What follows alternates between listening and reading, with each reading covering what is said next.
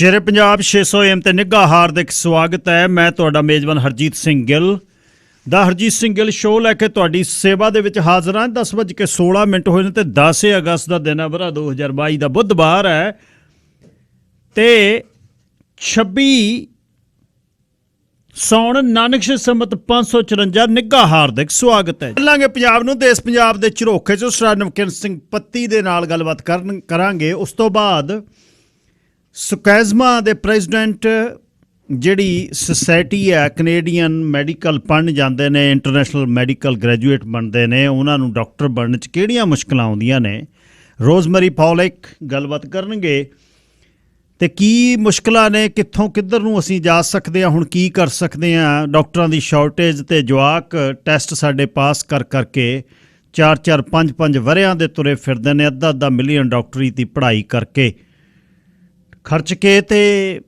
ਉਹਨਾਂ ਦਾ ਭਵਿੱਖ ਕੀ ਹੈ, ਉਹਨਾਂ ਨੇ ਅਗਾਂਹ ਜ਼ਿੰਦਗੀ ਸੈਟਲ ਨਹੀਂ ਕਰਨੀ। ਕੋਈ ਲੈਬੋਰਟਰੀ ਟੈਕਨੀਸ਼ੀਅਨ ਬਣ ਗਿਆ, ਕੋਈ ਕਿਤੇ ਦੁਆਰਾ ਨਰਸਿੰਗ ਪੜ੍ਹਨ ਲੱਗ ਗਿਆ, ਬਹੁਤ ਮੁਸ਼ਕਲਾਂ ਨੇ। ਇਹਦੇ 'ਤੇ ਇਹ ਤੀਸਰਾ ਆਪਣਾ ਸ਼ੋਅ ਹੈ। ਮੈਂ ਕੋਸ਼ਿਸ਼ ਕਰ ਰਿਹਾ ਵੀ ਕਿਸ ਦੇ ਤਰੀਕੇ ਨਾਲ ਪ੍ਰੈਸ਼ਰ ਗਰੁੱਪ ਇੱਕ ਕ੍ਰੀਏਟ ਕਰਕੇ ਸਰਕਾਰਾਂ ਨੂੰ ਇਹ ਸੋਚਣ ਦੀ ਗੱਲ ਕੀਤੀ ਜਾਵੇ ਕਿ ਇਹ ਜਿਹੜੇ ਸਾਡੇ ਜਵਾਕ ਤੁਹਾਡੇ ਕਾਰਨਾਂ ਕਰਕੇ ਤੁਸੀਂ ਸੀਟਾਂ ਨਹੀਂ ਦਿੰਦੇ, ਤੁਹਾਡੇ ਕੋਲ ਇਨਫ ਸੀਟਾਂ ਨਹੀਂ ਹੈ, ਬਾਹਰ ਪੜ੍ਹਨ ਜਾਂਦੇ ਨੇ, ਪਹਿਲਾਂ ਤਾਂ ਘਰੋਂ ਬਾਹਰ ਜਾਂਦੇ ਆ ਕੇ ਉਹ ਡਾਕਟਰ ਨਹੀਂ ਬਣ ਸਕਦੇ, ਤੁਸੀਂ ਉਹਨਾਂ ਨੂੰ ਧੱਕ ਰਹੇ ਹੋ। ਅਮਰੀਕਾ 'ਚ ਸੈਟਲ ਹੋਣਗੇ, ਅਮਰੀਕਾ 'ਚ ਪੜ੍ਹਨ ਰਹਿਣਗੇ ਅਤੇ ਫਿਰ ਘਰੇ ਨਹੀਂ ਵਾਪਸ ਆਉਣਗੇ, ਮਾਪੇ ਇੱਥੇ ਬੈਠੇ ਤਰਸਣਗੇ। ਸੋ ਇਸ 'ਤੇ ਗੱਲਬਾਤ ਕਰਾਂਗੇ। ਕਹਾਣੀ ਅੱਜ ਬਾਈ ਜੱਗੀ ਕੁੱਸੇ ਦੀ ਤੁਹਾਡੇ ਸਨਮੁਖ ਹੋਏਗੀ। 604 204 0600 ਨੰਬਰ ਹੈ, 6042040600 604 204 0600 ਅਤੇ 604 729 1224 WhatsApp ਤੇ ਟੈਕਸਟ ਲਈ ਮੇਰਾ ਨੰਬਰ ਹੈ 6047291224। ਦੀਆਂ 5 ਕੱਕਿਆਂ ਦੀ ਓਟ ਹੇਠਾਂ ਸ਼ਿੱਦਤਾਂ ਉੱਠੇ ਗੁਰੂ ਗੋਬਿੰਦ ਸਿੰਘ, ਜਿੱਥੋਂ ਦੀ ਤਾੜੀ ਮਾਰ ਕੇ ਮਿੱਟੀ ਨੇ ਨਕਸ਼ਾ ਤੱਕਿਆ, ਲੋਹੇ ਦੀ ਨੰਗੀ ਧਾਰ ਦਾ ਬਦੀਆਂ ਦੇ ਖੇਮੇ ਪੁੱਟ ਕੇ ਅਣਖਾਂ ਦੇ ਚਿੱਲੇ ਚਾੜ ਕੇ, ਬਾਜਾਂ ਦੇ ਭੂਸਲ ਖੰਭ ਤੋਂ ਝੜਦੇ ਨੇ ਉੱਥੇ ਫਲਸਫੇ ਤੇ ਬਹਿੰਦੀਆਂ ਨੇ ਕੋਰੀਆਂ ਰੁੱਤਾਂ ਭੁਲਾਥੀ ਮਾਰ ਕੇ, ਤਰਦੀਆਂ ਨੇ ਜਾਮਣੀ ਚੁੱਪਾਂ ਹਵਾ ਦੀ ਕਾਂਗ ਤੇ ਰੋਹੀ ਦੇ ਬਰਾਗੀ ਬਾਬਰੇ ਝੂਮਣ ਸੁਰਾਂ ਦੀ ਤਾਰ ਤੇ। ਜਦ ਵੀ ਹੈ ਆਉਣਾ ਬੱਕੀਆਂ ਨੇ ਸੀਸ ਲੈ ਕੇ ਬਾਪ ਦਾ, ਕਾਲੇ ਸਿਆ ਪੈਂਡਿਆਂ ਨੂੰ ਚਾਨਣਾ ਚਰੰਗਣਾ, ਰੇਤਾ ਵੀ ਭਰ ਕੇ ਚੁੰਗੀਆਂ ਪੌਣਾ ਦੇ ਉੱਤੇ ਬਹਿ ਗਿਆ ਕਿ ਆਖਦਾ ਕਿ ਸਤਿਗੁਰਾਂ ਨੇ ਅੱਜ ਵਣਾ ਚੋਂ ਲੰਘਣਾ। ਜਦ ਪੀਂਦੀਆਂ ਤਾਂ ਅੱਕ ਦੇ ਡੋਡੇ ਦਾ ਰਸ ਹੀ ਪੀਂਦੀਆਂ, ਜਦ ਲਾਉਂਦੀਆਂ ਸਰਾਣਾ ਇਹ ਟਿੰਡ ਦਾ ਹੀ ਲਾਉਂਦੀਆਂ, ਰਾਤਾਂ ਨੇ ਹੱਦੋਂ ਠੰਡੀਆਂ ਪੈਰਾਂ 'ਚ ਸੂਲਾਂ ਪੁੱਟਦੀਆਂ, ਮਾਛੀਵੜ ਦੇ ਜੰਗਲਾਂ 'ਚ ਖਾਲਸਾਈ ਮਸਤੀਆਂ। ਨਿਰਭੈਰ ਹੈ ਨਾ ਸ਼ਾਕਾਰ ਹੈ, ਤੀਰਾਂ ਦਾ ਉਹ ਆਕਾਰ ਜੋ ਕੇਵਲ ਵਿਨਾਸ਼ਕ ਨਹੀਂ, ਨਵਰੁੱਤ ਦੀ ਟਕਸਾਲ ਹੈ, ਕਲਮੇ ਦਸਮ ਦੀ ਨੋਕ 'ਚੋਂ ਸੁਰਖੀ ਜੋ ਖਿੰਡ ਗਈ ਬੇਲੀਓ, ਬਗ ਰਹੇ ਪਾਣੀ ਇਹਨਾਂ ਦੀ ਕਿਣਕਿਆਂ ਦੀ ਝਾਲ ਹੈ। ਡੂੰਗੀ ਧਰਤ ਦੀ ਆਵਾਜ਼ ਨੂੰ ਸੁਣਨਾ ਹੀ ਸਿੱਖੀ ਧਰਮ ਹੈ, ਚਾਰੇ ਦਿਸ਼ਾਵਾਂ ਜੁੜਦੀਆਂ ਉਹੀ ਗੁਰੂ ਦਾ ਦੁਆਰ ਹੈ, ਪਾਣੀ ਦੇ ਕੱਚ ਤੇ ਉਸਰੇ ਧੁੱਪਾਂ ਦੇ ਬੁੱਤ ਹੀ ਤਖਤ ਨੇ, ਸੂਰਜ ਦਾ ਚਾਨਣ ਹੱਦ ਹੈ, ਕੁੱਲ ਜਗਤ ਹੀ ਪਰਿਵਾਰ ਹੈ। ਇਹ ਕਿਸ ਦਾ ਜੁੱਸਾ ਲਿਸ਼ਕਦਾ ਸਾਡੇ ਬੇੜਿਆਂ ਦੀ ਧੁੱਪ 'ਚੋਂ, ਇਹ ਕਿਸ ਦਾ ਚੋਲਾ ਬਣ ਗਿਆ ਸਾਡੇ ਸਿਰ ਉੱਤੇ ਅਸਮਾਨ ਬਈ, ਉਹ ਕੌਣ ਸੀ ਜਿਸ ਦੇ ਮਗਰ ਤੁਰ ਪਏ ਸੀ ਪੈੜਾਂ ਪੂਜਦੇ, ਕਲਗੀ ਨਗਾਰਾ ਚਾਨਣੀ ਝੰਡੇ ਤਖਤ ਕਿਰਪਾਨ ਬਈ। ਗੋਬਿੰਦ ਹੀ ਹੈ ਸਾਡਿਆਂ ਆਜ਼ਾਦ ਸਾਹਾਂ ਦੀ ਲੜੀ, ਗੋਬਿੰਦ ਹੀ ਸਾਡੀ ਜ਼ੁਬਾਨ ਦਾ ਸਭ ਤੋਂ ਸੁੱਚਾ ਵਾਕ ਹੈ, ਗੋਬਿੰਦ ਹੀ ਸੁੱਕਾ ਸਖਤ, ਗੋਬਿੰਦ ਹੀ ਤਰ ਮਖਮਲੀ, ਗੋਬਿੰਦ ਅੱਕ ਸੰਦਲ ਹਵਾ, ਠੂਠਾ ਸਿੰਘਾਸਣ ਖਾਕ ਹੈ, ਠੂਠਾ ਸਿੰਘਾਸਣ ਖਾਕ ਹੈ। ਨਵਰੁੱਤ ਦੀ ਟਕਸਾਲ ਆ ਇਹ 1699 ਤੋਂ ਸ਼ੁਰੂ ਹੋਈ। ਜਦ ਵੀ ਸਮਾਂ ਪਊਗਾ ਨੱਚਣਗੇ ਖੰਡੇ ਦੀ ਧਾਰ 'ਤੇ, ਜਿਵੇਂ ਅੱਜ ਦੇ ਦਿਨ ਪੂਨੇ 'ਚ ਨੱਚੇ ਸੀ ਯੋਧੇ, ਭਾਈ ਸਾਹਿਬ ਭਾਈ ਹਰਜਿੰਦਰ ਸਿੰਘ ਅਤੇ ਭਾਈ ਸਾਹਿਬ ਸੁਖਦੇਵ ਸਿੰਘ ਸੁੱਖਾ। ਜਿੰਦਾਬਾਦ ਹੋ ਯੋਰਿਓ। ਦਾਤੇ ਦੀ ਮਿਹਰ ਹੈ, ਜੇ ਚੋਲੇ ਦੇ ਨਾਲ ਫੁੱਲ ਵੀ ਟੁੱਟ ਜਾਵੇ। 7ਵੇਂ ਪਾਤਸ਼ਾਹ ਤੋਂ 6ਵੇਂ ਪਾਤਸ਼ਾਹ ਕਹਿੰਦੇ ਨੇ ਕਿ ਕਾਕਾ ਜੀ, ਪੁੱਤਰ ਜੀ, ਚੋਲਾ ਸਾਂਭ ਕੇ ਤੁਰੀਏ, ਮਤਲਬ ਮਾਣ ਜਿਹੜਾ ਦਿੱਤਾ ਹੈ ਉਸ ਨੂੰ ਸਾਂਭੀਏ। ਪਰ ਜਦ ਸਾਹਿਬ ਬਜ਼ਤ ਦੇ ਵਿੱਚ ਆਉਂਦੇ ਨੇ, ਮਾਰ ਕੇ ਸਿਰ 'ਤੇ ਖੰਡਾ, ਸਣੇ ਸਵਾਰ ਸਣੇ ਘੋੜੇ ਧਰਤੀ ਦੇ ਵਿੱਚ ਗੱਡ ਦਿੰਦੇ ਨੇ। ਗੁਰ ਭਾਰੀ ਧੰਨਵਾਦ ਜੀ ਸਾਰਿਆਂ ਦਾ ਜਿੱਥੇ ਵੀ ਬੈਠੇ ਹੋ। ਮੋਰੋਕੋ ਦੇ ਵਿੱਚ ਵੀ ਹਾਜ਼ਰੀ ਤੁਹਾਡੀ ਲੱਗੀ। ਪਰਮਿੰਦਰ ਸਿੰਘ ਥਿੰਦ ਮੋਰੋਕੋ ਦੇ ਵਿੱਚ 4 ਸੀਜ਼ਨਸ ਦੇ ਵਿੱਚ ਬੈਠਾ, ਮਾਰਕੀਸ਼ ਦੇ ਵਿੱਚ ਭਰਾ ਸਾਡਾ ਸੁਣਦਾ ਪ੍ਰੋਗਰਾਮ। ਸਾਰੇ ਚੜ੍ਹਦੀ ਕਲਾ 'ਚ ਰਹਿਣ, ਸਾਰੇ ਪਰਿਵਾਰਾਂ ਨਾਲ ਖੁਸ਼ ਰਹਿਣ, ਸਾਰੇ ਪਰਿਵਾਰਾਂ ਨਾਲ ਘੁੰਮਣ। ਇਹੀ ਜ਼ਿੰਦਗੀ ਆ ਮਿੱਤਰੋ, ਇਹਨੂੰ ਹੀ ਸਾਂਭਣ ਦੀ ਲੋੜ ਹੈ। ਸਰ ਨਮਕੀਨ ਸਿੰਘ ਪੱਤੀ ਜੀ, ਸਵਾਗਤ ਹੈ। ਸਤਿ ਸ੍ਰੀ ਅਕਾਲ। ਸ਼ੁਕਰੀਆ ਜੀ ਗਿੱਲ ਸਾਹਿਬ। ਸਭ ਤੋਂ ਪਹਿਲਾਂ ਤੁਹਾਨੂੰ ਅਤੇ ਸ਼ੇਰੇ ਪੰਜਾਬ ਰੇਡੀਓ ਸੁਣ ਰਹੇ ਸਾਰੇ ਹੀ ਸਰੋਤਿਆਂ ਨੂੰ ਮੇਰੇ ਵੱਲੋਂ ਵੀ ਪਿਆਰ ਭਰੀ ਸਤਿ ਸ੍ਰੀ ਅਕਾਲ ਜੀ। ਜੀ ਗਿੱਲ ਸਾਹਿਬ, ਵਿਜੀਲੈਂਸ ਨੇ ਕਿਹੜਾ ਨੇਤਾ ਜੀ ਆ ਜਿਹਦਾ ਲੱਕ ਦਾ ਨਾਪ ਲਿਆ ਹੁਣ?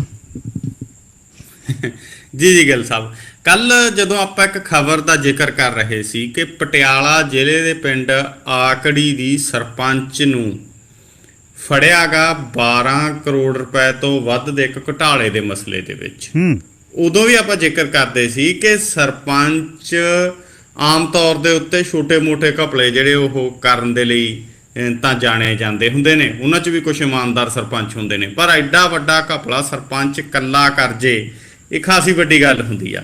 ਹੁਣ ਗਿੱਲ ਸਾਹਿਬ ਪਤਾ ਲੱਗਿਆ ਕਿ ਆਕੜੀ ਪਿੰਡ ਦੀ ਜਿਹੜੀ ਇਹ ਸਰਪੰਚਨੀ ਨੂੰ ਗ੍ਰਿਫਤਾਰ ਕੀਤਾ ਗਾ 12 ਕਰੋੜ 24 ਲੱਖ ਦੇ ਘੁਟਾਲੇ ਦੇ ਮਸਲੇ ਦੇ ਵਿੱਚ, ਕਿ ਪੰਚਾਇਤ ਦੀ ਜ਼ਮੀਨ ਜਿਹੜਾ ਸ਼੍ਰੀ ਅੰਮ੍ਰਿਤਸਰ ਸਾਹਿਬ ਅਤੇ ਕਲਕੱਤਾ ਦਾ ਕੋਰੀਡੋਰ ਬਣ ਰਿਹਾ, ਉਸ ਕੋਰੀਡੋਰ ਦੇ ਹਾਈਵੇ ਦੇ ਵਿੱਚ ਆਈ ਸੀ, ਔਰ ਉਹਦਾ ਜਿਹੜੇ ਪੈਸੇ ਸੀ ਉਹਦੇ 'ਚੋਂ ਬਾਅਦ 'ਚ ਗਰਾਂਟਾਂ ਲਾਉਣ ਦੇ ਨਾਂ ਦੇ ਉੱਤੇ ਜਿਹੜਾ ਸ਼ੱਕ ਹੋਇਆ, ਉਹਦੇ 'ਚ ਹੁਣ ਇੱਕ ਸਾਬਕਾ ਵਿਧਾਇਕ ਮਦਨ ਲਾਲ ਜਲਾਲਪੁਰ ਦਾ ਨਾਂ ਆਇਆ। ਇਹ ਮਦਨ ਲਾਲ ਜਲਾਲਪੁਰ ਹੁਣ ਵਿਜੀਲੈਂਸ ਦੀ ਰਡਾਰ ਦੇ ਉੱਤੇ ਆ। ਵਿਜੀਲੈਂਸ ਨੇ ਸਾਰੇ ਮਸਲੇ ਦੇ ਵਿੱਚ ਪਤਾ ਕੀਤਾ ਕਿ ਸਰਪੰਚਨੀ ਇੰਨੇ ਪੈਸੇ ਖਾ ਸਕਦੀ ਹੈ, ਤਾਂ ਪਤਾ ਲੱਗਿਆ ਕਿ ਮਦਨ ਲਾਲ ਜਲਾਲਪੁਰ ਹੈ ਇਸ ਮਸਲੇ ਦੇ ਵਿੱਚ।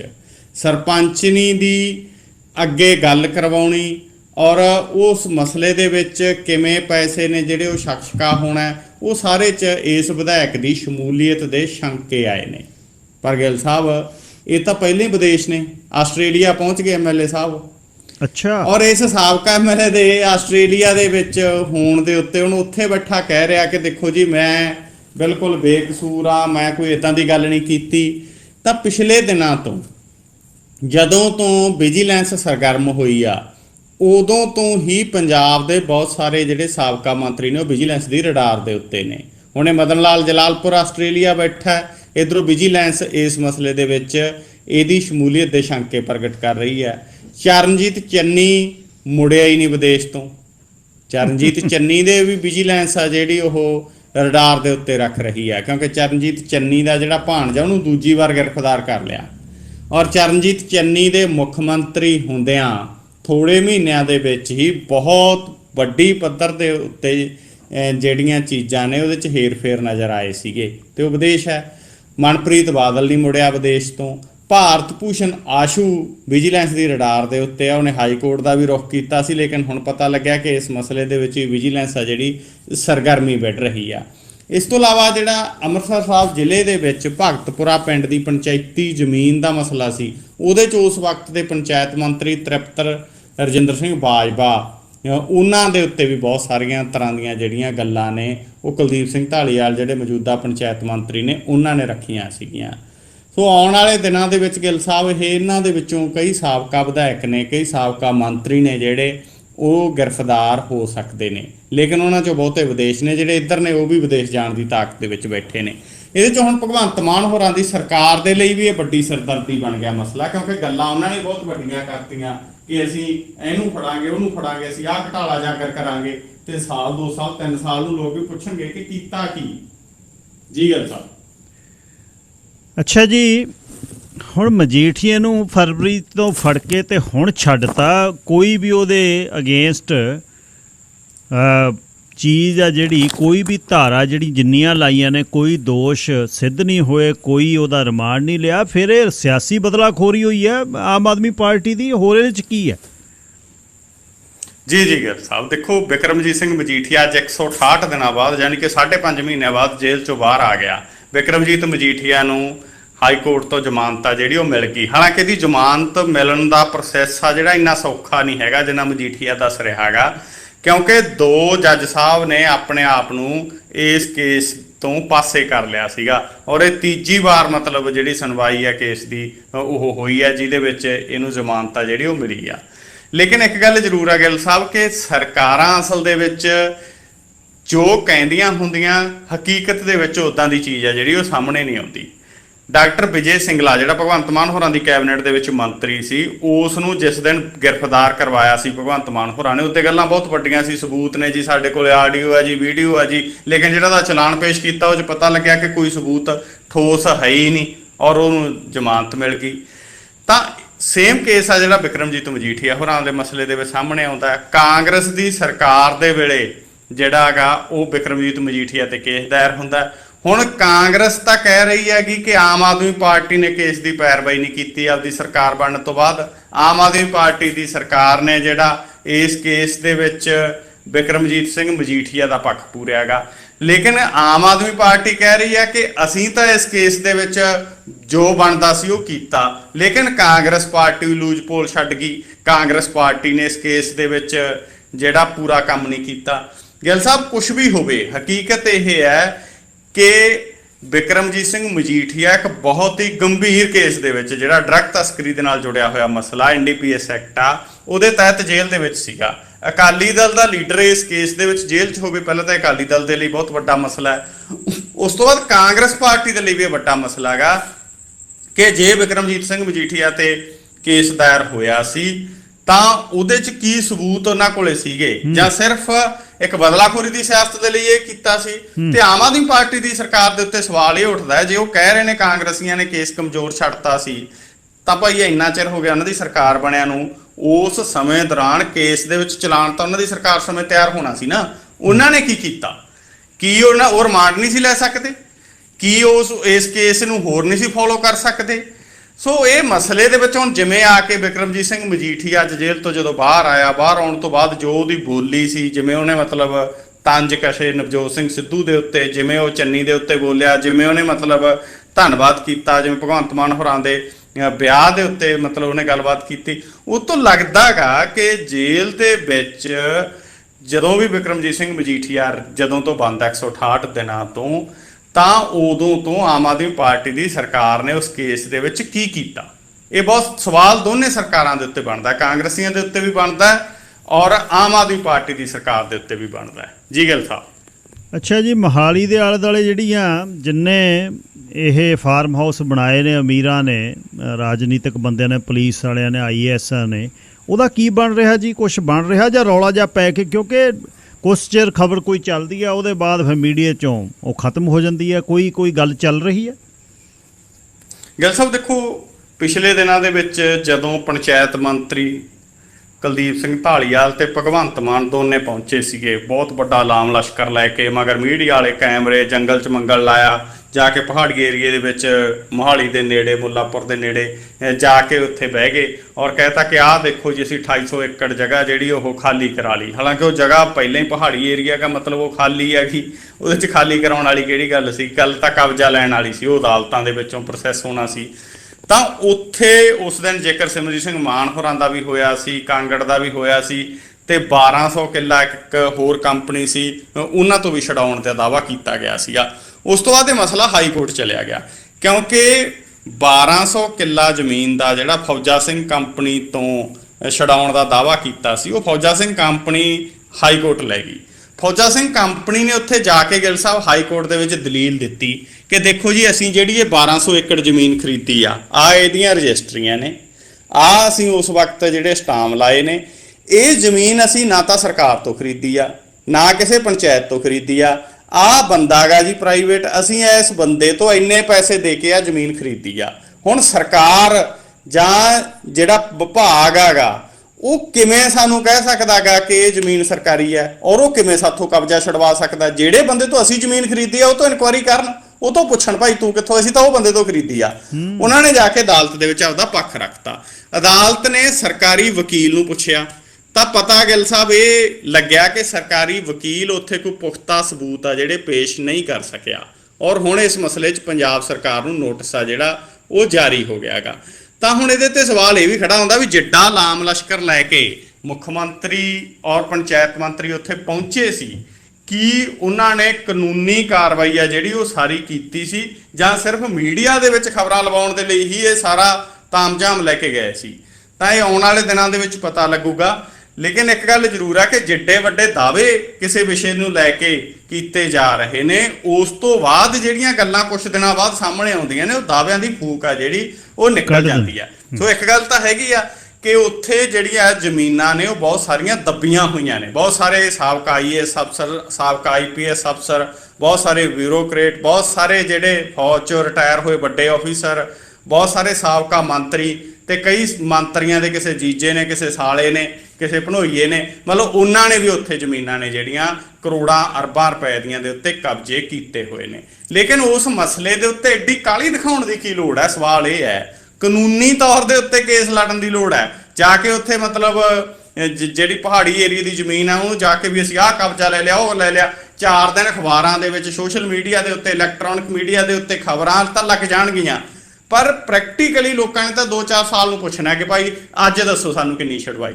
ਕਿਤੇ ਇਹ ਨਾ ਹੋਵੇ ਅੱਗਾ ਦੌੜ ਪਿੱਛਾ ਚੌੜ ਵਾਲੀ ਗੱਲ ਹੋ ਜੇ ਵੀ ਇੱਕ ਪਾਸੇ ਛਡਵਾਉਣ ਦੀਆਂ ਖਬਰਾਂ ਲੱਗਿਆ ਕਰਨ, ਉਦੋਂ ਬਾਅਦ ਦੂਜੇ ਦਿਨ ਖਬਰਾਂ ਲੱਗਣ ਲੱਗ ਜਾ ਕਰਨ ਕਿ ਇਸ ਮਸਲੇ ਦੇ ਵਿੱਚ ਤਾਂ ਅਦਾਲਤ ਨੇ ਰਾਹਤ ਦਿੱਤੀ। ਇਹ ਸੇਮ ਕੇਸ ਮੈਨੂੰ ਲੱਗਦਾ ਜਿਸ ਤਰੀਕੇ ਦੇ ਨਾਲ ਗਿੱਲ ਸਾਹਿਬ ਜਦੋਂ ਸਿਕਿਉਰਿਟੀ ਘਟਾਈ ਸੀ VVIP ਦੀ, ਜਾਂ ਜਦੋਂ ਸਿਕਿਉਰਿਟੀ ਵਾਪਸ ਲਈ ਸੀ, ਉਦੋਂ ਤਾਂ ਨੰਬਰ ਕੁੱਟ ਲਏ ਇੱਕ ਦਿਨ ਵੀ ਦੇਖੋ ਜੀ ਅਸੀਂ ਤਾਂ ਇੰਨੇ ਸਿਕਿਉਰਿਟੀ ਵਾਲੇ ਪੁਲਿਸ ਮੁਲਾਜ਼ਮ ਥਾਣਿਆਂ 'ਚ ਭੇਜਤੇ ਵਾਪਸ ਬੁਲਾ ਕੇ। ਲੇਕਿਨ ਉਸ ਤੋਂ ਬਾਅਦ ਉਹ ਬੰਦੇ ਹਾਈ ਕੋਰਟ ਚਲੇ ਗਏ, ਉਹਨਾਂ ਨੂੰ ਸਿਕਿਉਰਿਟੀ ਦੁਬਾਰੇ ਮਿਲੀ ਗਈ। ਔਰ ਜਿਸ ਤਰੀਕੇ ਦਾ ਸਿੱਧੂ ਮੂਸੇਵਾਲੇ ਦੇ ਕਤਲ ਤੋਂ ਬਾਅਦ ਗੱਲਾਂ ਸਾਹਮਣੇ ਆਈਆਂ ਕਿ ਉਹ ਭਾਈ ਕਿਵੇਂ ਲੀਕ ਹੋਈ, ਉਦੋਂ ਬਾਅਦ ਤਾਂ ਕਹਾਣੀਆਂ ਗਾਹਾਂ ਦੀ ਗਾਹਾਂ ਤੁਰ ਪਈਆਂ। ਫਿਰ ਤਾਂ ਬਹੁਤ ਸਾਰੇ ਸਲਾਹਕਾਰਾਂ ਦੀਆਂ ਦੇ ਉੱਤੇ ਵੀ ਜਿਹੜਾ ਸ਼ਨੀ ਮੰਡਰਾ ਰਿਹਾ। ਜੀ ਗਿੱਲ ਸਾਹਿਬ, ਸਿਮਰਨਜੀਤ ਸਿੰਘ ਮਾਨ ਹੁਣ ਕਾਹਦਾ ਪ੍ਰਦਰਸ਼ਨ ਕਰੀ ਜਾਂਦੇ ਨੇ? MP ਬਣ ਗਏ, ਭਾਰਤ ਦੇ ਸੰਵਿਧਾਨ ਦੀ ਸਹੁੰ ਚੁੱਕ ਲਈ, ਤੇ ਹੁਣ ਕੀ ਰੇੜਕਾ ਰਹਿ ਗਿਆ? ਜੀ ਗਿੱਲ ਸਾਹਿਬ, ਅੱਜ ਸਿਮਰਨਜੀਤ ਸਿੰਘ ਮਾਨ ਹੋਰਾਂ ਦੇ ਵੱਲੋਂ, ਸ਼੍ਰੋਮਣੀ ਅਕਾਲੀ ਦਲ ਅੰਮ੍ਰਿਤਸਰ ਦੇ ਵੱਲੋਂ ਜੰਤਰ ਮੰਤਰ ਦਿੱਲੀ ਵਿਖੇ ਇੱਕ ਧਰਨਾ ਦਿੱਤਾ ਗਿਆ, ਪ੍ਰੋਟੈਸਟ ਕੀਤਾ ਗਿਆ। ਉਸ ਪ੍ਰੋਟੈਸਟ ਦੇ ਵਿੱਚ ਬੰਦੀ ਸਿੰਘਾਂ ਦੀ ਰਿਹਾਈ ਮੰਗੀ ਗਈ ਹੈ। ਔਰ ਇਹ ਪ੍ਰੋਟੈਸਟ ਆ ਜਿਹੜਾ ਪੰਜਾਬ ਤੋਂ ਇੱਕ ਦਿਨ ਪਹਿਲਾਂ ਹੀ ਬਹੁਤ ਸਾਰੀ ਸੰਗਤ ਆ ਜਿਹੜੀ ਉਹ ਦਿੱਲੀ ਪਹੁੰਚ ਗਈ ਸੀਗੀ। ਔਰ ਉੱਥੇ ਜੰਤਰ ਮੰਤਰ ਦੇ ਉੱਤੇ ਜਿਹੜਾ ਪ੍ਰੋਟੈਸਟ ਹੋਇਆ, ਉੱਥੇ ਕਾਫੀ ਗਿਣਤੀ ਦੇ ਵਿੱਚ ਸਿੱਖ ਭਾਈਚਾਰਾ ਗਾ ਜਿਹੜਾ ਨਜ਼ਰ ਆਇਆ। ਔਰ ਉਹਨਾਂ ਨੇ ਮੰਗ ਕੀਤੀ ਹੈ ਕਿ ਬੰਦੀ ਸਿੰਘਾਂ ਦੀ ਰਿਹਾਈ ਹੈ ਜਿਹੜੀ ਉਹ ਹੋਣੀ ਚਾਹੀਦੀ ਹੈ ਔਰ ਹੋਵੇ। ਗਿੱਲ ਸਾਹਿਬ ਦੇਖੋ, ਜਿੰਨੀ ਮੰਗ ਉੱਠ ਰਹੀ ਹੈ, ਜਿਵੇਂ ਵਿਕਰਮਜੀਤ ਮਜੀਠੀਆ ਨੇ ਜੇਲ੍ਹ ਚੋਂ ਬਾਹਰ ਆ ਕੇ ਬੰਦੀ ਸਿੰਘਾਂ ਦੀ ਰਿਹਾਈ ਦੀ ਗੱਲ ਕੀਤੀ, ਸਿਮਰਨਜੀਤ ਸਿੰਘ ਮਾਨ ਤਾਂ ਚਲੋ ਲੰਬੇ ਸਮੇਂ ਤੋਂ ਕਰ ਹੀ ਰਹੇ ਨੇ। ਜਿਸ ਤਰੀਕੇ ਨਾਲ ਕੈਪਟਨ ਅਮਰਿੰਦਰ ਸਿੰਘ ਨੇ ਚਿੱਠੀ ਲਿਖੀ ਕਿ 15 ਅਗਸਤ ਨੂੰ ਹੀ ਰਿਹਾਈ ਕਰ ਦੇਣੀ ਚਾਹੀਦੀ ਹੈ, ਲੱਗਦਾ ਹੈਗਾ ਗਿੱਲ ਸਾਹਿਬ ਕਿ ਇਸ ਗੱਲ ਨੂੰ ਬੂਰ ਪੈਂਦਾ ਨਜ਼ਰ ਆ ਰਿਹਾ। ਹੋ ਸਕਦਾ ਹੈ ਕਿ 15 ਅਗਸਤ ਵਾਲੇ ਦਿਨ ਸਰਕਾਰ ਆ ਗਈ ਜਿਹੜੀ ਉਹ ਬੰਦੀ ਸਿੰਘਾਂ ਦੀ ਰਿਹਾਈ ਦਾ ਐਲਾਨ ਕਰ ਦੇਵੇ। ਜੀ ਗਿੱਲ ਸਾਹਿਬ, ਨਿਤੀਸ਼ ਕੁਮਾਰ ਬਣ ਗਿਆ ਜੀ ਫਿਰ ਮੁੱਖ ਮੰਤਰੀ? ਜੀ ਨਿਤੀਸ਼ ਕੁਮਾਰ BJP ਨੂੰ ਬਹੁਤ ਵੱਡਾ ਧੋਬੀ ਪਟਕਾ ਦੇ ਕੇ ਅੱਜ ਫੇਰ ਮੁੱਖ ਮੰਤਰੀ ਆ ਜਿਹੜਾ ਬਣ ਗਿਆ। ਗਿੱਲ ਸਾਹਿਬ ਤੁਸੀਂ ਦੇਖੋ ਵੀ 8ਵੀਂ ਵਾਰ ਮੁੱਖ ਮੰਤਰੀ ਬਣ ਗਿਆ। ਲਾਲੂ ਪ੍ਰਸਾਦ ਯਾਦਵ ਦੇ ਮੁੰਡੇ ਨੇ ਵੀ ਅੱਜ ਸਹੁੰ ਚੁੱਕੀ ਹੈ, ਉਹਨੂੰ ਵੀ ਕੱਲ ਨੂੰ ਉਪ ਮੁੱਖ ਮੰਤਰੀ ਬਣਾਇਆ ਜਾ ਸਕਦਾ ਹੈਗਾ। ਹਾਲਾਂਕਿ ਨਿਤੀਸ਼ ਕੁਮਾਰ ਕੋਲੇ ਵਿਧਾਇਕ BJP ਤੋਂ ਵੀ ਘੱਟ ਸੀ, BJP ਕੋਲੇ ਵੱਧ ਸੀ, ਨਿਤੀਸ਼ ਕੁਮਾਰ ਕੋਲੇ ਘੱਟ ਸੀ। ਲੇਕਿਨ ਗਿਣਤੀ ਮਿਣਤੀ ਦੇ ਵਿੱਚ ਦਾ ਖੇਡ ਕੇ ਇਹ ਮੁੱਖ ਮੰਤਰੀ ਬਣਿਆ, BJP ਦਾ ਉਪ ਮੁੱਖ ਮੰਤਰੀ। ਹੁਣ ਜਿਹੜੀਆਂ ਪਾਰਟੀਆਂ ਨਾਲ ਅਲਾਈਅੰਸ ਕੀਤਾ ਹੈ, ਲਾਲੂ ਪ੍ਰਸਾਦ ਯਾਦਵ ਦੇ ਮੁੰਡੇ ਕੋਲੇ MLA ਵੱਧ ਨੇ ਨਿਤੀਸ਼ ਕੁਮਾਰ ਤੋਂ, ਪਰ ਉਹਦੇ ਨਾਲ ਫਿਰ ਗਿਣਤੀ ਮਿਣਤੀ ਕਰਕੇ ਵੀ ਨਹੀਂ ਮੈਂ ਭਾਜਪਾ ਨਾਲ ਰਹੂੰ, ਤੇਰੇ ਨਾਲ ਤਾਂ ਆਊਂਗਾ ਮੁੱਖ ਮੰਤਰੀ ਮੈਂ, ਤਾਂ ਉਹਦੇ ਚੋਂ ਹੁਣ ਮੁੱਖ ਮੰਤਰੀ ਘੱਟ ਵਿਧਾਇਕ ਹੋਣ ਦੇ ਬਾਵਜੂਦ ਫਿਰ ਨਿਤੀਸ਼ ਕੁਮਾਰ। ਤਾਂ ਉੱਥੋਂ ਦੀ ਜਿਹੜੀ ਬਿਹਾਰ ਦੀ ਸਿਆਸਤ ਆ, ਉਸ ਸਿਆਸਤ ਦੇ ਵਿੱਚ ਨਿਤੀਸ਼ ਕੁਮਾਰ ਹੈਗਾ ਜਿਹੜਾ ਇੱਕ ਘਾਗ ਸਿਆਸਤਦਾਨ ਸਾਬਤ ਹੋ ਰਿਹਾ ਹੈਗਾ। ਹੁਣ ਇਹ ਵੀ ਹੋ ਸਕਦਾ ਹੈਗਾ ਕਿ ਜਿਸ ਤਰੀਕੇ ਨਾਲ ਜਦੋਂ ਨਰਿੰਦਰ ਮੋਦੀ ਹੋਰਾਂ ਨੂੰ ਪ੍ਰਧਾਨ ਮੰਤਰੀ ਕੈਂਡੀਡੇਟ ਐਲਾਨਿਆ ਸੀ BJP ਨੇ, ਅਟਲ ਬਿਹਾਰੀ ਵਾਜਪਾਈ ਤੋਂ ਬਾਅਦ ਵੱਡਾ ਲੀਡਰ ਬਣਾਉਣ ਵਾਲੇ ਪਾਸੇ ਤੁਰੇ ਸੀ, ਤਾਂ ਨਿਤੀਸ਼ ਕੁਮਾਰ ਨੇ ਇਹਦਾ ਵਿਰੋਧ ਕੀਤਾ ਸੀ। ਕਈ ਸਾਲ ਨਜ਼ਾਰੇ ਵੀ ਲੈ ਲਏ ਉਹਦੇ ਕਾਰਜਕਾਲ ਦੇ ਦੌਰਾਨ। ਤੇ ਹੁਣ ਇਹ ਵੀ ਹੋ ਸਕਦਾ ਗਿੱਲ ਸਾਹਿਬ ਕਿ ਕਾਂਗਰਸ ਜਿੰਨੀ ਕਮਜ਼ੋਰ ਹੈ, ਮਮਤਾ ਬੈਨਰਜੀ ਬੋਲਦੀ ਸੀ, ਮਮਤਾ ਬੈਨਰਜੀ ਉਪ ਰਾਸ਼ਟਰਪਤੀ ਦੀ ਚੋਣ ਵੇਲੇ ਦੜ ਵੱਟ ਗਈ, ਤਾਂ ਨਿਤੀਸ਼ ਕੁਮਾਰ ਇੱਕ ਵੱਡੇ ਆਗੂ ਦੇ ਤੌਰ ਦੇ ਉੱਤੇ ਵਿਰੋਧੀ ਧਿਰਾਂ ਦੇ ਵਿੱਚ ਉੱਭਰ ਵੀ ਸਕਦਾ ਆਉਣ ਵਾਲੇ ਸਮੇਂ ਦੇ ਵਿੱਚ। ਔਰ ਕਈ ਇਹ ਦੱਸਦੇ ਨੇ ਕਿ ਉਪ ਰਾਸ਼ਟਰਪਤੀ ਦੀ ਚੋਣ ਤੋਂ ਇਹਨਾਂ ਦੇ ਵਿੱਚ ਖਟਾਸ ਆ ਜਿਹੜੀ ਉਹ ਪਈ ਆ। ਹਾਲਾਂਕਿ ਉਦੋਂ ਪਹਿਲਾਂ ਵੀ ਨਿਤੀਸ਼ ਕੁਮਾਰ ਅਸਹਿਜ ਮਹਿਸੂਸ ਕਰਦਾ ਸੀ। ਨਿਤੀਸ਼ ਕੁਮਾਰ ਨੂੰ ਉਹ ਬਾਕੀ ਪਾਰਟੀਆਂ ਵਾਲੀ ਗੱਲ ਵੀ ਦਿੰਦੀ ਹੈ ਵੀ ਜਿਹਨੇ ਵੀ ਅਲਾਈਅੰਸ ਕੀਤਾ, ਚਾਹੇ ਉਹ ਬਾਦਲਾਂ ਨੇ, ਚਾਹੇ ਚਟਾਲਿਆਂ ਨੇ, ਜਾਂ ਸ਼ਿਵ ਸੈਨਾ ਵਾਲਿਆਂ ਨੇ, ਜਾਂ ਹੋਰਾਂ ਨੇ, ਉਹਨਾਂ ਦੀ ਸਥਿਤੀ ਕੀ ਬਣਾਈ ਭਾਜਪਾ ਨੇ ਉਹਨੂੰ ਵੀ ਦਿੰਦਾ। ਇਸੇ ਕਰਕੇ ਉਹ ਟਾਈਮ ਤੇ ਦੜ ਵੱਟ ਗਿਆ। ਉਹਨੂੰ ਲੱਗਿਆ ਕਿ ਸ਼ਿਵ ਸੈਨਾ ਵਾਂਗੂ ਮੇਰੇ MLA ਲੈ ਜਾਣ, ਉਦੋਂ ਪਹਿਲਾਂ ਮੈਂ ਸਾਰੇ MLA ਲੈ ਕੇ ਪਾਸੇ ਹੋ ਜਾ। ਜੀ ਗਿੱਲ ਸਾਹਿਬ, ਅੱਛਾ ਜੀ, ਪਾਕਿਸਤਾਨ ਦੇ 2 ਨੌਜਵਾਨ ਇੱਧਰ ਆ ਬੜੇ ਟੱਪੇ ਆਏ ਸਰਹੱਦ, ਕੀ ਗੱਲ ਹੋਈ? ਜੀ ਗਿੱਲ ਸਾਹਿਬ, ਦੇਖੋ ਇਹਦੇ ਤੇ ਹੁਣ ਹਜੇ ਤੱਕ ਇਹ ਤਾਂ ਨਹੀਂ ਪਤਾ ਲੱਗਿਆ ਕਿ ਗੱਲ ਕੀ ਹੋਈ, ਪਰ ਜਿੰਨੀ ਕੁ ਲੱਗਿਆ ਐਂ ਲੱਗਦਾ ਜਿਵੇਂ ਦੋਨਾਂ ਨੌਜਵਾਨ ਆ ਜਿਹੜੇ ਵੈਸੇ ਹੀ ਆ ਗਏ ਹੋਣ, ਕਿਉਂਕਿ ਪਿਛਲੇ ਦਿਨਾਂ ਦੇ ਵਿੱਚ ਵੀ ਇੱਕ ਰੁੱਸ ਕੇ ਆ ਗਿਆ ਸੀ ਮੁੰਡਾ, ਉਸ ਤੋਂ ਪਹਿਲਾਂ ਵੀ ਇੱਕ ਮੁੰਡਾ ਗੁੱਸੇ ਹੋ ਕੇ ਆ ਗਿਆ ਸੀ। ਤਾਂ ਇਹ ਵੀ ਅੱਜ ਜਿਹੜਾ ਗੁਰਦਾਸਪੁਰ ਏਰੀਏ ਦੇ ਵਿੱਚ BSF ਦੀ 10 ਬਟਾਲੀਅਨ ਦੀ ਨੇ ਜਿਹੜੀ ਪੋਸਟ ਦੇ ਉੱਤੇ ਤੈਨਾਤ ਜਵਾਨਾਂ ਨੇ ਕੌਮਾਂਤਰੀ ਸਰਹੱਦ ਨੇੜੇ 2 ਪਾਕਿਸਤਾਨੀ ਨੌਜਵਾਨਾਂ ਨੂੰ ਕਾਬੂ ਕੀਤਾ। ਔਰ ਇਹ ਗਿੱਲ ਸਾਹਿਬ, ਇੱਕ ਮੁੰਡੇ ਦੀ ਉਮਰ ਹੈਗੀ ਆ 26 ਸਾਲਾਂ ਦੀ, ਕਿਸ਼ਨ ਮਸੀਹ ਪੁੱਤਰ ਸਾਲਸ ਮਸੀਹ, ਤੇ ਦੂਜਾ 18 ਸਾਲਾਂ ਦਾ ਰਵੀਜ ਮਸੀਹ ਪੁੱਤਰ ਸੈਦ ਮਸੀਹ। ਇਹ ਦੋਨੇ ਪਿੰਡ ਭੋਲਾ ਬਾਜਵਾ ਨਾਰੋਵਾਲ ਜਿਹੜਾ ਪਾਕਿਸਤਾਨ ਦੇ ਵਿੱਚ ਪੈਂਦਾ ਉੱਥੋਂ ਨਾਲ ਸੰਬੰਧਿਤ ਨੇ, ਔਰ ਦੋਨਾਂ ਨੂੰ ਫੜ ਲਿਆ ਗਿਆ। ਹੁਣ ਪੁੱਛਗਿੱਛ ਕੀਤੀ ਜਾ ਰਹੀ ਹੈ ਕਿ ਕੀ ਤੁਹਾਡਾ ਮੋਟਿਵ ਹੈ, ਕਿਉਂ ਆਏ ਹੋ, ਕੀ ਪਰਪਜ਼ ਹੈ। ਆਉਣ ਵਾਲੇ ਦਿਨਾਂ ਦੇ ਵਿੱਚ ਗੱਲ ਸਾਹਮਣੇ ਆਊਗੀ। ਇੱਕ ਘੇਰਾ ਕਬੂਤਰ ਫੜਦਾ ਹੀ ਆ ਗਿਆ ਸੀ, ਕਹਿੰਦਾ ਮੇਰਾ ਕਬੂਤਰ ਉੱਡ ਕੇ ਆਇਆ। ਸੋ ਪਿਆਰ ਦੋਨਾਂ ਮੁਲਕਾਂ ਦੇ ਵਿੱਚ ਜੇ ਹੋਵੇ ਫਿਰ ਤਾਂ ਇਹ ਗੱਲਾਂ ਗਿੱਲ ਸਾਹਿਬ ਛੋਟੀਆਂ ਨੇ, ਫਿਰ ਤਾਂ ਆਮ ਤੌਰ ਦੇ ਉੱਤੇ ਜਾਂਦੇ ਹੀ ਹੈ। ਹੁਣ ਕੈਨੇਡਾ ਤੋਂ ਅਮਰੀਕਾ, ਅਮਰੀਕਾ ਤੋਂ ਕੈਨੇਡਾ ਵੀ ਜਾਂਦੇ ਨੇ, ਲੇਕਿਨ ਹੁਣ ਜਿਸ ਤਰ੍ਹਾਂ ਦਾ ਮਾਹੌਲ ਦੋਨਾਂ ਮੁਲਕਾਂ ਦੇ ਵਿੱਚ ਆ, ਉਦੋਂ ਇਹ ਵੱਡੀਆਂ ਗੱਲਾਂ ਬਣੀਆਂ ਹੋਈਆਂ ਨੇ ਜੀ। ਤਰਨਤਾਰਨ ਦੇ ਜ਼ਿਲ੍ਹਾ ਪ੍ਰੀਸ਼ਦ ਮੈਂਬਰ ਨੇ ਘਰ ਵਾਲੀ ਨੂੰ ਕਿਉਂ ਗੋਲੀ ਮਾਰਤੀ? ਗਿੱਲ ਸਾਹਿਬ, ਇਹ ਨਾ ਜਿਹੜਾ ਤਰਨਤਾਰਨ ਦਾ ਜ਼ਿਲ੍ਹਾ ਪ੍ਰੀਸ਼ਦ ਮੈਂਬਰ ਹੈ, ਪਹਿਲਾਂ ਕਾਂਗਰਸੀ ਸੀ। ਜਦੋਂ ਆਮ ਆਦਮੀ ਪਾਰਟੀ ਦੀ ਸਰਕਾਰ ਬਣੀ ਤਾਂ ਉਦੋਂ ਪਹਿਲਾਂ ਹੀ ਇਹ ਆਮ ਆਦਮੀ ਪਾਰਟੀ 'ਚ ਸ਼ਾਮਲ ਹੋ ਗਿਆ। ਇਹ ਬਹੁਤ ਚਰਚਾ 'ਚ ਰਹਿੰਦਾ, ਕਿਉਂਕਿ ਇਹ ਵੀ ਪਤਾ ਲੱਗਿਆ ਕਿ ਇਹਦੀ ਜਿਹੜੀ ਪਤਨੀ ਹੈ ਜਿਹਦੇ ਗੋਲੀ ਮਾਰੀ ਆ, ਉਹ ਸਰਪੰਚ ਪਿੰਡ ਦੀ, ਔਰ ਇਹਦਾ ਭਰਾ ਦੂਜੇ ਪਿੰਡ ਦਾ ਸਰਪੰਚ ਹੈ। 2 ਪਿੰਡਾਂ 'ਚ ਸਰਪੰਚੀ ਤੇ ਆਪ ਇਹ ਜ਼ਿਲ੍ਹਾ ਪ੍ਰੀਸ਼ਦ ਮੈਂਬਰ ਆ। ਔਰ ਗੋਲੀ ਮਾਰਨ ਦਾ ਕਾਰਨ ਗਿੱਲ ਸਾਹਿਬ ਇਹ ਹੈ ਕਿ ਇਹ ਇੱਕ ਲੜਕੀ ਨੂੰ ਘਰੇ ਲਿਆ ਆ, ਇਹਦੀ ਪਤਨੀ ਨੇ ਵਿਰੋਧ ਕੀਤਾ ਔਰ ਉਹ ਤੋਂ ਤੈਸ਼ ਦੇ ਵਿੱਚ ਆ ਕੇ ਨੇ ਗੋਲੀ ਮਾਰੀ। 2 ਦਿਨ ਪਹਿਲਾਂ ਦੀ ਇਲਾਕੇ ਦੇ ਵਿੱਚ ਚਰਚਾ ਚੱਲ ਰਹੀ ਸੀ ਕਿ ਇਲਾਕੇ ਦੀ ਇੱਕ ਲੜਕੀ ਹੈ ਜਿਹੜੀ ਉਹ ਘਰੋਂ ਗਾਇਬ ਸੀ, ਔਰ ਲੋਕ ਕਹਿ ਰਹੇ ਸੀਗੇ ਕਿ ਉਸ ਲੜਕੀ ਨੂੰ ਅਗਵਾ ਕਰਕੇ ਜ਼ਿਲ੍ਹਾ ਪ੍ਰੀਸ਼ਦ ਮੈਂਬਰ ਲੈ ਗਿਆ। ਉਸ ਤੋਂ ਬਾਅਦ ਇਹ ਉਹਨੂੰ ਘਰੇ ਲਿਆ ਆ ਤਾਂ ਪਤਨੀ ਨੇ ਵਿਰੋਧ ਕੀਤਾ, ਇਹਨੇ ਪਤਨੀ ਦੇ ਗੋਲੀ ਮਾਰੀ, ਪਤਨੀ ਹਸਪਤਾਲ ਦੇ ਵਿੱਚ ਜੇਰੇ ਇਲਾਜ ਹੈ। ਸੋ ਇਹੋ ਜਿਹੇ ਜਿਹੜੇ ਆਪੇ ਬਣੇ ਲੀਡਰ ਨੇ ਉਹਨਾਂ ਨੂੰ ਵੀ ਕਾਬੂ ਜਿਹੜਾ ਪਾਰਟੀਆਂ ਨੂੰ ਕਰਨਾ ਚਾਹੀਦਾ ਜੀ, ਪਹਿਲਾਂ ਉਸ ਤੋਂ ਬਾਅਦ ਪੁਲਿਸ ਨੂੰ ਕਾਬੂ ਕਰਨਾ ਚਾਹੀਦਾ ਜਦੋਂ ਇਹੋ ਜਿਹੀ ਘਟਨਾ ਵਾਪਰੇ ਜੀ। ਗਿੱਲ ਸਾਹਿਬ, ਤਰਨਤਾਰਨ ਨੇ ਕਸ਼ਮੀਰ ਸਿੰਘ ਸੰਘਾ ਨੇ ਕਿਹਾ ਜੀ, ਬੱਬੂ ਜਿੱਦਣ ਕਹੋ ਉੱਥੇ ਵਾਲਾ ਹੀ ਸੀ, ਜਿੱਦਣ ਕਹੋ ਵੀ। ਅੱਛਾ, ਅਖੀਰ 'ਚ ਦੱਸਿਓ, ਬੰਬੀਹਾ ਗੈਂਗ ਦੇ ਕਿਹੜੇ ਮੁੰਡੇ ਨੇ ਆਤਮ ਸਮਰਪਣ ਕੀਤਾ ਜੀ ਜਾਂ ਫੜ ਲਿਆ? ਗਿੱਲ ਸਾਹਿਬ, ਇਹ ਪੁਲਿਸ ਨੇ ਫੜਿਆ ਦੱਸਿਆ ਹੈਗਾ ਕਿ ਬੰਬੀਹਾ ਗੈਂਗ ਦਾ, ਕਿਉਂਕਿ ਹੁਣ ਤੱਕ ਜਿਹੜੇ ਫੜੇ ਨੇ ਮੋਸਟਲੀ ਉਹ ਸਾਰੇ ਜਿਹੜੇ ਲਾਰੈਂਸ ਬਿਸ਼ਨੋਈ ਗੈਂਗ ਦੇ ਸੀਗੇ। ਔਰ ਹੁਣ ਕਿਉਂਕਿ ਦੋਨੇ ਗੈਂਗ ਨੇ ਜਿਹੜੇ ਪੰਜਾਬ ਦੇ ਵਿੱਚ ਵੱਧ ਸਰਗਰਮ ਨੇ, ਬੰਬੀਹਾ ਗੈਂਗ ਔਰ ਬਿਸ਼ਨੋਈ ਗੈਂਗ। ਹੁਣ ਜਿਹੜਾ ਇਹ ਗ੍ਰਿਫਤਾਰ ਕੀਤਾ ਹੈਗਾ ਗਿੱਲ ਸਾਹਿਬ, ਇਹ ਬੰਬੀਹਾ ਗੈਂਗ ਦਾ ਗੈਂਗਸਟਰ ਦੱਸਿਆ ਗਿਆ ਹੈਗਾ, ਔਰ ਇਹਦਾ ਨਾਂ ਹੈਗਾ ਹਰਪ੍ਰੀਤ ਉਰਫ ਹੈਪੀ ਭੁੱਲਰ। ਇਹਨੂੰ 2 ਸਾਥੀਆਂ ਨਾਲ ਗ੍ਰਿਫਤਾਰ ਕਰਨ ਦਾ ਦਾਅਵਾ ਕੀਤਾ ਗਾ। ਪੁਲਿਸ ਦਾ ਕਹਿਣਾ ਹੈਗਾ ਕਿ ਪਾਕਿਸਤਾਨ ਦੇ ਸੰਪਰਕ 'ਚ ਸੀ, ਉੱਧਰੋਂ ਹਥਿਆਰਾਂ ਤੇ ਨਸ਼ਿਆਂ ਦੀ ਸਰਹੱਦ ਪਾਰ ਤੋਂ ਤਸਕਰੀ ਦੇ ਵਿੱਚ ਵੀ ਸ਼ਾਮਲ ਨੇ। ਪੁਲਿਸ ਦਾ ਦਾਅਵਾ ਕਿ ਇਹਨਾਂ ਕੋਲੋਂ 4 ਪਿਸਤੌਲਾਂ, ਜਿਨ੍ਹਾਂ 'ਚ 1.30 ਬੋਰ ਤੇ 1.32 ਬੋਰ ਪਿਸਟਲ ਨੇ। ਇਸ ਤੋਂ ਇਲਾਵਾ ਹੋਰ ਬਹੁਤ ਕੁਝ ਬਰਾਮਦ ਕੀਤਾ ਹੈ। ਕਿਲੋ ਤੋਂ ਵੱਧ ਹੈਰੋਇਨ, 78,27,000 ਦੀ ਡਰੱਗ ਮਨੀ, 7 ਸੋਨੇ ਦੀਆਂ ਚੂੜੀਆਂ, 25 ਸੋਨੇ ਦੇ ਸਿੱਕੇ, 4 ਸੋਨੇ ਦੀਆਂ ਚੇਨਾਂ। ਇਸ ਤੋਂ ਇਲਾਵਾ ਗਿੱਲ ਸਾਹਿਬ ਇਹਨਾਂ ਤੋਂ ਕਾਰਾਂ, ਮੋਟਰਸਾਈਕਲ ਸਮੇਤ ਕਾਫੀ ਵੱਡੀ ਗਿਣਤੀ ਦੇ ਵਿੱਚ ਫੋਨ ਵਗੈਰਾ ਬਰਾਮਦ ਕਰਨ ਦਾ ਦਾਅਵਾ ਪੁਲਿਸ ਨੇ ਕੀਤਾ ਹੈਗਾ। ਸੋ 2 ਵੱਡੇ ਗੈਂਗ ਨੇ ਜੀ ਇਹ ਬੰਬੀਹਾ ਗੈਂਗ ਦੇ ਮੇਨ ਗੈਂਗਸਟਰਾਂ ਦੇ ਵਿੱਚੋਂ ਇੱਕ ਦੱਸਿਆ ਜਾਂਦਾ ਹੈਪੀ ਭੁੱਲਰ। ਲੇਕਿਨ ਦੂਜੇ ਪਾਸੇ ਇਹ ਵੀ ਪਤਾ ਲੱਗਿਆ ਕਿ ਅੱਜ ਲਾਰੈਂਸ ਬਿਸ਼ਨੋਈ ਦਾ ਫਰੀਦਕੋਟ ਪੁਲਿਸ ਨੇ 2 ਦਿਨ ਦਾ ਪੁਲਿਸ ਰਿਮਾਂਡ ਹੈਗਾ ਜਿਹੜਾ ਉਹ ਲਿਆ ਗਾ। ਉੱਧਰੋਂ ਜੱਗੂ ਭਗਵਾਨਪੁਰੀਆ ਦਾ ਪੁਲਿਸ ਰਿਮਾਂਡ ਵੀ ਜਿਹੜਾ 5 ਦਿਨ ਦਾ ਪੁਲਿਸ ਨੇ ਉਹ ਲਿਆ ਗਾ, ਤੇ ਉਹਨਾਂ ਨੂੰ ਪੁਲਿਸ ਅਜੇ ਤੱਕ ਜਿਹੜਾ ਗਾ ਪੁਲਿਸ ਰਿਮਾਂਡ ਦੇ ਉੱਤੇ ਰੱਖ ਰਹੀ ਹੈ ਜੀ। ਗਿੱਲ ਸਾਹਿਬ, ਲਓ ਜੀ, ਫਿਰ ਸਵੇਰੇ ਕੱਲ੍ਹ ਨੂੰ ਲਵਾਉਂਦੇ ਹਾਂ ਹਾਜ਼ਰੀ, ਤੇ ਆਪਣਾ ਖਿਆਲ ਰੱਖਿਓ। ਚੜ੍ਹਦੀ ਕਲਾ। ਧੰਨਵਾਦ। ਸ਼ੁਕਰੀਆ ਜੀ ਗਿੱਲ ਸਾਹਿਬ, ਤੁਹਾਡਾ ਤੇ ਸਾਰੇ ਸਰੋਤਿਆਂ ਦਾ ਵੀ ਬਹੁਤ ਬਹੁਤ ਧੰਨਵਾਦ। ਸਰਦਾਰ ਨਵਕਿਰਨ ਸਿੰਘ ਪੱਤੀ ਦੇਸ਼ ਪੰਜਾਬ ਦੇ ਝਰੋਖੇ 'ਚੋਂ ਵਾਰਤਾ 'ਚ ਮੇਰੇ ਨਾਲ ਸ਼ਾਮਲ। ਹੁਣ ਜੀ ਗੱਲਬਾਤ ਖਾਸ ਇੱਕ ਚੱਲਣੀ ਆ ਉੱਘੇ ਵਕੀਲ ਚੰਦਨ ਸੱਭਰਵਾਲ ਜੀ ਨਾਲ। ਸੱਭਰਵਾਲ ਲਾਅ ਗਰੁੱਪ, ਉਹਨਾਂ ਦੀਆਂ ਐਕਸਪਰਟੀਜ਼ ਕੀ ਨੇ, ਉਹ ਕੀ ਕਰਦੇ ਨੇ। ਸੱਭਰਵਾਲ ਲਾਅ ਗਰੁੱਪ ਸਪੈਸੀਫਿਕਲੀ ਕੀ ਕੰਮ ਕਰਦਾ, ਕਿਹੜੇ ਕਲਾਇੰਟਸ ਨੂੰ ਸਰਵ ਕਰਦਾ, ਤੇ ਮਸ਼ਹੂਰ ਕਿਉਂ ਨੇ। ਚੰਦਨ ਸੱਭਰਵਾਲ ਮੇਰੇ ਨਾਲ ਨੇ। ਚੰਦਨ ਜੀ ਸਵਾਗਤ, ਸਤਿ ਸ੍ਰੀ ਅਕਾਲ। ਸਤਿ ਸ਼੍ਰੀ ਅਕਾਲ ਹਰਜੀਤ ਜੀ, ਤੁਹਾਡਾ ਬਹੁਤ ਬਹੁਤ ਧੰਨਵਾਦ ਅਤੇ ਤੁਹਾਡੇ ਸੁਣਨ ਵਾਲੇ ਸਾਰਿਆਂ ਨੂੰ ਮੇਰੇ ਵੱਲੋਂ ਸਤਿ ਸ਼੍ਰੀ ਅਕਾਲ। ਅੱਛਾ ਜੀ, ਪਹਿਲੀ ਤਾਂ ਗੱਲ ਤੁਹਾਡੀ, ਕਿਉਂਕਿ ਤੁਸੀਂ ਮੇਨ ਮੈਂਬਰ ਹੋ ਇਸ ਗਰੁੱਪ ਦੇ, ਪਹਿਲਾਂ ਤਾਂ ਆਪਣੀ ਪੜ੍ਹਾਈ ਬਾਰੇ ਦੱਸੋ। ਜ਼ਰੂਰ। ਵਕਾਲਤ ਕਿੱਥੇ ਕੀਤੀ? ਮੈਂ ਜੀ ਵਕਾਲਤ ਦੀ ਪੜ੍ਹਾਈ UBC ਦੇ ਵਿੱਚ ਹੀ ਕੀਤੀ ਹੈ। Very good. ਆਪਣੀ BA ਵੀ ਮੈਂ UBC ਤੋਂ ਹੀ ਕੀਤੀ ਸੀ, ਸੋ ਮੇਰੇ 7 ਸਾਲ UBC ਦੇ ਕੈਂਪਸ ਦੇ ਵਿੱਚ ਹੀ ਲੰਘੇ। Very good. ਹਾਂਜੀ। ਸੱਭਰਵਾਲ ਪਰਿਵਾਰ ਬਹੁਤ ਨੋਨ ਪਰਿਵਾਰ ਹੈ, ਆਪਾਂ ਸਾਰੇ ਜਾਣਦੇ ਹਾਂ, ਬਹੁਤ ਚਿਰਾਂ ਦੇ ਇਹ ਪਰਿਵਾਰ ਇੱਥੇ ਰਹਿੰਦਾ। ਅੱਛਾ ਜੀ, ਹੁਣ ਇਸ ਆਪਣੀ ਲਾਅ ਫਰਮ ਬਾਰੇ ਦੱਸੋ, ਕਦ ਸ਼ੁਰੂ ਕੀਤੀ, ਕਿੰਨੇ ਵਕੀਲ ਨੇ?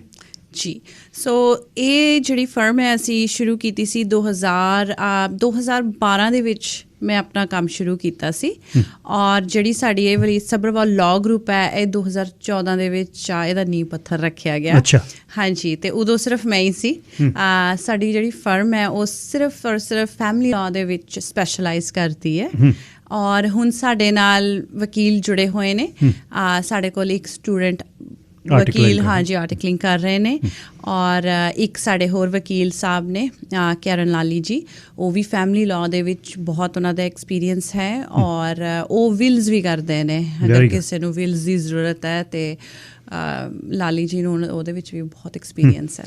ਅੱਛਾ, ਇਹ ਦੱਸੋ ਜੀ, ਇਹ ਜਿਹੜਾ ਮਸਲਾ ਭਾਈਚਾਰੇ ਦਾ ਜਦ ਤੁਸੀਂ ਡੀਲ ਕਰਦੇ ਹੋ, ਕਲਾਇੰਟਸ ਆਉਂਦੇ ਹੋ, ਬੜਾ ਇਹ ਔਖਾ। ਇੱਕ ਲਾਇਰ ਆ, ਇੱਕ ਭਾਈਚਾਰਾ, ਇੱਕ ਲੇਡੀ ਦੇ ਤੌਰ 'ਤੇ ਬਹੁਤ ਕੁਝ ਆ, ਬੜੀਆਂ ਇਮੋਸ਼ਨਸ ਜੁੜ ਜਾਂਦੀਆਂ ਇਕੱਠੀਆਂ। ਇਹ ਜਦ family law means is the toughest law to practise in my view, ਹੈ ਨਾ? ਬਿਲਕੁਲ। ਅਤੇ ਫਿਰ ਇਸ ਨੂੰ ਕਿਵੇਂ ਡੀਲ ਕਿਵੇਂ ਕਰਦੇ ਹੋ? ਤਜਰਬਾ ਕੀ ਕਰਦਾ ਹੈ, ਅਤੇ ਇਹਦਾ ਸਕਸੈਸ ਰੇਟ ਕੀ ਹੈ, ਮੀਡੀਏਸ਼ਨ ਕੀ ਹੈ? ਬਿਲਕੁਲ ਜੀ। ਸੋ ਫੈਮਿਲੀ ਲਾਅ ਜਿੱਦਾਂ ਤੁਸੀਂ ਕਿਹਾ ਹੈ, ਬਿਲਕੁਲ ਸਹੀ ਤੁਸੀਂ ਇੱਕ ਦੱਸਿਆ ਹੈ ਕਿ ਬਹੁਤ ਹੀ ਔਖਾ ਏਰੀਆ ਹੈ। ਮੇਰੇ ਹਿਸਾਬ ਨਾਲ ਜਿਹੜਾ ਸਾਡਾ ਲੀਗਲ ਭਾਈਚਾਰਾ ਹੈ ਉਹਦੇ 'ਚ ਹੈ ਇੱਕ ਮਿਸਕਨਸੈਪਸ਼ਨ ਕਹਿ ਲਓ ਕਿ ਫੈਮਿਲੀ ਲਾਅ ਬੜਾ ਆਸਾਨ ਹੈ, ਪਰ ਮੈਂ ਵੀ ਇਹੀ ਸੋਚਦੀ ਹਾਂ ਤੁਹਾਡੇ ਵਾਂਗੂ ਵੀ ਇਹ ਸਭ ਤੋਂ ਔਖਾ ਏਰੀਆ ਹੈ, ਕਿਉਂਕਿ ਤੁਸੀਂ ਲੋਕਾਂ ਦੀ ਜ਼ਿੰਦਗੀ ਤਾਂ ਜਿਹੜਾ ਉਹਨਾਂ ਨੇ ਸਾਰੀ ਆਪਣੀ ਜਮ੍ਹਾਂ ਪੂੰਜੀ ਬਣਾਈ ਹੁੰਦੀ ਹੈ, ਉਹਨਾਂ ਦੇ ਜਿਹੜੇ ਬੱਚੇ ਨੇ ਉਹਨਾਂ ਦੇ ਬਾਰੇ ਤੁਸੀਂ ਕੇਸ ਜਿਹੜਾ ਹੈ ਉਹ ਬਣਾ ਰਹੇ ਹੋ, ਲੜ ਰਹੇ ਹੋ। ਤੁਸੀਂ ਕਾਉਂਸਲਰ ਵੀ ਹੋ, ਤੁਸੀਂ ਵਕੀਲ ਵੀ ਹੋ, ਤੁਸੀਂ ਉਹਨਾਂ ਨੂੰ ਹੱਲਾਸ਼ੇਰੀ ਵੀ ਦੇਣੀ ਹੈ, ਤੁਸੀਂ ਉਹਨਾਂ ਦੀ ਗੱਲਬਾਤ ਵੀ ਸੁਣਨੀ ਹੈ, ਭਾਈਚਾਰਾ ਵੀ ਸੇਮ ਹੈ। ਬਿਲਕੁਲ ਜੀ, ਬਿਲਕੁਲ। ਔਰ ਤੁਸੀਂ ਇੱਕ ਭੈਣ ਹੋਣ ਦਾ ਵੀ ਕਈ ਵਾਰੀ ਫਰਜ਼ ਨਿਭਾਉਂਦੇ ਹੋ। ਕਈ ਵਾਰੀ ਤੁਸੀਂ ਮਾਂ ਪਿਓ ਵਾਂਗੂ ਆਪਣੇ ਕਲਾਇੰਟ ਨੂੰ ਡਾਂਟਦੇ ਹੋ ਕਿ ਨਹੀਂ ਭਾਈ ਆਹ ਕੰਮ ਨਹੀਂ ਕਰਨਾ, ਔਰ ਕਈ ਵਾਰੀ ਤੁਸੀਂ ਇੱਕ ਅਧਿਆਪਕ ਦੀ ਤੌਰ 'ਤੇ ਉਹਨਾਂ ਨੂੰ ਸਿੱਖਿਆ ਦਿੰਦੇ ਹੋ ਕਿ ਆਪਾਂ ਇੰਝ ਚੱਲਣਾ ਹੈ। ਸੋ ਬਹੁਤ ਸਾਰੇ ਰੋਲਸ ਨੇ ਇੱਕ ਫੈਮਿਲੀ ਲਾਇਰ ਦੇ। ਜਿਹੜਾ ਵਧੀਆ ਫੈਮਿਲੀ ਲਾਇਰ ਹੋਵੇਗਾ ਉਹ ਸਾਰੇ ਹੀ ਇਹ ਜਿਹੜੇ ਰੋਲ ਨੇ ਉਹ ਨਿਭਾਏਗਾ ਬਕਾਇਦਾ। ਕਦੇ ਤਜਰਬੇ ਦੇ ਵਿੱਚ ਸੈਪਰੇਸ਼ਨ ਤੋਂ ਬਾਅਦ ਦੁਬਾਰਾ ਮਿੰਗਲਿੰਗ ਹੋਈ ਹੈ ਜਾਂ ਕੇਸ ਨਾਲ ਫਿਰ ਡਿਵੋਰਸ ਹੀ ਹੁੰਦਾ? ਨਹੀਂ ਜੀ, ਕਈ ਵਾਰੀ ਬਿਲਕੁਲ ਦੁਬਾਰਾ ਲੋਕ ਇਕੱਠੇ ਹੋ ਜਾਂਦੇ ਨੇ। That's wonderful. ਔਰ ਕਈ ਵਾਰੀ ਮੈਂ ਕਹਿੰਦੀ ਹੁੰਦੀ ਆਪਣੇ ਕਲਾਇੰਟਸ ਨੂੰ ਕਿ ਕਈ ਵਾਰੀ ਤੁਹਾਨੂੰ ਨਾ ਠੋਕਰ ਵੱਜਣੀ ਜ਼ਰੂਰੀ ਹੁੰਦੀ ਹੈ ਲਾਈਫ ਦੇ ਵਿੱਚ, ਜ਼ਿੰਦਗੀ ਦੇ ਵਿੱਚ। ਜਦੋਂ ਅਸੀਂ ਕਿਸੇ ਚੀਜ਼ ਦੇ ਨਾਲ ਲਗਾਤਾਰ ਆਪਣਾ ਵਾਹ ਪੈਂਦਾ ਰਹੇ, ਲੋਕ ਹੋਣ, ਚੀਜ਼ ਹੋਵੇ, ਕੋਈ ਵੀ ਹਾਲਾਤ ਹੋਣ, ਤਾਂ ਸਾਨੂੰ ਉਹਦੀ ਅਹਿਮੀਅਤ ਦਾ ਅਹਿਸਾਸ ਨਹੀਂ ਹੁੰਦਾ। ਜਦੋਂ ਉਹ ਬੰਦਾ, ਉਹ ਹਾਲਾਤ, ਉਹ ਰਿਸ਼ਤਾ ਸਾਡੇ ਤੋਂ ਛੁੱਟਦਾ ਹੈ, ਫਿਰ ਸਾਨੂੰ ਕਈ ਵਾਰੀ ਠੋਕਰ ਵੱਜ ਕੇ ਉਸ ਚੀਜ਼ ਦੀ ਅਹਿਮੀਅਤ ਦਾ ਅਹਿਸਾਸ ਹੁੰਦਾ ਹੈ। ਔਰ ਹਾਂਜੀ, ਕਿ ਜਿਨ੍ਹਾਂ ਨੂੰ ਅਹਿਸਾਸ ਹੁੰਦਾ ਹੈ ਉਹ ਫਿਰ ਇਕੱਠੇ ਹੋ ਜਾਂਦੇ ਨੇ। ਔਰ ਕਈ ਜਦੋਂ ਬੱਚਿਆਂ ਦੇ ਮੂੰਹ ਵੱਲ ਵੇਖਦੇ ਨੇ, ਕਿਉਂਕਿ ਜਦੋਂ ਵੀ ਕੋਈ ਵੀ ਜੋੜਾ ਸੈਪਰੇਟ ਹੁੰਦਾ ਹੈ ਬੱਚਿਆਂ 'ਤੇ ਉਹਦਾ ਬਹੁਤ ਅਸਰ ਪੈਂਦਾ ਹੈ, ਬਹੁਤ ਔਖਾ ਹੈ। ਔਰ ਕਈ ਵਾਰੀ ਉਹ ਬੱਚਿਆਂ ਦੇ ਮੂੰਹ ਵੱਲ ਵੇਖ ਕੇ ਅਗਰ ਰਿਲੇਸ਼ਨਸ਼ਿਪ, ਅਗਰ ਉਹ ਰਿਸ਼ਤਾ ਉਹਨੂੰ ਤੁਸੀਂ ਫਿਰ ਠੀਕ ਕਰ ਸਕੋ ਤੇ ਕਈ ਜੋੜੇ ਠੀਕ ਕਰ ਲੈਂਦੇ ਨੇ। ਬਹੁਤ ਸ਼ੋਅ ਜੀ ਮੈਂ ਫੈਮਿਲੀ ਵਾਇਲੈਂਸ 'ਤੇ ਕਰਦਾ ਬਹੁਤ। ਪਿਛਲੇ ਦਿਨੀ ਇੱਕ ਸਾਈਕੋਲੋਜਿਸਟ ਮੁੰਡਾ ਵੀ ਸਮੀਰ ਕੌਸ਼ਲੋਣੀ ਲੈ ਕੇ ਆਏ, ਅਤੇ ਇਹ ਬੜੀ ਹਿਰਦੇ ਵੇਦਕ ਗੱਲ ਹੈ, ਸੌਖਾ ਨਹੀਂ ਹੈ। ਬਿਲਕੁਲ। ਅੱਛਾ, ਮੇਜਰ ਜਿਹੜਾ ਹੁਣ ਹਰ ਇੱਕ ਘਰ ਦੀ ਹਰ ਇੱਕ ਕੇਸ ਅਲੱਗ ਹੈ, ਪਰ ਬੇਸਿਕਲੀ ਕਾਰਨ ਵੱਡੇ ਕੀ ਨੇ ਇਹ ਰੌਲੇ ਦੇ? ਆਈ ਥਿੰਕ ਕਾਰਨ ਵੱਡੇ ਹੀ ਹੁੰਦੇ ਨੇ ਆਪਣੀ ਕਮਿਊਨਿਟੀ ਦੇ ਵਿੱਚ। ਇੱਕ ਤਾਂ ਇਹ ਹੈ ਕਿ ਜਿਹੜੀ ਆਪਣੀ ਸੈਟਅਪ ਹੈ, ਅਸੀਂ ਨਿਊਕਲੀਅਰ ਫੈਮਿਲੀ ਵਜੋਂ ਨਹੀਂ ਰਹਿੰਦੇ, ਸਾਡੀ ਜੁਆਇੰਟ ਫੈਮਿਲੀਜ਼ ਨੇ, ਇਕੱਠੇ ਰਹਿੰਦੇ ਹਾਂ। ਔਰ ਉਹਦੇ ਵਿੱਚ ਅਗਰ ਕੋਈ ਜਣਾ ਵੀ ਆਪਣੇ ਮਿੱਥੇ ਹੋਏ ਸਥਾਨ ਤੋਂ ਜ਼ਿਆਦਾ ਰਿਸ਼ਤੇ ਦੇ ਵਿੱਚ ਨੋਕ ਚੋਕ ਕਰੇ, ਬਸ ਦਖਲ-ਅੰਦਾਜ਼ੀ ਕਰੇ। ਤੇ ਪੰਜਾਬੀ ਬਹੁਤ ਵਧੀਆ ਬੋਲਦੇ ਤੁਸੀਂ, ਕਮਾਲ ਹੈ, ਧੰਨਵਾਦ, ਸ਼ਬਦ ਬੜੇ ਵਧੀਆ ਨੇ। ਅੱਛਾ। ਤੇ ਉਹ ਜਦੋਂ ਉਹ ਨੁਕਤਾਚੀਨੀ ਵੱਧਦੀ ਹੈ ਜਾਂ ਦਖਲ-ਅੰਦਾਜ਼ੀ ਵੱਧਦੀ ਹੈ ਤੇ ਫਿਰ ਉਹ ਜਿਹੜਾ ਇੱਕ ਰਿਸ਼ਤਾ ਹੁੰਦਾ ਹੈ ਆਪਣੇ ਹਸਬੈਂਡ ਵਾਈਫ ਦਾ, ਉਹਦੇ ਤੇ ਉਹਦਾ ਅਸਰ ਪੈਂਦਾ ਹੈ। ਅੱਛਾ, ਕੀ ਚੰਦਨ ਜੀ ਇਹ ਆਪਾਂ ਹੁਣ ਰੈਮਡੀਜ਼ ਵੱਲ ਨੂੰ ਵੀ ਚੱਲ ਰਹੇ ਹਾਂ, ਜ਼ਰੂਰ ਜੀ, ਕੀ ਜੁਆਇੰਟ ਫੈਮਿਲੀ ਦੇ ਨਾਲੋਂ ਜਦ ਬੱਚਾ ਵਿਆਹਿਆ ਜਾਂਦਾ ਉਹ ਅਲੱਗ ਆਪਣੇ ਇੱਕ ਸੈਟਅਪ 'ਚ ਰਹਿਣਾ ਠੀਕ ਨਹੀਂ ਹੈ? ਇਹ ਪੋਸੀਬਲ ਹੈ? ਫਾਇਦੇ ਤੇ ਨੁਕਸਾਨ ਦੋਨੇ ਹੀ ਨੇ ਜੀ, ਫਾਇਦੇ ਤੇ ਨੁਕਸਾਨ ਦੋਨੇ ਹੀ ਨੇ। ਜਿਹੜੀ ਜੁਆਇੰਟ ਫੈਮਿਲੀ ਆ ਇਹਦੇ ਫਾਇਦੇ ਵੀ ਬੜੇ ਨੇ। ਤੁਹਾਨੂੰ ਇੱਕ ਦੂਜੇ ਦੀ ਜ਼ਰੂਰਤ, ਇੱਕ ਦੂਜੇ ਦੀ ਜਿਹੜੀ ਰਲ ਮਿਲ ਕੇ ਤੁਸੀਂ ਇੱਕ ਘਰ ਨੂੰ ਚਲਾਉਂਦੇ ਹੋ, ਉਹਦੇ ਵਰਗੀ ਕੋਈ ਰੀਸ ਨਹੀਂ। ਤੁਹਾਡੇ ਬੱਚਿਆਂ ਨੂੰ ਕਿੰਨੇ ਰਿਸ਼ਤਿਆਂ ਦਾ ਨਿੱਘ ਮਿਲਦਾ ਹੈ, ਬਿਲਕੁਲ ਠੀਕ, ਉਹਦੇ ਵਰਗੀ ਅਗਰ ਇਹ ਢਾਂਚਾ ਸਹੀ ਤਰੀਕੇ ਨਾਲ ਚੱਲੇ ਤੇ ਕੋਈ ਰੀਸ ਨਹੀਂ ਜੀ ਇਹਦੇ ਵਰਗੀ। ਪਰ ਜੇ ਗੜਬੜ ਹੈ ਫਿਰ ਸਾਰਾ ਢਾਂਚਾ ਹੀ ਤੁਹਾਡਾ ਗਿਰ ਗਿਆ ਜੀ, ਕਲੈਪਸ ਹੋ ਗਿਆ। ਔਰ ਨਿਊਕਲੀਅਰ ਫੈਮਿਲੀ ਅਗਰ ਆਪਾਂ ਵੱਖ ਰਹਿੰਦੇ ਆ, ਉਹਦੇ ਵੀ ਫਾਇਦੇ ਨੇ, ਨੁਕਸਾਨ ਵੀ ਨੇ, ਕਿਉਂਕਿ ਤੁਹਾਨੂੰ ਫਿਰ ਹਸਬੈਂਡ ਵਾਈਫ ਨੂੰ ਸਾਰਾ ਕੁਝ ਮੈਨੇਜ ਕਰਨਾ ਪੈਂਦਾ। ਤੁਹਾਡੇ ਛੋਟੇ ਬੱਚੇ ਨੇ, ਤੁਸੀਂ ਕੰਮ ਤੇ ਵੀ ਜਾਣਾ ਹੈ, ਘਰ ਆਇਆਂ ਨੂੰ ਤੁਹਾਨੂੰ ਰੋਟੀ ਚਾਹ ਪੁੱਛਣਾ ਕੋਈ ਨਹੀਂ ਹੈ ਜੀ, ਤੁਸੀਂ ਖੁਦ ਹੀ ਕਰਨਾ ਸਭ ਕੁਝ। ਬੱਚੇ ਸਾਂਭੇ ਹੋਏ ਨੇ ਮਾਪਿਆਂ ਨੇ, ਦਾਦਾ ਦਾਦੀ, ਨਾਨਾ ਨਾਨੀ ਨੇ, ਔਰ ਉਹਦੇ ਵਰਗੀ ਮੈਂ ਕਹਿੰਦੀ ਕੋਈ ਰੀਸ ਨਹੀਂ। ਅੱਛਾ ਚੰਦਨ ਜੀ, ਇੱਕ ਦੱਸਿਓ, ਇੱਕ ਇੱਥੇ ਦੇ ਵਰਗ ਦੇ ਵਿੱਚ, ਚਲੋ ਪੰਜਾਬ 'ਚ ਵੀ ਇਹ ਸ਼ੁਰੂ ਹੋਇਆ, ਪਹਿਲਾਂ ਇਕੱਠੇ ਘਰ ਸੀ, ਫਿਰ ਅਲੱਗ ਹੋ ਗਏ, ਅਲੱਗ ਰੂਮ ਹੋ ਗਏ, ਅਲੱਗ ਵਾਸ਼ਰੂਮਸ ਹੋ ਗਏ। ਇੱਥੇ ਇੱਕ ਚੀਜ਼ ਬੜੀ ਕਾਊਂਟ ਕਰ ਰਹੀ ਆ ਵਿਆਹ ਤੋਂ ਬਾਅਦ ਨੌਜਵਾਨ ਬੱਚਿਆਂ ਦੇ ਵਿੱਚ ਵੀ ਸਾਨੂੰ ਆਜ਼ਾਦੀ ਚਾਹੀਦੀ ਹੈ। ਆਜ਼ਾਦੀ ਇੱਕ ਘਰ ਦੇ ਵਿੱਚ ਇੱਕ ਪੂਰਾ ਫਲੋਰ ਮਾਪਿਆਂ ਨੇ ਦੇਤਾ, 1500-1800 ਸਕੁਅਰ ਫੁੱਟ, ਉਹਨਾਂ ਦਾ ਆਪਣਾ ਸਿਟਿੰਗ ਰੂਮ ਹੈ, ਲਾਇਬ੍ਰੇਰੀ ਹੈ, ਉਹਨਾਂ ਦਾ ਬੈਡਰੂਮ ਹੈ, ਬੱਚਿਆਂ ਦਾ ਰੂਮ ਹੈ। ਮੇਰੇ ਖਿਆਲ ਇਦੋਂ ਵੱਧ ਪ੍ਰਾਈਵੇਸੀ ਹੋਰ ਕੀ ਹੈ? ਹੋਰ ਕਾਹਦੀ ਪ੍ਰਾਈਵੇਸੀ ਦਾ ਰੌਲਾ ਪੈਂਦਾ? ਇਹ ਵੀ ਕੇਸ ਆਉਂਦੇ ਨੇ ਤੁਹਾਡੇ ਕੋਲ? ਬਿਲਕੁਲ ਆਉਂਦੇ ਨੇ, ਪਰ ਫਿਰ ਉਹੀ ਗੱਲ ਹੈ, ਕਈ ਵਾਰੀ ਹੁਣ ਜਿਹੜੇ ਮਾਪੇ ਇੰਨੇ ਸੂਝਵਾਨ ਨੇ ਕਿ ਉਹਨਾਂ ਨੇ ਆਪਣੇ ਵਿਆਹੁਤਾ ਬੱਚਿਆਂ ਲਈ, ਜਿੱਦਾਂ ਤੁਸੀਂ ਕਹਿ ਰਹੀ, ਇੱਕ ਪਹਿਲਾਂ ਹੀ ਸੈੱਟ ਕਰਤਾ, ਸਾਰੀ ਸੈਟਅਪ ਕਰਤੀ ਹੈ, ਪਰ ਹੁਣ ਉਹ ਬੱਚਿਆਂ ਲਈ ਜਿਨ੍ਹਾਂ ਨੂੰ ਇਹ ਸਾਰਾ ਕੁਝ ਉਹਨਾਂ ਨੇ ਬਣਾ ਕੇ ਦਿੱਤਾ ਹੈ, ਉਹ ਬੱਚਿਆਂ ਵਿੱਚ ਵੀ ਸੂਝਵਾਨਤਾ ਹੋਣੀ ਚਾਹੀਦੀ ਹੈ ਕਿ ਉਸ ਚੀਜ਼ ਨੂੰ ਉਹ ਐਪਰੀਸ਼ੀਏਟ ਕਰਨ, ਉਹ ਆਪਣੇ ਮਾਪਿਆਂ ਦਾ ਮਾਣ ਰੱਖਣ। ਜ਼ਿੰਦਗੀ ਲੱਗੀ ਹੋਈ ਹੈ ਮਾਪਿਆਂ। ਉਹ ਬਿਲਕੁਲ ਜੀ, ਉਹਦੇ ਵਰਗੀ ਕੋਈ ਰੀਸ ਨਹੀਂ। ਉਹਨਾਂ ਬਾਰੇ ਸੋਚੀਏ ਜਿਹੜੇ ਕੁਛ ਨਾ ਲੈ ਕੇ, ਬਿਲਕੁਲ ਇੱਕ ਸੂਟਕੇਸ ਲੈ ਕੇ ਆਏ ਔਰ ਉਹਨਾਂ ਨੇ ਫਿਰ ਆਪਣੀ ਜ਼ਿੰਦਗੀ ਦੀ ਜਿਹੜੀ ਹੈ ਇੱਥੇ ਸ਼ੁਰੂਆਤ ਕੀਤੀ ਜੀ। ਸੋ ਜਿਹੜੇ ਬੱਚਿਆਂ ਦੇ ਕੋਲ ਇਹੋ ਜਿਹੇ ਮਾਂ ਪਿਓ ਨੇ, ਅਗਰ ਉਹ ਉਸ ਚੀਜ਼ ਦੀ ਕਦਰ ਨਹੀਂ ਕਰਦੇ, ਉਹ ਸੂਝਵਾਨ ਤਾਂ ਹੈ ਨਹੀਂ, ਤੇ ਫਿਰ ਕੰਮ ਉੱਥੇ ਵੀ ਖਰਾਬ ਹੁੰਦਾ ਹੈ। ਅੱਛਾ, ਜਿਹੜੀ ਲੀਗੈਲਿਟੀ ਹੈ ਇਹਦੀ ਜੀ, ਪਿਛਲੇ ਦਿਨ ਇੱਕ ਪਰਿਵਾਰ, ਸਾਨੂੰ ਵੀ ਪਿਆਰ ਕਰਦੇ ਨੇ ਲੋਕ, ਆਪਣੀ ਜ਼ਿੰਦਗੀ ਦੱਸਦੇ ਆ, ਜਿਹੜੀ ਬਹੁਤ, ਹਾਲਾਂਕਿ ਉਹ ਪ੍ਰੋਫੈਸ਼ਨਲਸ ਨੂੰ ਡੀਲ ਕਰਨੀ ਪੈਂਦੀ ਆ, ਪਰ ਸਾਨੂੰ ਸੁਣਨਾ ਪੈਂਦਾ। ਵਿਆਹ ਕਿਸੇ ਲੜਕੀ ਨੇ ਕਰਾਇਆ, 5-4 ਦਿਨਾਂ ਦੇ ਵਿੱਚ ਉਹ ਚਲੇ ਗਈ ਅਤੇ ਉਹ ਮੀਆਂ ਬੀਵੀ ਦੇ ਤੌਰ 'ਤੇ ਰਹਿ ਨਹੀਂ ਸਕੇ। ਉਹਨਾਂ ਨੂੰ ਵੀ 1 ਸਾਲ ਦੀ ਸੈਪਰੇਸ਼ਨ ਦੀ ਜ਼ਰੂਰਤ ਹੈ ਕਿ ਉਹ ਤਾਂ ਰਹੀ ਨਹੀਂ ਕੁੜੀ, ਵੀ ਉਹ ਕਦ ਉਹਦਾ ਪ੍ਰੋਸੈਸ ਹੋ ਸਕਦਾ ਡਿਵੋਰਸ ਦਾ? ਜੀ, ਸੋ ਜਿਹੜੀ ਡਿਵੋਰਸ, ਆਪਣੇ ਡਿਵੋਰਸ ਐਕਟ ਜਿਹੜਾ ਕੈਨੇਡਾ ਦੇ ਵਿੱਚ ਫੈਡਰਲ ਵਾਈਡ ਹੈ, ਐਪਲੀਕੇਬਲ ਹੈ, ਜਿਹੜਾ ਕਾਨੂੰਨ ਲਾਗੂ ਹੈ, ਉਹਦੇ ਅਧੀਨ 1 ਸਾਲ ਦੀ ਸੈਪਰੇਸ਼ਨ ਜ਼ਰੂਰੀ ਹੈ। ਲੇਕਿਨ ਅਗਰ ਤੁਸੀਂ ਇਹ ਸਾਬਿਤ ਕਰ ਸਕਦੇ ਹੋ ਕਿ ਅਡਲਟਰੀ, ਮਤਲਬ ਤੁਹਾਡਾ ਕਿਤੇ ਬਾਹਰ ਕੋਈ ਨਜਾਇਜ਼ ਰਿਸ਼ਤਾ ਹੈ, ਕਿਸੇ ਦਾ ਵੀ, ਮੀਆਂ ਬੀਵੀ ਦੇ ਵਿੱਚੋਂ ਇੱਕ ਦਾ, ਫਿਰ ਛੇਤੀ ਹੋ ਸਕਦਾ ਹੈ। ਜਾਂ ਦੂਸਰਾ ਜਿਹੜੀ ਇੱਕ ਹੋਰ ਐਕਸੈਪਸ਼ਨ ਹੈ, ਉਹ ਹੈ ਕਿ ਤੁਹਾਡੇ ਤੇ ਅਤਿਆਚਾਰ ਹੋਵੇ, ਮਾਨਸਿਕ ਜਾਂ ਸਰੀਰਕ ਤੌਰ ਤੇ ਅਤਿਆਚਾਰ, ਘਿਨਾਉਣਾ ਵਿਵਹਾਰ ਨਹੀਂ, ਅਤਿਆਚਾਰ। ਲੀਗਲ ਟੈਸਟ ਜਿਹੜਾ ਉਹ ਕਾਫੀ ਸਖਤ ਹੈ। 1 ਸਾਲ ਨੂੰ ਅਗਰ ਆਪਾਂ ਖਾਰਿਜ ਕਰਨਾ ਹੋਵੇ, ਨਹੀਂ, ਆਪਾਂ ਆਪਣੇ ਕੋਲੋਂ ਉਡੀਕ ਨਹੀਂ ਹੁੰਦੀ। ਪਰ ਅਗਰ ਜਿੱਦਾਂ ਤੁਸੀਂ ਕਿਹਾ ਹੈ ਕਿ ਕਈ ਲੋਕ ਤਾਂ ਏਅਰਪੋਰਟ ਤੋਂ ਹੀ ਚਲੇ ਜਾਂਦੇ ਨੇ, ਹੈ ਨਾ ਹਰਜੀਤ ਜੀ, ਫਿਰ ਤਾਂ ਐਡਰੈਸ ਵੀ ਨਹੀਂ ਦਿੱਤਾ ਉਹਨਾਂ ਨੇ, ਕੋਈ ਉੱਥੇ ਆਈਡੀ ਵੀ ਨਹੀਂ ਬਣੀ ਉਸ ਐਡਰੈਸ 'ਤੇ ਨਾ। ਅੱਛਾ, ਬੜਾ ਸਖਤ ਇਹ ਸਵਾਲ ਹੈ ਸੁਣਨਾ ਤੇ ਸਾਨੂੰ ਕਰਨਾ। ਇੱਕ ਗੱਲ ਇਹ ਚੱਲ ਰਹੀ ਹੈ, ਵਿਆਹ ਤੋਂ ਪਹਿਲੀ ਜਾਇਦਾਦ ਵੀ ਆਪਣੀ ਜੀ, ਉਹ ਪ੍ਰੀ ਨੈਪਚੂਨ ਇੱਕ ਮੇਰਾ ਖਿਆਲ, ਹਾਂਜੀ ਬਿਲਕੁਲ ਜੀ, ਉਹ ਮੇਰੇ ਖਿਆਲ, ਚੰਦਨ ਜੀ, ਮੇਰੇ ਖਿਆਲ ਮੈਂ ਤਾਂ ਉਹਨੂੰ ਵਧੀਆ ਸਮਝਦਾ ਵੀ ਭਾਈ ਇੱਦੋਂ ਪਹਿਲੀ ਤੇਰੀ ਮੇਰੀ, ਹੁਣ ਤੋਂ ਸਾਡੀ ਇਕੱਠੀ। ਇਹ ਵੀ ਰੌਲਾ ਮੇਰੇ ਖਿਆਲ ਵੱਡਾ ਪੈ ਰਿਹਾ ਜਾਇਦਾਦ ਦਾ, ਇਹ ਵੀ ਪੈ ਰਿਹਾ। ਔਰ ਪ੍ਰੀ ਨੈਪਚੂਅਲ ਜਿਹੜੇ ਨੇ ਉਹ ਹੁਣ ਹੋਰ ਜ਼ਿਆਦਾ ਜਿਹੜੇ ਨੇ ਕਾਮਨ ਹੋ ਰਹੇ ਨੇ। ਜਿਹੜੇ ਮੇਰੇ ਕਰੀਅਰ ਦੇ ਵਿੱਚ ਮੈਂ ਆਪਣੇ ਤਜਰਬੇ 'ਚ ਦੇਖਿਆ, ਜਦੋਂ ਮੈਂ ਸ਼ੁਰੂ ਕੀਤਾ ਸੀ ਉਦੋਂ ਇੰਨੇ ਨਹੀਂ ਸੀ ਲੋਕ ਜਿਹੜੇ ਪ੍ਰੀ ਨੰਪਚੁਅਲ ਐਗਰੀਮੈਂਟ ਬਾਰੇ ਜਾਣਦੇ ਸੀ ਜਾਂ ਕਰਨਾ ਚਾਹੁੰਦੇ ਸੀ। ਹੁਣ ਕਰਦੇ ਨੇ।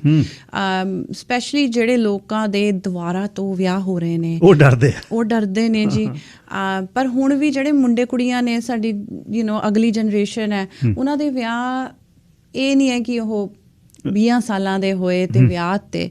ਹੁਣ ਉਹ ਜਿਹੜੇ ਬੱਚੇ ਨੇ 30 ਸਾਲ ਦੇ ਬਿਲਕੁਲ ਜੀ, ਔਰ ਉਹਨਾਂ ਨੇ ਆਪਣੀ ਪੜ੍ਹਾਈ ਲਿਖਾਈ ਕੀਤੀ ਹੈ, ਉਹਨਾਂ ਨੇ ਆਪਣੇ ਕਿੱਤੇ ਦੇ ਵਿੱਚ ਪੈਸੇ ਬਣਾਏ ਨੇ, ਘਰ ਲਿਆ ਹੋਇਆ ਹੈ ਜਾਂ ਅਪਾਰਟਮੈਂਟ ਲਿਆ ਹੋਇਆ ਹੈ, ਔਰ ਉਹ ਚਾਹੁੰਦੇ ਨੇ ਕਿ ਉਹ ਉਸ ਚੀਜ਼ ਨੂੰ ਉਹ ਪਹਿਲਾਂ ਹੀ ਲਿਖਤੀ ਰੂਪ ਦੇ ਵਿੱਚ ਆਪਣੀ ਕਲੀਅਰ ਕਰ ਲੈਣ। ਜਦ ਤੁਸੀਂ ਮਾਰ ਤੇ ਚਲੇ ਜਾਂਦੇ ਹੋ, ਫਿਜ਼ੀਕਲੀ ਅਬਿਊਜ਼ ਕਰਨ ਲੱਗ ਜਾਂਦੇ, ਜ਼ਿਆਦਾਤਰ ਮਰਦ ਇਸਤਰੀਆਂ ਨੂੰ ਕਰਦੇ ਨੇ, ਕਿਹੜਾ ਸਮਾਂ, ਕਿਹੜਾ ਟਿਪ ਆਫ ਆਈਸਬਰਗ ਆ ਜਦ ਲੱਗ ਜੇ ਇਸਤਰੀ ਨੂੰ ਪਤਾ ਵੀ ਹੁਣ ਮੈਂ ਸੇਫ ਨਹੀਂ, ਵੀ ਹੁਣ this is time to move on? ਇਸ ਤਰ੍ਹਾਂ ਦਾ ਕੋਈ ਸਮਾਂ ਵੇਖਣਾ, ਕੋਈ ਹੈ ਲੱਛਣ ਜਿਹਦੇ 'ਚ ਪਤਾ ਲੱਗ ਜਾਵੇ ਇਸਤਰੀ ਨੂੰ ਜਾਂ ਮਰਦ ਨੂੰ ਵੀ? ਹੋ ਸਕਦਾ ਕਿ ਮਰਦ ਚਲੋ ਮੈਂਟਲੀ ਐਕਸਪਲੋਇਟ ਹੁੰਦੇ ਨੇ, ਉਹ ਫਿਜ਼ੀਕਲੀ ਹੁੰਦਾ, ਪਰ ਕੁਝ ਅਜਿਹਾ ਹੈ ਮਨ ਦੇ ਵਿੱਚ ਵੀ no this is the time now we have to we get away from each other? ਮੇਰੇ ਹਿਸਾਬ ਨਾਲ ਕੋਈ ਵੀ ਰਿਸ਼ਤਾ ਜਿੱਥੇ ਤੁਹਾਡੀ ਇੱਕ ਦੂਜੇ ਲਈ ਆਦਰ ਨਹੀਂ ਹੈ, ਸਤਿਕਾਰ ਨਹੀਂ ਹੈ, ਸਤਿਕਾਰ ਟੁੱਟ ਗਿਆ ਤਾਂ ਗੱਲ ਗਈ। ਉਹ ਭਾਵੇਂ ਉਹ ਹੱਥ ਚੁੱਕਣ ਦੇ ਵਿੱਚ ਉੱਥੇ ਤੱਕ ਗੱਲ ਨਾ ਹੀ ਪਹੁੰਚੇ, ਉੱਚੀ ਬੋਲਣ ਦੇ ਵਿੱਚ ਵੀ ਅਗਰ ਤੁਸੀਂ ਇੱਕ ਦੂਜੇ ਦਾ ਸਤਿਕਾਰ ਆਦਰ ਨਹੀਂ ਕਰ ਪਾਉਂਦੇ ਔਰ ਨਹੀਂ ਕਰ ਰਹੇ, ਉਹ ਰਿਸ਼ਤੇ ਦੀ ਬੁਨਿਆਦ ਤਿੜਕ ਗਈ। ਉੱਥੇ ਫਿਰ ਤੁਸੀਂ ਆਪਣਾ ਜਿਹੜਾ ਘਰ ਆ ਉਹ ਸਾਰਿਆ ਨਹੀਂ ਜਾ ਸਕਦਾ। ਆਪ ਤੇ ਤੁਸੀਂ ਤੇ ਤੂੰ ਤੇ ਜਦ ਆ ਗਏ ਤਾਂ ਮਤਲਬ ਵੀ ਗੜਬੜ, ਕਿਉਂਕਿ ਹੈ ਹੀ ਇੱਜ਼ਤ ਹੈ, ਸਤਿਕਾਰ ਦਾ ਹੀ ਕੰਮ। ਅੱਛਾ, ਹੁਣ ਮੈਨੂੰ ਅਖੀਰ ਦੇ ਵਿੱਚ ਆਪਣਾ ਪਤਾ, ਦੂਸਰੀ ਵਾਰ ਥੋੜ੍ਹਾ ਜਿਹਾ ਸਮਾਂ ਲੈ ਕੇ ਆਇਓ, ਮੈਂ ਹੋਰ ਸ਼ੇਅਰ ਕਰਨਾ ਚਾਹੁੰਦਾ, ਬੈਠਣਾ ਚਾਹੁੰਦਾ। ਇਹ ਬਹੁਤ ਵੱਡਾ ਇੱਕ ਇਸ਼ੂ ਹੈ। ਸੱਭਰਵਾਲ ਲਾ ਗਰੁੱਪ ਦਾ ਫੋਨ ਨੰਬਰ, ਐਡਰੈਸ ਵਗੈਰਾ, ਤੇ ਤੁਹਾਨੂੰ ਕਿਵੇਂ ਕੰਟੈਕਟ ਹੋ ਸਕਦਾ? ਬਿਲਕੁਲ ਜੀ, ਸੋ ਸਾਡਾ ਜਿਹੜਾ ਫੋਨ ਨੰਬਰ ਹੈਗਾ 6046386998 ਔਰ ਸਾਡਾ ਜਿਹੜਾ ਆਫਿਸ ਹੈ ਉਹ ਹੈ ਜੀ ਯੂਨਿਟ 306 6678 152nd ਸਟਰੀਟ। ਸੋ 66 ਔਰ 152 ਤੇ ਹਾਂਜੀ ਨਵਾਂ ਜਿਹੜਾ ਏਰੀਆ ਸੈਟਅਪ ਹੋ। ਬਿਲਕੁਲ ਜੀ, ਉੱਥੇ। ਚੰਦਨ ਜੀ, ਬਹੁਤ ਵਧੀਆ ਲੱਗਿਆ ਤੁਹਾਡੇ ਨਾਲ ਗੱਲਬਾਤ ਕਰਕੇ, ਤੇ ਛੇਤੀ ਇੱਕ ਖੁੱਲ੍ਹੀ ਇੰਟਰਵਿਊ ਸੈੱਟ ਕਰਕੇ ਇਹਦੇ ਲੀਗਲ ਜਿਹੜੇ ਪ੍ਰੋਸਪੈਕਟਸ ਨੇ ਜੀ ਡਿਵੋਰਸ ਦੇ, ਜਾਂ ਕਿਵੇਂ ਇਸ ਨੂੰ ਆਪਾਂ ਬੰਨ੍ਹ ਸਕਦੇ ਹਾਂ, ਜਾਂ ਜਦ ਬੰਨਿਆ ਖਰਾਬ ਹੋ ਰਿਹਾ ਕਿਵੇਂ ਅਲੱਗ ਹੋ ਸਕਦੇ ਹਾਂ, ਉਹ ਟ੍ਰਾਂਜੀਸ਼ਨ ਦੀ ਗੱਲ ਆਪਾਂ ਛੇਤੀ ਕਰਾਂਗੇ। ਮਿਹਰਬਾਨੀ, ਧੰਨਵਾਦ, ਬਹੁਤ ਬਹੁਤ ਧੰਨਵਾਦ। ਇਹ ਸਨ ਚੰਦਨ ਸੱਭਰਵਾਲ ਲਾ ਗਰੁੱਪ ਤੋਂ ਗੱਲਬਾਤ ਕਰ ਰਹੇ। ਕੌਮਾਂ ਸਦਾ ਤਵਾਰੀਖਾਂ ਤੇ ਜਿਉਂਦੀਆਂ, ਕੌਮਾਂ ਸਦਾ ਆਪਣੇ ਵਿਰਸੇ ਤੇ ਜਿਉਂਦੀਆਂ, ਕੌਮਾਂ ਯੋਧਿਆਂ ਦੇ ਪਾਏ ਹੋਏ ਉਹਨਾਂ ਪੂਰਨਿਆਂ ਤੇ ਜਾਂ ਉਹਨਾਂ ਦੀਆਂ ਪਾਈਆਂ ਪੈੜਾਂ ਤੇ ਤੁਰਦੇ। ਮਹਿਸੂਸ ਕਰਨ ਦੀ ਲੋੜ ਹੈ। ਅੱਜ ਦਾ ਦਿਨ ਜਿਹੜਾ ਹਰਜਿੰਦਰ ਸਿੰਘ ਜਿੰਦਾ ਅਤੇ ਸੁਖਦੇਵ ਸਿੰਘ ਸੁੱਖਾ ਹੋਰਾਂ ਦਾ, ਪੂਨੇ ਦੇ ਵਿੱਚ ਉਹਨਾਂ ਨੇ ਪਾਪੀ ਨੂੰ ਦੰਡ ਦੇਣ ਦੀ ਗੱਲ, ਖਾਲਸਾ ਕਦੇ ਵਾਰ ਨਹੀਂ ਕਰਦਾ ਹੈ, ਖਾਲਸਾ ਕਦੇ ਭਾਜੀ ਵੀ ਕਿਸੇ ਦੀ ਮੋਢਿਆਂ 'ਤੇ ਨਹੀਂ ਰੱਖਦਾ।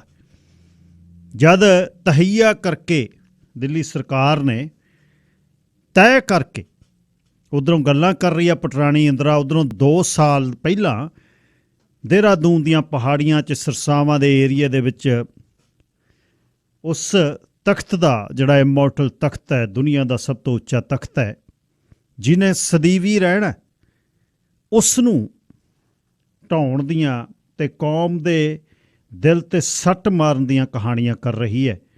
ਉਹਨਾਂ ਦਿਨਾਂ ਦੇ ਵਿੱਚ ਜਨਰਲ ਵੈਦਿਆ ਨੇ ਆਪਣੀ ਕਮਾਂਡ ਥੱਲੇ ਫੌਜਾਂ ਚਾੜੀਆਂ ਤੇ ਐਨ ਬੱਲੇ ਬੱਲੇ ਕਰਕੇ ਚਾੜੀਆਂ।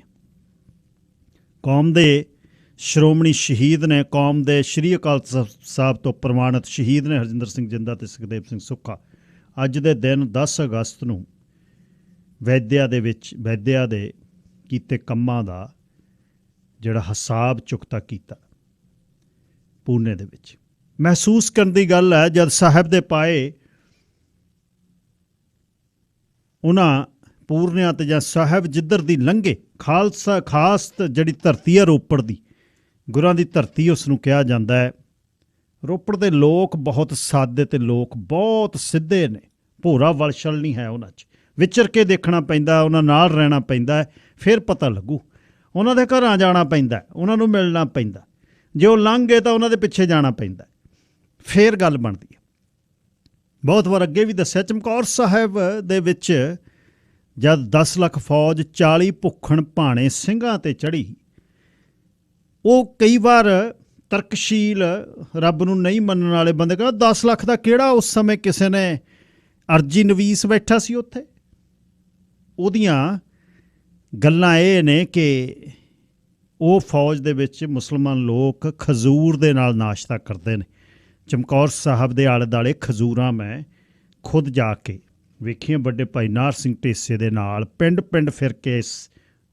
ਪਿਛਲੇ ਵਰੇ 2 ਵਰੇ ਪਹਿਲਾਂ ਅਸੀਂ ਇਕੱਠੇ ਸੀ, ਅਤੇ ਮਹਿਸੂਸ ਕਰਨੇ ਪੈਂਦਾ ਹੈ ਕਿ ਇੱਥੇ ਯਾਰ ਕਿਵੇਂ ਫਿਰਦੀ ਹੋਊ ਹਲ ਹਲ ਫੌਜ, ਕਿਵੇਂ ਇੱਥੇ ਤੰਬੂ ਲੱਗੇ ਹੋਣਗੇ ਇਹਨਾਂ ਪਿੰਡਾਂ 'ਚ, ਕਿਵੇਂ ਕੱਚੀ ਗੜੀ ਦੇ ਵਿੱਚ ਚੜ੍ਹਦੀ ਕਲਾ ਦੇ ਵਿੱਚ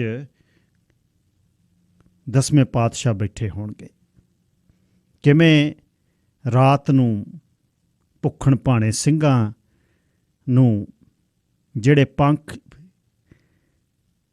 ਜਿਨ੍ਹਾਂ ਦੇ ਸਿਰਹਾਣੇ ਘੋੜਿਆਂ ਦੀਆਂ ਕਾਠੀਆਂ ਨੇ, ਘੋੜਿਆਂ ਦੀਆਂ ਜੀਨਾਂ ਨੇ ਜਿਨ੍ਹਾਂ 'ਤੇ ਸੁੱਤੇ ਪਏ ਨੇ, ਜਿਨ੍ਹਾਂ ਦੇ ਵਾਲ ਖੁੱਲ੍ਹੇ ਨੇ, ਸਾਹਿਬ ਅੱਲਾ ਯਾਰ ਖਾਂ ਜੋਗੀ ਕਹਿੰਦਾ ਸਾਹਿਬ ਉਹਨਾਂ ਦੇ ਚਿਹਰੇ ਤੋਂ ਉਹਨਾਂ ਦੇ ਵਾਲ ਪਿੱਛੇ ਨੂੰ ਕਰਕੇ ਉਹਨਾਂ ਨੂੰ ਇਨਾਮ ਦੇ ਰਹੇ ਨੇ। 10 ਲੱਖ ਹੀ ਨੇ, ਮੇਰੇ 20 ਲੱਖੀ ਨੇ, ਇਹ 1.25 ਲੱਖੀ ਨੇ। ਉਹਨਾਂ ਨੂੰ ਉਹਨਾਂ ਦੇ ਉੱਪਰ ਜੀਨਾਂ ਜਿਹੜੀਆਂ ਘੋੜਿਆਂ ਦੀਆਂ ਕੱਪੜੇ ਨੇ ਜਿਹੜੇ ਕਾਠੀਆਂ ਦੇ ਥੱਲੇ, ਉਹਨਾਂ ਨਾਲ ਢੱਕ ਰਹੇ ਨੇ, ਅਤੇ ਪਤਾ ਸਵੇਰੇ ਸ਼ਹੀਦੀ ਹੋਣੀ ਹੈ। ਮਹਿਸੂਸ ਕਰਨ ਦੀ ਲੋੜ ਹੈ। ਜਦ ਜਾਂਦੇ ਹੋ ਨਾ, ਸ਼੍ਰੀ ਚਮਕੌਰ ਸਾਹਿਬ ਸਭ ਤੋਂ ਵੱਡਾ ਹੀ ਜਗ੍ਹਾ ਹੈ ਉਹ ਆਪਣੀ ਕੌਮ ਦੀ, ਉੱਥੇ ਨਤਮਸਤਕ ਹੋਇਆ ਕਰੋ। ਆਲੇ ਦੁਆਲੇ ਜੇ ਕੋਈ ਰਿਸ਼ਤੇਦਾਰੀ ਭੈਣ ਭਾਈ ਹੋਵੇ, ਉੱਥੇ ਰਾਤ ਰਹਿ ਕੇ ਸਵੇਰੇ ਦਰਸ਼ਨਾਂ ਨੂੰ ਜਾਇਆ ਕਰੋ। ਕਿਸਮਤ ਨਾਲ ਵਧੀਆ ਬੰਦੇ ਜ਼ਿੰਦਗੀ 'ਚ ਮਿਲਦੇ ਨੇ ਜਿਹੜੇ ਤੁਹਾਨੂੰ ਸਾਂਭ ਕੇ ਰੱਖਣ, ਵੱਡਿਆਂ ਭਾਈਆਂ ਵਰਗੇ, ਅਤੇ ਉਹ ਫਿਰ ਸਾਂਭ ਦਿੰਦੇ ਨੇ ਤੁਹਾਨੂੰ, ਡੋਲਣ ਨਹੀਂ ਦਿੰਦੇ। ਮੈਂ ਬਹੁਤ ਕਈ ਵਾਰ ਆਪਣੇ ਆਪ ਨੂੰ ਰਸ਼ਕ ਹੁੰਦਾ ਵੀ ਯਾਰ ਕੋਈ ਕਿਤੇ ਜੰਮ ਪਲ ਕੇ ਕਿਸੇ ਨੂੰ ਇੰਨਾ ਪਿਆਰ ਵੀ ਦੇ ਸਕਦਾ, ਇਹ ਬੜਾ ਔਖਾ ਕੰਮ ਹੈ। ਪਰ ਪਿਆਰ ਪਾਉਣ ਤੋਂ ਪਹਿਲਾਂ ਪੱਲਾ ਬਹੁਤ ਵੱਡਾ ਅੱਡਣਾ ਪੈਂਦਾ ਹੈ ਝੋਲੀ 'ਚ, ਜਿੱਥੇ ਪਿਆਰ ਤੁਸੀਂ ਸਾਂਭ ਸਕੋ। ਇੱਕ ਮਾਂ ਦੇ ਕੁੱਖੋਂ ਜੰਮਿਆਂ ਦੇ ਪਿਆਰ ਨਹੀਂ ਹੁੰਦੇ। ਜ਼ਿੰਦਗੀ ਦੇ ਵਿੱਚ ਤੁਹਾਨੂੰ ਬਹੁਤ ਕੁਝ ਖੱਟਣਾ ਪੈਂਦਾ ਹੈ। ਤੁਹਾਡੇ ਦੋਸਤਾਂ ਦਾ, ਜਿਨ੍ਹਾਂ ਨੂੰ ਭਾਈਆਂ ਦੇ ਵਿੱਚ ਤੁਸੀਂ ਤਬਦੀਲ ਕਰਦੇ ਹੋ, ਉਹਨਾਂ ਦਾ ਘੇਰਾ ਤੁਹਾਡੇ ਆਲੇ ਦੁਆਲੇ ਐਡਾ ਕਵਚ ਕੈੜਾ ਚਾਹੀਦਾ ਵੀ ਵਿੱਚ ਦੀ ਕੋਈ ਲੰਘ ਨਾ ਸਕੇ। ਹੋਣ ਉਹ ਜਿਹੜੇ ਖੜਨ ਵਾਲੇ ਹੋਣ, ਮੌਕੇ 'ਤੇ ਭੱਜਣ ਵਾਲੇ ਨਾ ਹੋਣ, ਜੱਫੀਆਂ ਪਾਉਣ ਵਾਲੇ, ਹੱਥ ਮਿਲਾਉਣ ਵਾਲੇ, ਪਿੱਠ 'ਤੇ ਵਾਰ ਕਰਨ ਵਾਲੇ ਬੜੇ ਤੁਰੇ ਫਿਰਦੇ, ਉਹ ਹੋਣ ਜਦ ਕੋਈ ਬੋਲਣ ਲੱਗੇਗਾ ਵੀ ਖੜ ਜਾ, ਫਿਰ ਮੈਨੂੰ ਸੱਦ ਲੈਣ ਦੇ, ਉਹਦੇ ਮੂੰਹ 'ਤੇ ਬੋਲੀ, ਫਿਰ ਸਵਾਦ ਆਉਂਦਾ। ਚਮਕੌਰ ਸਾਹਿਬ ਦੀ ਧਰਤੀ ਬਹੁਤ ਵਾਰ ਯਾਦ ਆਉਂਦੀ ਹੈ। ਜੇ ਤੁਸੀਂ ਜਾਓ ਕਦੇ, ਮਹਿਸੂਸ ਕਰਿਓ। ਹਲੇ ਵੀ ਬਾਜ ਡਾਰੀ ਭਰਦੇ ਆ ਉੱਥੇ, ਹਲੇ ਵੀ ਅਕਾਲ ਦੇ ਉਸਤਤ ਜਿਹੜੀ ਗਾਈ ਜਾਂਦੀ ਹੈ।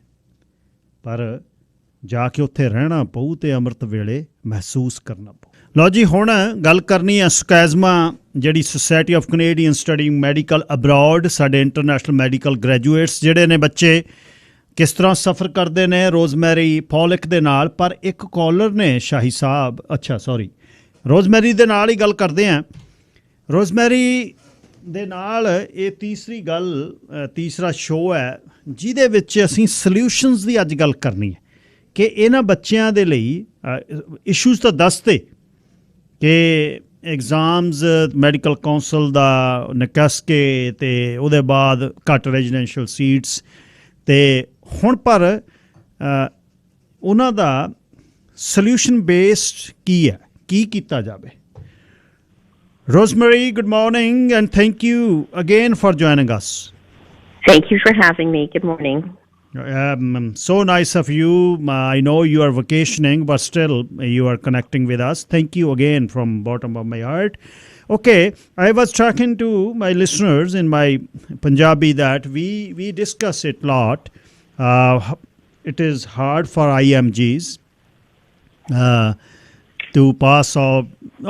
They can pass out those exams after cleared that exams, still they have to be in waiting list, and there's no fact sheets where they know why they can't get in residency there, and there's no results there. There are 3,000 total residency seats all over Canada. In past year, there are about 300 plus residencies, and they can go to 4 disciplines only. 2 days ago, I was talking to a girl from my community. Last name is Gill. She already cleared those exams, and she's doing 40 hours per week volunteer from here to Hope, and still she's waiting to get in residency. And I gave your number to her, and she might have contacted you. So you're working from long time, and you are trying to put pressure on federal government and provincial government. If we have to start on solution now, what will be at number, what will be on your priority list? First we can do, what is number one? Well, there needs to be there needs to be a pathway for international medical graduates to be licensed. And so number one is to change the licensing requirements, add more residency positions and more practice-ready assessments so international medical graduates can be licensed. They are qualified, they meet the standards, but there are barriers that were put in place to keep the number of doctors down. So that system is no longer working and needs to be brought down. Okay.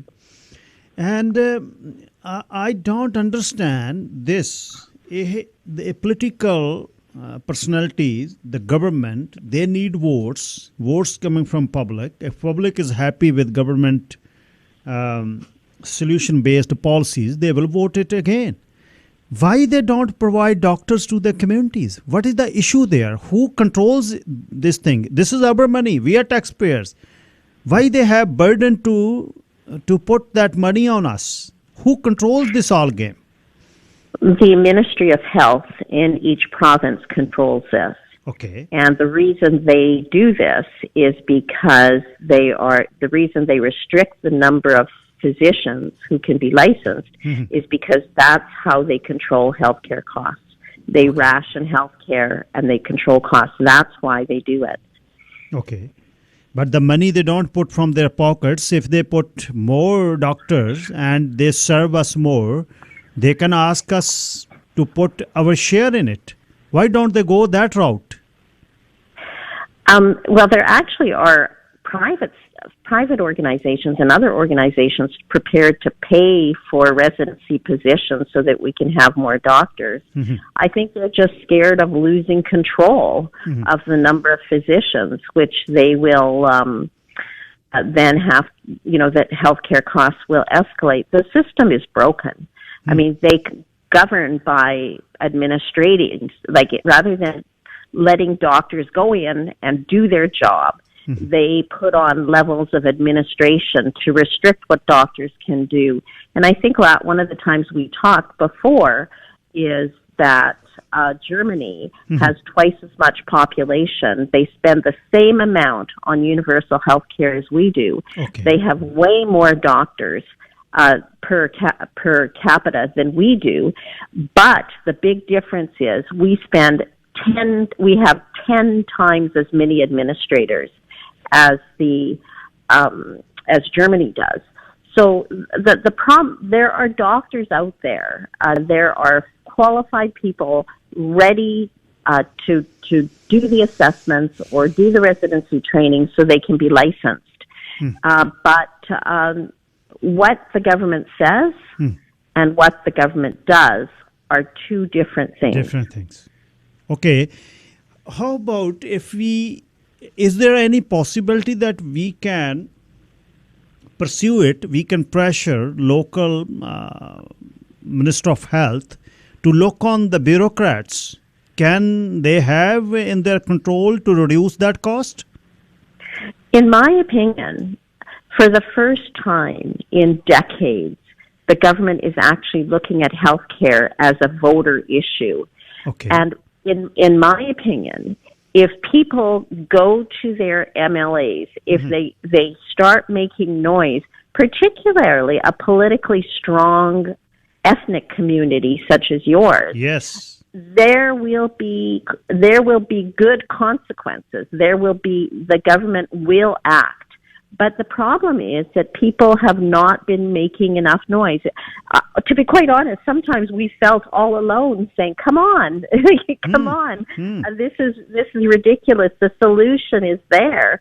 But we need the public to care. We need the public to let the politicians know that this today is a voter issue, which in the past, people have complained about health care or talked about health care, but when the polls were done, the government concluded that it wasn't going to make a difference in who was elected or if they were elected. So they let it slide. Yeah, I was so honored when we met first time a year ago. Then you specifically asked from my community if they're very proactive in politics. Why don't make their wish list and put these doctors and healthcare on the top? And we are surviving too. Our kids are, from our community, from our near and dears, our boy and girls, they went to Europe, they went to Australia, they went to Middle East to get those degrees, and now they don't have anything after spending $300,000, and they are in late 20s, and they are late to get their life settled, to get their license, to start working, to get married and everything. We were so stuck in middle, the parents. And number two on this list, how we can add more these seats for medical in our universities. What we can do in there, so they don't go outside. All that has to happen. So, are you talking about how a bunch of the residency seats are sold to Saudi Arabia and other oil-rich countries? Is that what you're talking about? No, not the residency. Why don't they get their education here? They get their. We have to add on more seats in our medical schools. The government in 2020 has said that they would add more medical school seats. However, that promise was made in 2020, and nothing has been done. But realistically, even if the schools, the problem with that as a solution, more medical school seats as a solution, is that it will be 10 years or more before we see our first fully licensed doctor from that route, which right now we've got a crisis, and the solution is there are many Canadians who studied medicine abroad and many immigrant physicians who are highly qualified. Those are the people that need to be put in place so that they can start providing medical services now. As you know, even emergency rooms are being closed because they can't staff. There aren't enough doctors to do it. So the medical school we support that, but that is not a solution for at least 10 years. And the way the government is going, probably more like 15, because as I said, they haven't put a penny in the budget for a medical school. They haven't started discussions with SFU. Nothing has happened. In my opinion, the promise of a medical school by the NDP government was to make the people think that something's being done when it's not. The immediate solution has to be licensing medical graduates who have already got their degrees, and immigrants who have gone overseas, as you said. And also immigrant physicians who are highly qualified. And one of the things, your first comment about there are a lot of Canadians, children from your community who have gone overseas to study. Yes. Our organization, there are many, a high percentage of Canadians who studied abroad have roots from India, and they are caring, kind, brilliant people. And I also noticed in talking to them, and I believe you had one of these people on your show several months ago.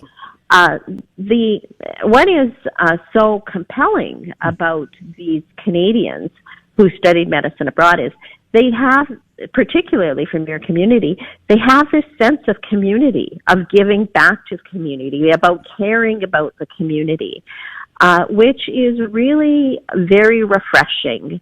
And that culture needs to have more place in the medical profession. Rosemary, why don't there is a route to get provisional licensing? We have community cleaning, nurses there, infrastructures there. Just need a doctor with the stethoscope there.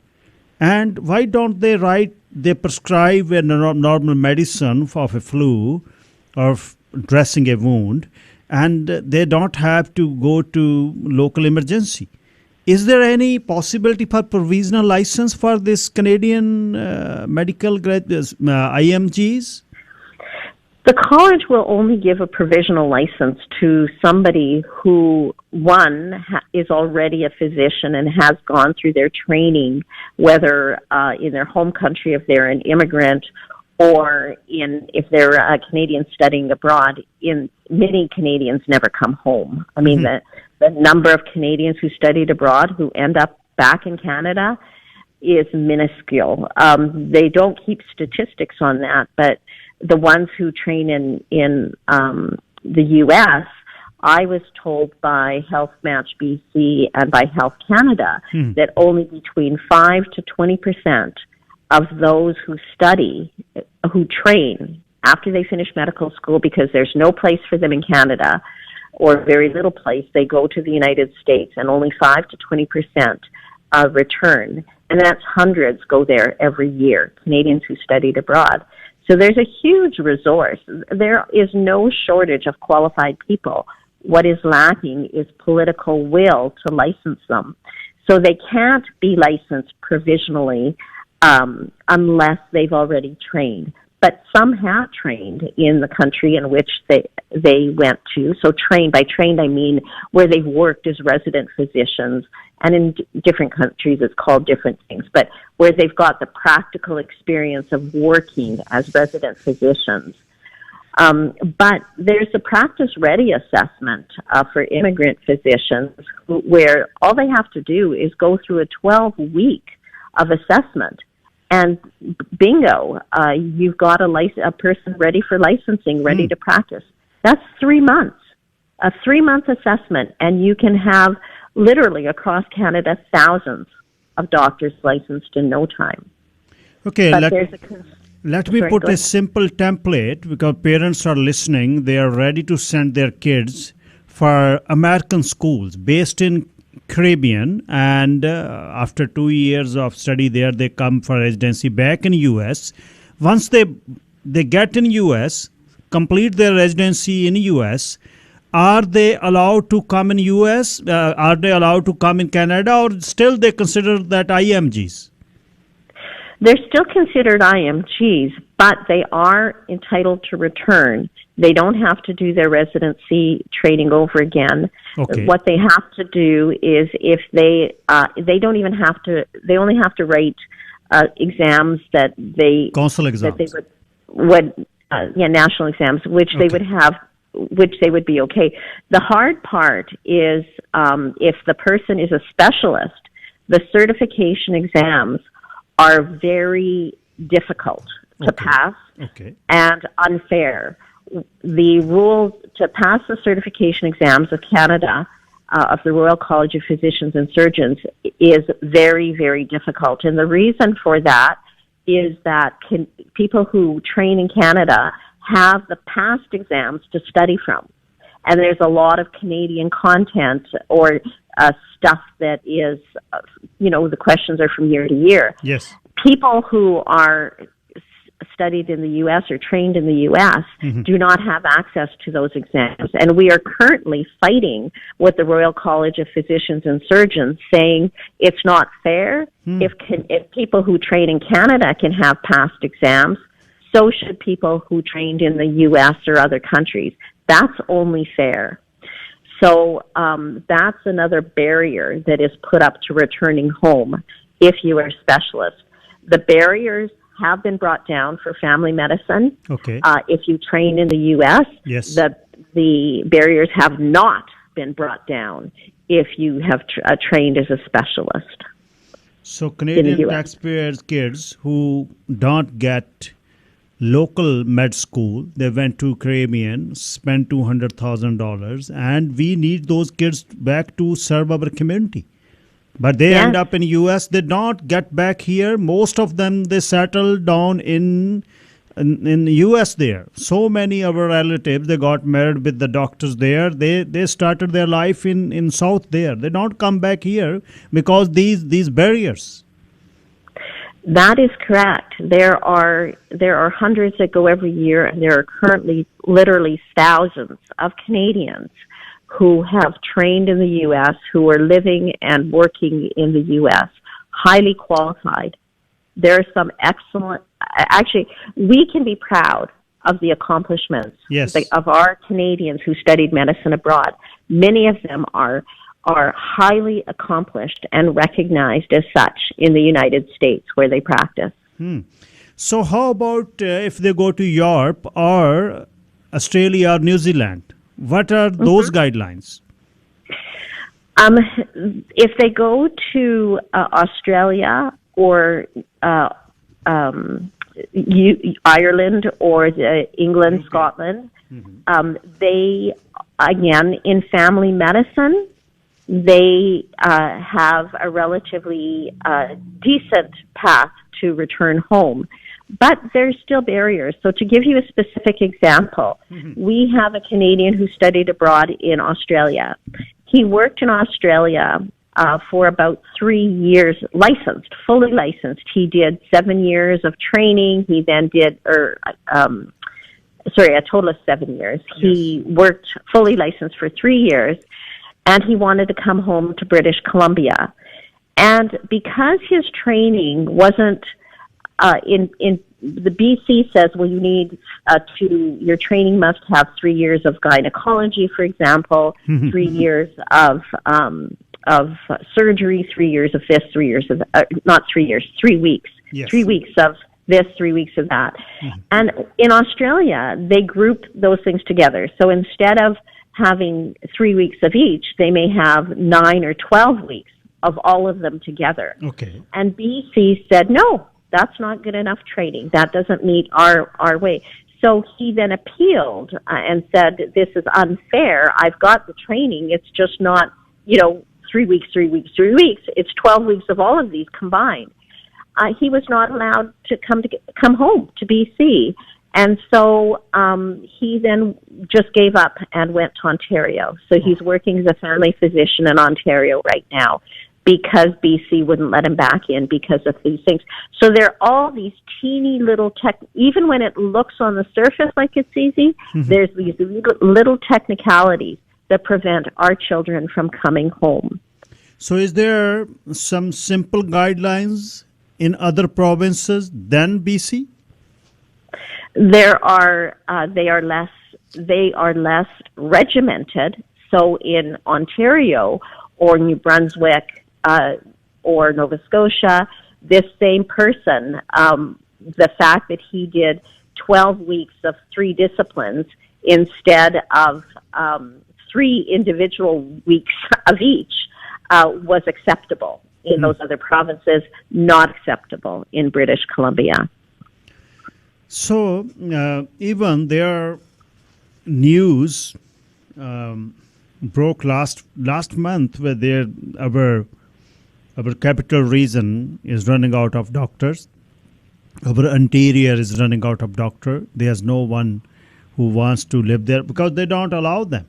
Is there any lineup here that our IMGs can come and they will, in British Columbia, they allow them but there are some time they have to spend in interior. Is there any that type of lifeline? No, you have to have a residency position, or there are only 30 for immigrant physicians, 30 practice ready assessments. It doesn't matter where you work, you have to jump through these hoops first. And if the only thing is that if you are from an approved jurisdiction, so from Australia, United States, New Zealand, England, Scotland, Ireland, you can get a provisional license and work under supervision. But if you're from any other country, you have to either do residency training or in family medicine do one of these practice-ready assessments of 12 weeks, which is an easy thing. It would not be that difficult it would take a little bit of setup, but to increase it from 30 to more would be great. It would also then free up for our kids who haven't done residency training yet, that would free up more positions for them to be trained in Canada and stay in Canada. I just wanted to add something. Mm-hmm. This is not these Canadians who studied abroad and immigrants. It's not about competency. They are not being held back because of competency. They have proven their credentials. They have proven themselves capable and meeting the Canadian standard, the same as a graduate of Canadian medical school.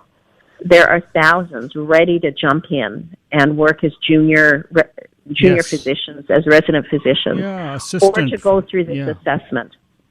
Yeah. So, Rosemary, do you have any numbers specifically for 2022 or 2021 in BC? How many residencies for Canadian medical graduates, and how many out of that IMGs can get? Specifically BC. In British Columbia in 2022, there were a total of 304 positions, and only 58 of the 304 IMGs, no matter how qualified they are, no matter if a person had gone to Oxford, the yes. best medical school in the world, they would be restricted to these 58 positions. So, pardon me. Yes. So the 304 positions were for, I said that wrong, 304 positions were for graduates of Canadian and American schools, 58 positions for Canadians who were from international schools. Okay. So even though the international schools are totally qualified to fill these 304 positions in addition to the 58, they're prohibited from doing that.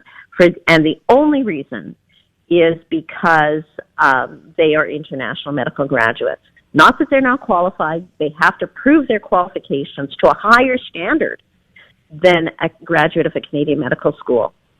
And yet they are prohibited from applying for these 304 positions that are ear-tagged for UBC and other Canadian school graduates and American school graduates. So, do SCASMA have proper numbers of IMGs? Every year they're coming back in BC. How many they get? And say if there are about 100, our kids are coming back with their medicine degrees, and they out of that 58 get here, remaining 42s. Will we waiting for next year then? This list will be accumulative.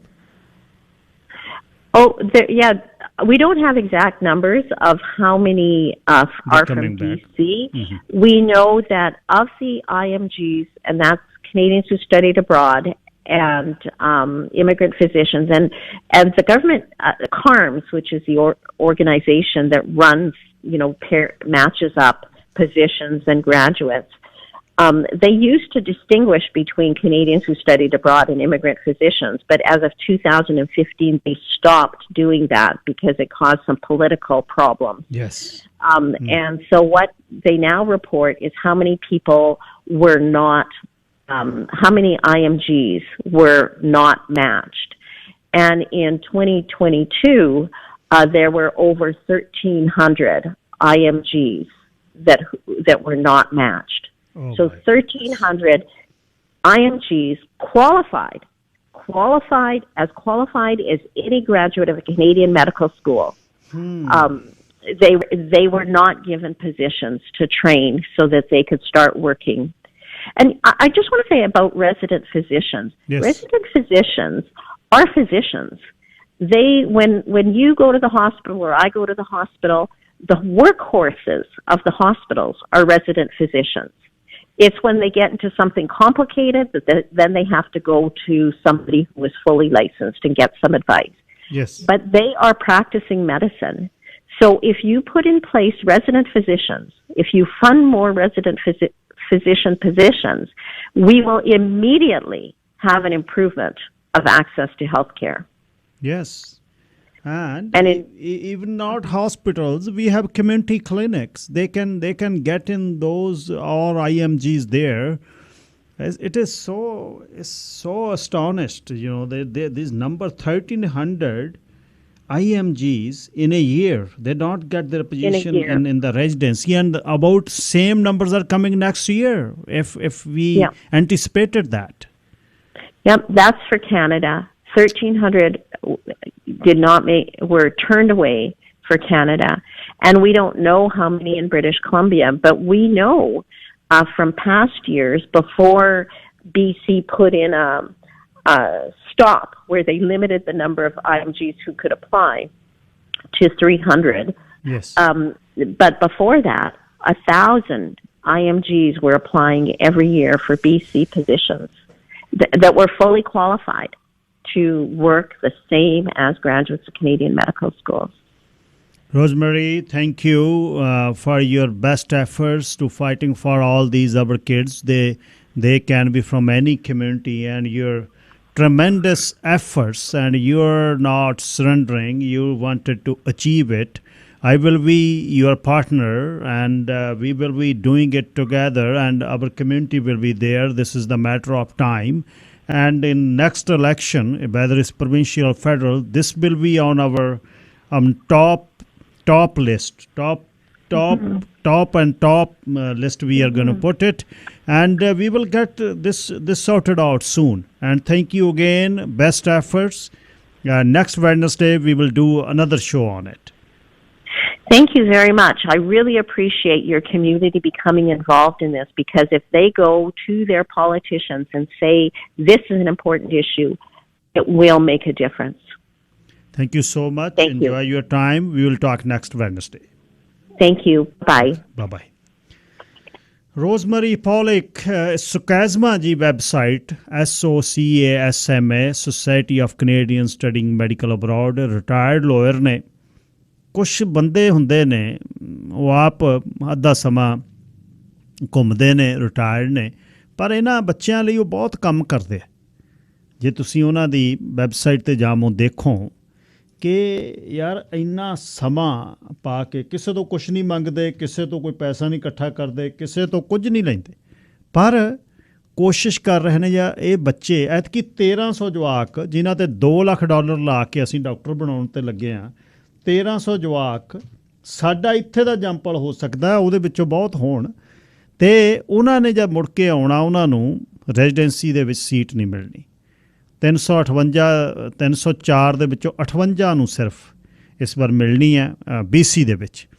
ਕੋਈ new ਬਰੰਸਬਰਿਕ ਜਾ ਰਿਹਾ, ਕੋਈ Atlantic ਕਿਤੇ ਜਾ ਰਿਹਾ, ਕਿਤੇ ਸੌਖਾ ਹੈ, ਪਰ ਇਹ ਕਿਵੇਂ ਅਸੀਂ ਠੀਕ ਕਰਾਂਗੇ? ਬਹੁਤ ਵੱਡੀ ਲਿਸਟ ਹੈ। ਅਤੇ ਉਹਨਾਂ ਦਾ ਰੋਜ਼ਮੈਰੀ ਦਾ ਕਹਿਣਾ ਇਹ ਹੈ ਕਿ ਇਹ ਸਿਰਫ ਅਤੇ ਸਿਰਫ ਫਿਸਕਲ ਮੈਨੇਜਮੈਂਟ ਕਰਦੇ ਆ, ਵੀ ਇੰਨਾ ਸਾਡਾ ਬਜਟ ਹੈ, ਇੰਨੀਆਂ ਪੋਜੀਸ਼ਨਸ ਨੇ, ਜਿਹਦੇ ਤੋਂ ਕਦੇ ਵੀ ਇਹ ਨਾ ਲੱਗੇ ਕਿ ਇਹ ਡਾਕਟਰਾਂ ਦੀ ਘਾਟ ਹੈ ਨਾ। ਉਹ ਬਸ ਆਪਣਾ ਇਹ ਰਾਸ਼ਨਿੰਗ ਕਰਦੇ ਨੇ। ਮੰਨ ਲਓ ਤੁਹਾਡੇ ਸੇ $1 ਬਿਲੀਅਨ ਹੈ ਇਸ ਇੰਡਸਟਰੀ ਲਈ, $1 ਬਿਲੀਅਨ ਹੈ ਇਸ ਸਰਵਿਸਿਜ਼ ਦੇ ਵਿੱਚ, ਉਹਨਾਂ ਡਾਕਟਰਾਂ ਦੀ ਮੈਡੀਸਨ ਦੇ ਲਈ ਇੰਨਾ ਬਸ। ਇਹ 'ਚ ਮੈਨੂੰ ਇਹ ਵੀ ਪਤਾ ਐਫਰਟਸ ਨੇ, ਕਨੈਕਸ਼ਨਸ ਨੇ, ਬਹੁਤ ਛੇਤੀ ਹੋ ਰਹੇ ਨੇ ਜਿਨ੍ਹਾਂ ਦੇ ਕਨੈਕਸ਼ਨਸ ਨੇ। ਹਲੇ ਰੋਜ਼ਮੈਰੀ ਨੂੰ ਨਹੀਂ ਪਤਾ ਇਹ, ਬੱਚੇ ਪੜ੍ਹੇ ਹੋਏ ਯੂਰਪ ਦੇ ਵਿੱਚ ਆਏ ਅਤੇ ਥੋੜ੍ਹੀ ਜਿਹੀ ਟ੍ਰੇਨਿੰਗ ਅਮਰੀਕਾ 'ਚ ਕੀਤੀ ਅਤੇ ਸਿੱਧੇ ਫਿਜ਼ੀਸ਼ੀਅਨ BC 'ਚ ਬਥੇਰੇ ਕੇਸ ਨੇ ਜਿਨ੍ਹਾਂ ਦੇ ਕਿਤੇ ਪੈਂਦੀ ਆ ਸੱਥਰੀ ਉਹ ਪਾ ਲੈਂਦੇ, ਕਿਉਂਕਿ ਬੇਸਿਕਲੀ ਕੌਣ ਦਿੰਦੀ ਹੈ ਰੈਜ਼ੀਡੈਂਸੀ ਦੀਆਂ ਪੋਜੀਸ਼ਨਸ? ਯੂਨੀਵਰਸਿਟੀਆਂ ਦੇ ਕਿਹਨਾਂ ਦਾ ਇਨਫਲੂਐਂਸ ਹੈ? ਉਹ ਲੋਕਾਂ ਦਾ, ਡੋਨਰਸ ਦਾ। ਅਤੇ ਲਿਸਟ ਕੋਈ ਹੈ ਨਹੀਂ 1300 ਦੇ ਵਿੱਚ। ਸੁਰਮੁਖ ਸਿੰਘ ਕਿੱਥੇ ਆ, ਹਰਬਖਸ਼ ਸਿੰਘ ਕਿੱਥੇ ਆ, ਜੇਨ ਕਿੱਥੇ ਆ, ਅਤੇ ਫਲਾਣਾ ਸਿੰਘ ਕਿੱਥੇ ਆ? ਉਹਦਾ ਬੰਦੇ ਚੱਕ ਲਏ, ਉਹਨਾਂ ਨੂੰ ਇਹ ਨਹੀਂ ਦੱਸਣਾ 1300 'ਚੋਂ ਕਿਹੜੇ ਲੈ ਗਏ ਅਤੇ ਉਹ ਕਿਉਂ ਲੈ ਲਏ। ਨਾ ਕੋਈ ਸਕੋਰ ਹੈ ਵੀ ਜਿਹੜਾ ਉਹਦਾ ਨੈਸ਼ਨਲ ਕੌਂਸਲ ਦਾ ਐਗਜ਼ਾਮ ਆ ਉਹ 'ਚ ਕਿੰਨੇ ਪਾਸ ਹੋਏ, ਕਿਹਨਾਂ ਨੇ ਕਿੰਨੇ ਲਾਏ, ਉਹ ਵੀ ਨਹੀਂ ਜਨਤਕ ਹੋਣਾ। ਅਤੇ ਆਪਣਾ ਚੱਕ ਕੇ ਜਿਹਨਾਂ ਨੂੰ ਲੈ ਕੇ ਜਾਣਾ ਲੈ ਜਾਣਾ, ਜਿਹੜੇ ਰਹਿ ਗਏ ਰਹਿ ਗਏ। ਪਰ ਇਹ ਤੁਸੀਂ ਲਿਸਟ 'ਚ ਬਣਾਓ, ਜਿਹੜਾ ਨਾ ਹਰ ਰੋਜ਼ ਕਹਿੰਦੇ ਆ ਵੀ 7 ਘੰਟੇ ਬਾਅਦ ਮੇਰਾ ਨੰਬਰ ਆਇਆ ਸਰੀ ਦੀ ਐਮਰਜੈਂਸੀ 'ਚ, ਉਹਦਾ ਕਾਰਨ ਡਾਕਟਰ ਹੈ ਨਹੀਂ। ਹਸਪਤਾਲ ਤਾਂ ਹੈਗਾ, ਹਸਪਤਾਲ ਤਾਂ ਦੂਜਾ ਬਣ ਜੂ, ਡਾਕਟਰ ਨਹੀਂ ਹੈ। ਕਲੀਨਿਕ ਬਣੇ ਪਏ ਨੇ, ਕਮਿਊਨਿਟੀ ਕਲੀਨਿਕ 'ਚ ਡਾਕਟਰ ਹੈ ਨਹੀਂ। ਖੂੰਜਿਆਂ ਦੇ ਵਿੱਚ ਇੱਕ ਵਾਰਡ ਦੇ ਵਿੱਚ ਇੱਕ ਬਿਲਡਿੰਗ ਹੀ ਆ 2 ਬੈਡਰੂਮ ਦੀ। ਮੰਨ ਲਓ ਨਿਊਟਨ ਦੇ ਵਿੱਚ 3 ਖੋਲ੍ਹ ਦਿਓ 2-2 ਬੈਡਰੂਮ ਦੇ, 2 ਚਾਹੀਦੇ ਨੇ। ਜਿਹੜੇ ਕਿਸੇ ਨੂੰ ਫਲੂ, ਕਿਸੇ ਦੇ ਸੱਟ ਲੱਗੀ, ਜਵਾਕ ਦੇ ਸੱਟ ਲੱਗੀ, ਉਹਨਾਂ ਡਾਕਟਰ ਉਹ ਸਾਂਭ ਸਕਦਾ, ਉਹ ਕੀਤਾ ਜਾ ਸਕਦਾ। ਸਾਡਾ ਜਿਹੜੇ ਅਫਸਰਸ਼ਾਹੀ ਆ, ਅਫਸਰਸ਼ਾਹੀ ਇਸ ਸਿਸਟਮ ਦਾ ਸਭ ਤੋਂ ਵੱਧ ਖਰਚਾ ਲੈ ਰਹੀ ਹੈ। ਜਰਮਨੀ 'ਚ 15,000 ਬੰਦਿਆਂ ਪਿੱਛੇ ਇੱਕ ਅਫਸਰ ਹੈ ਜਿਹੜਾ ਮੈਨੇਜਮੈਂਟ ਕਰਦਾ ਹੈ, ਡਾਕਟਰ ਨਹੀਂ, ਨਰਸਿਸ ਨਹੀਂ, ਜਿਹੜੇ ਮੈਨੇਜਰ ਨੇ। ਅਤੇ BC ਦੇ ਵਿੱਚ 1500 ਬੰਦਿਆਂ ਪਿੱਛੇ ਇੱਕ ਹੈ। ਸਭ ਤੋਂ ਵੱਡਾ ਸਾਡਾ ਖਰਚਾ ਬਿਊਰੋਕਰੇਸੀ 'ਚ ਜਾ ਰਿਹਾ। ਉਹਨਾਂ ਨੂੰ ਕੰਟਰੋਲ, ਕਿਉਂਕਿ ਮਿਨਿਸਟਰੀ ਨੂੰ ਉਹ ਕੰਟਰੋਲ ਕਰਦੇ ਆ, ਮਿਨਿਸਟਰੀ ਨੂੰ ਰਾਹ ਨਹੀਂ ਦਿੰਦੇ। ਉਹ ਜਿਹੜੇ ਸੀਨੀਅਰ ਨੇ ਉਹ ਹੱਥ ਨਹੀਂ ਪੈਣ ਦਿੰਦੇ। ਸੋ ਇਹ ਬਹੁਤ ਵੱਡਾ ਇੱਕ ਇਸ਼ੂ ਹੈ, ਇਹ ਠੀਕ ਹੋਣਾ ਚਾਹੀਦਾ ਅਤੇ ਇਹਦੇ 'ਤੇ ਸਾਨੂੰ ਕੰਮ ਕਰਨਾ ਚਾਹੀਦਾ। ਪਰ ਕਰਾਂਗੇ ਤਾਂ ਹੀ ਜੇ ਰਲ ਕੇ ਕਰਾਂਗੇ, ਜੇ ਇਸ ਨੂੰ ਸਮਝਾਂਗੇ ਕਿ ਇਹ ਸਾਡਾ ਇਸ਼ੂ ਆ। ਪ੍ਰਭਜੋਤਪਾਲ ਸਿੰਘ ਜੀ, ਲਾਈਨ ਨੰਬਰ 1। ਵਾਹਿਗੁਰੂ ਜੀ ਕਾ ਖਾਲਸਾ, ਵਾਹਿਗੁਰੂ ਜੀ ਕਾ ਖਾਲਸਾ, ਵਾਹਿਗੁਰੂ ਜੀ ਫਤਿਹ ਜੀ।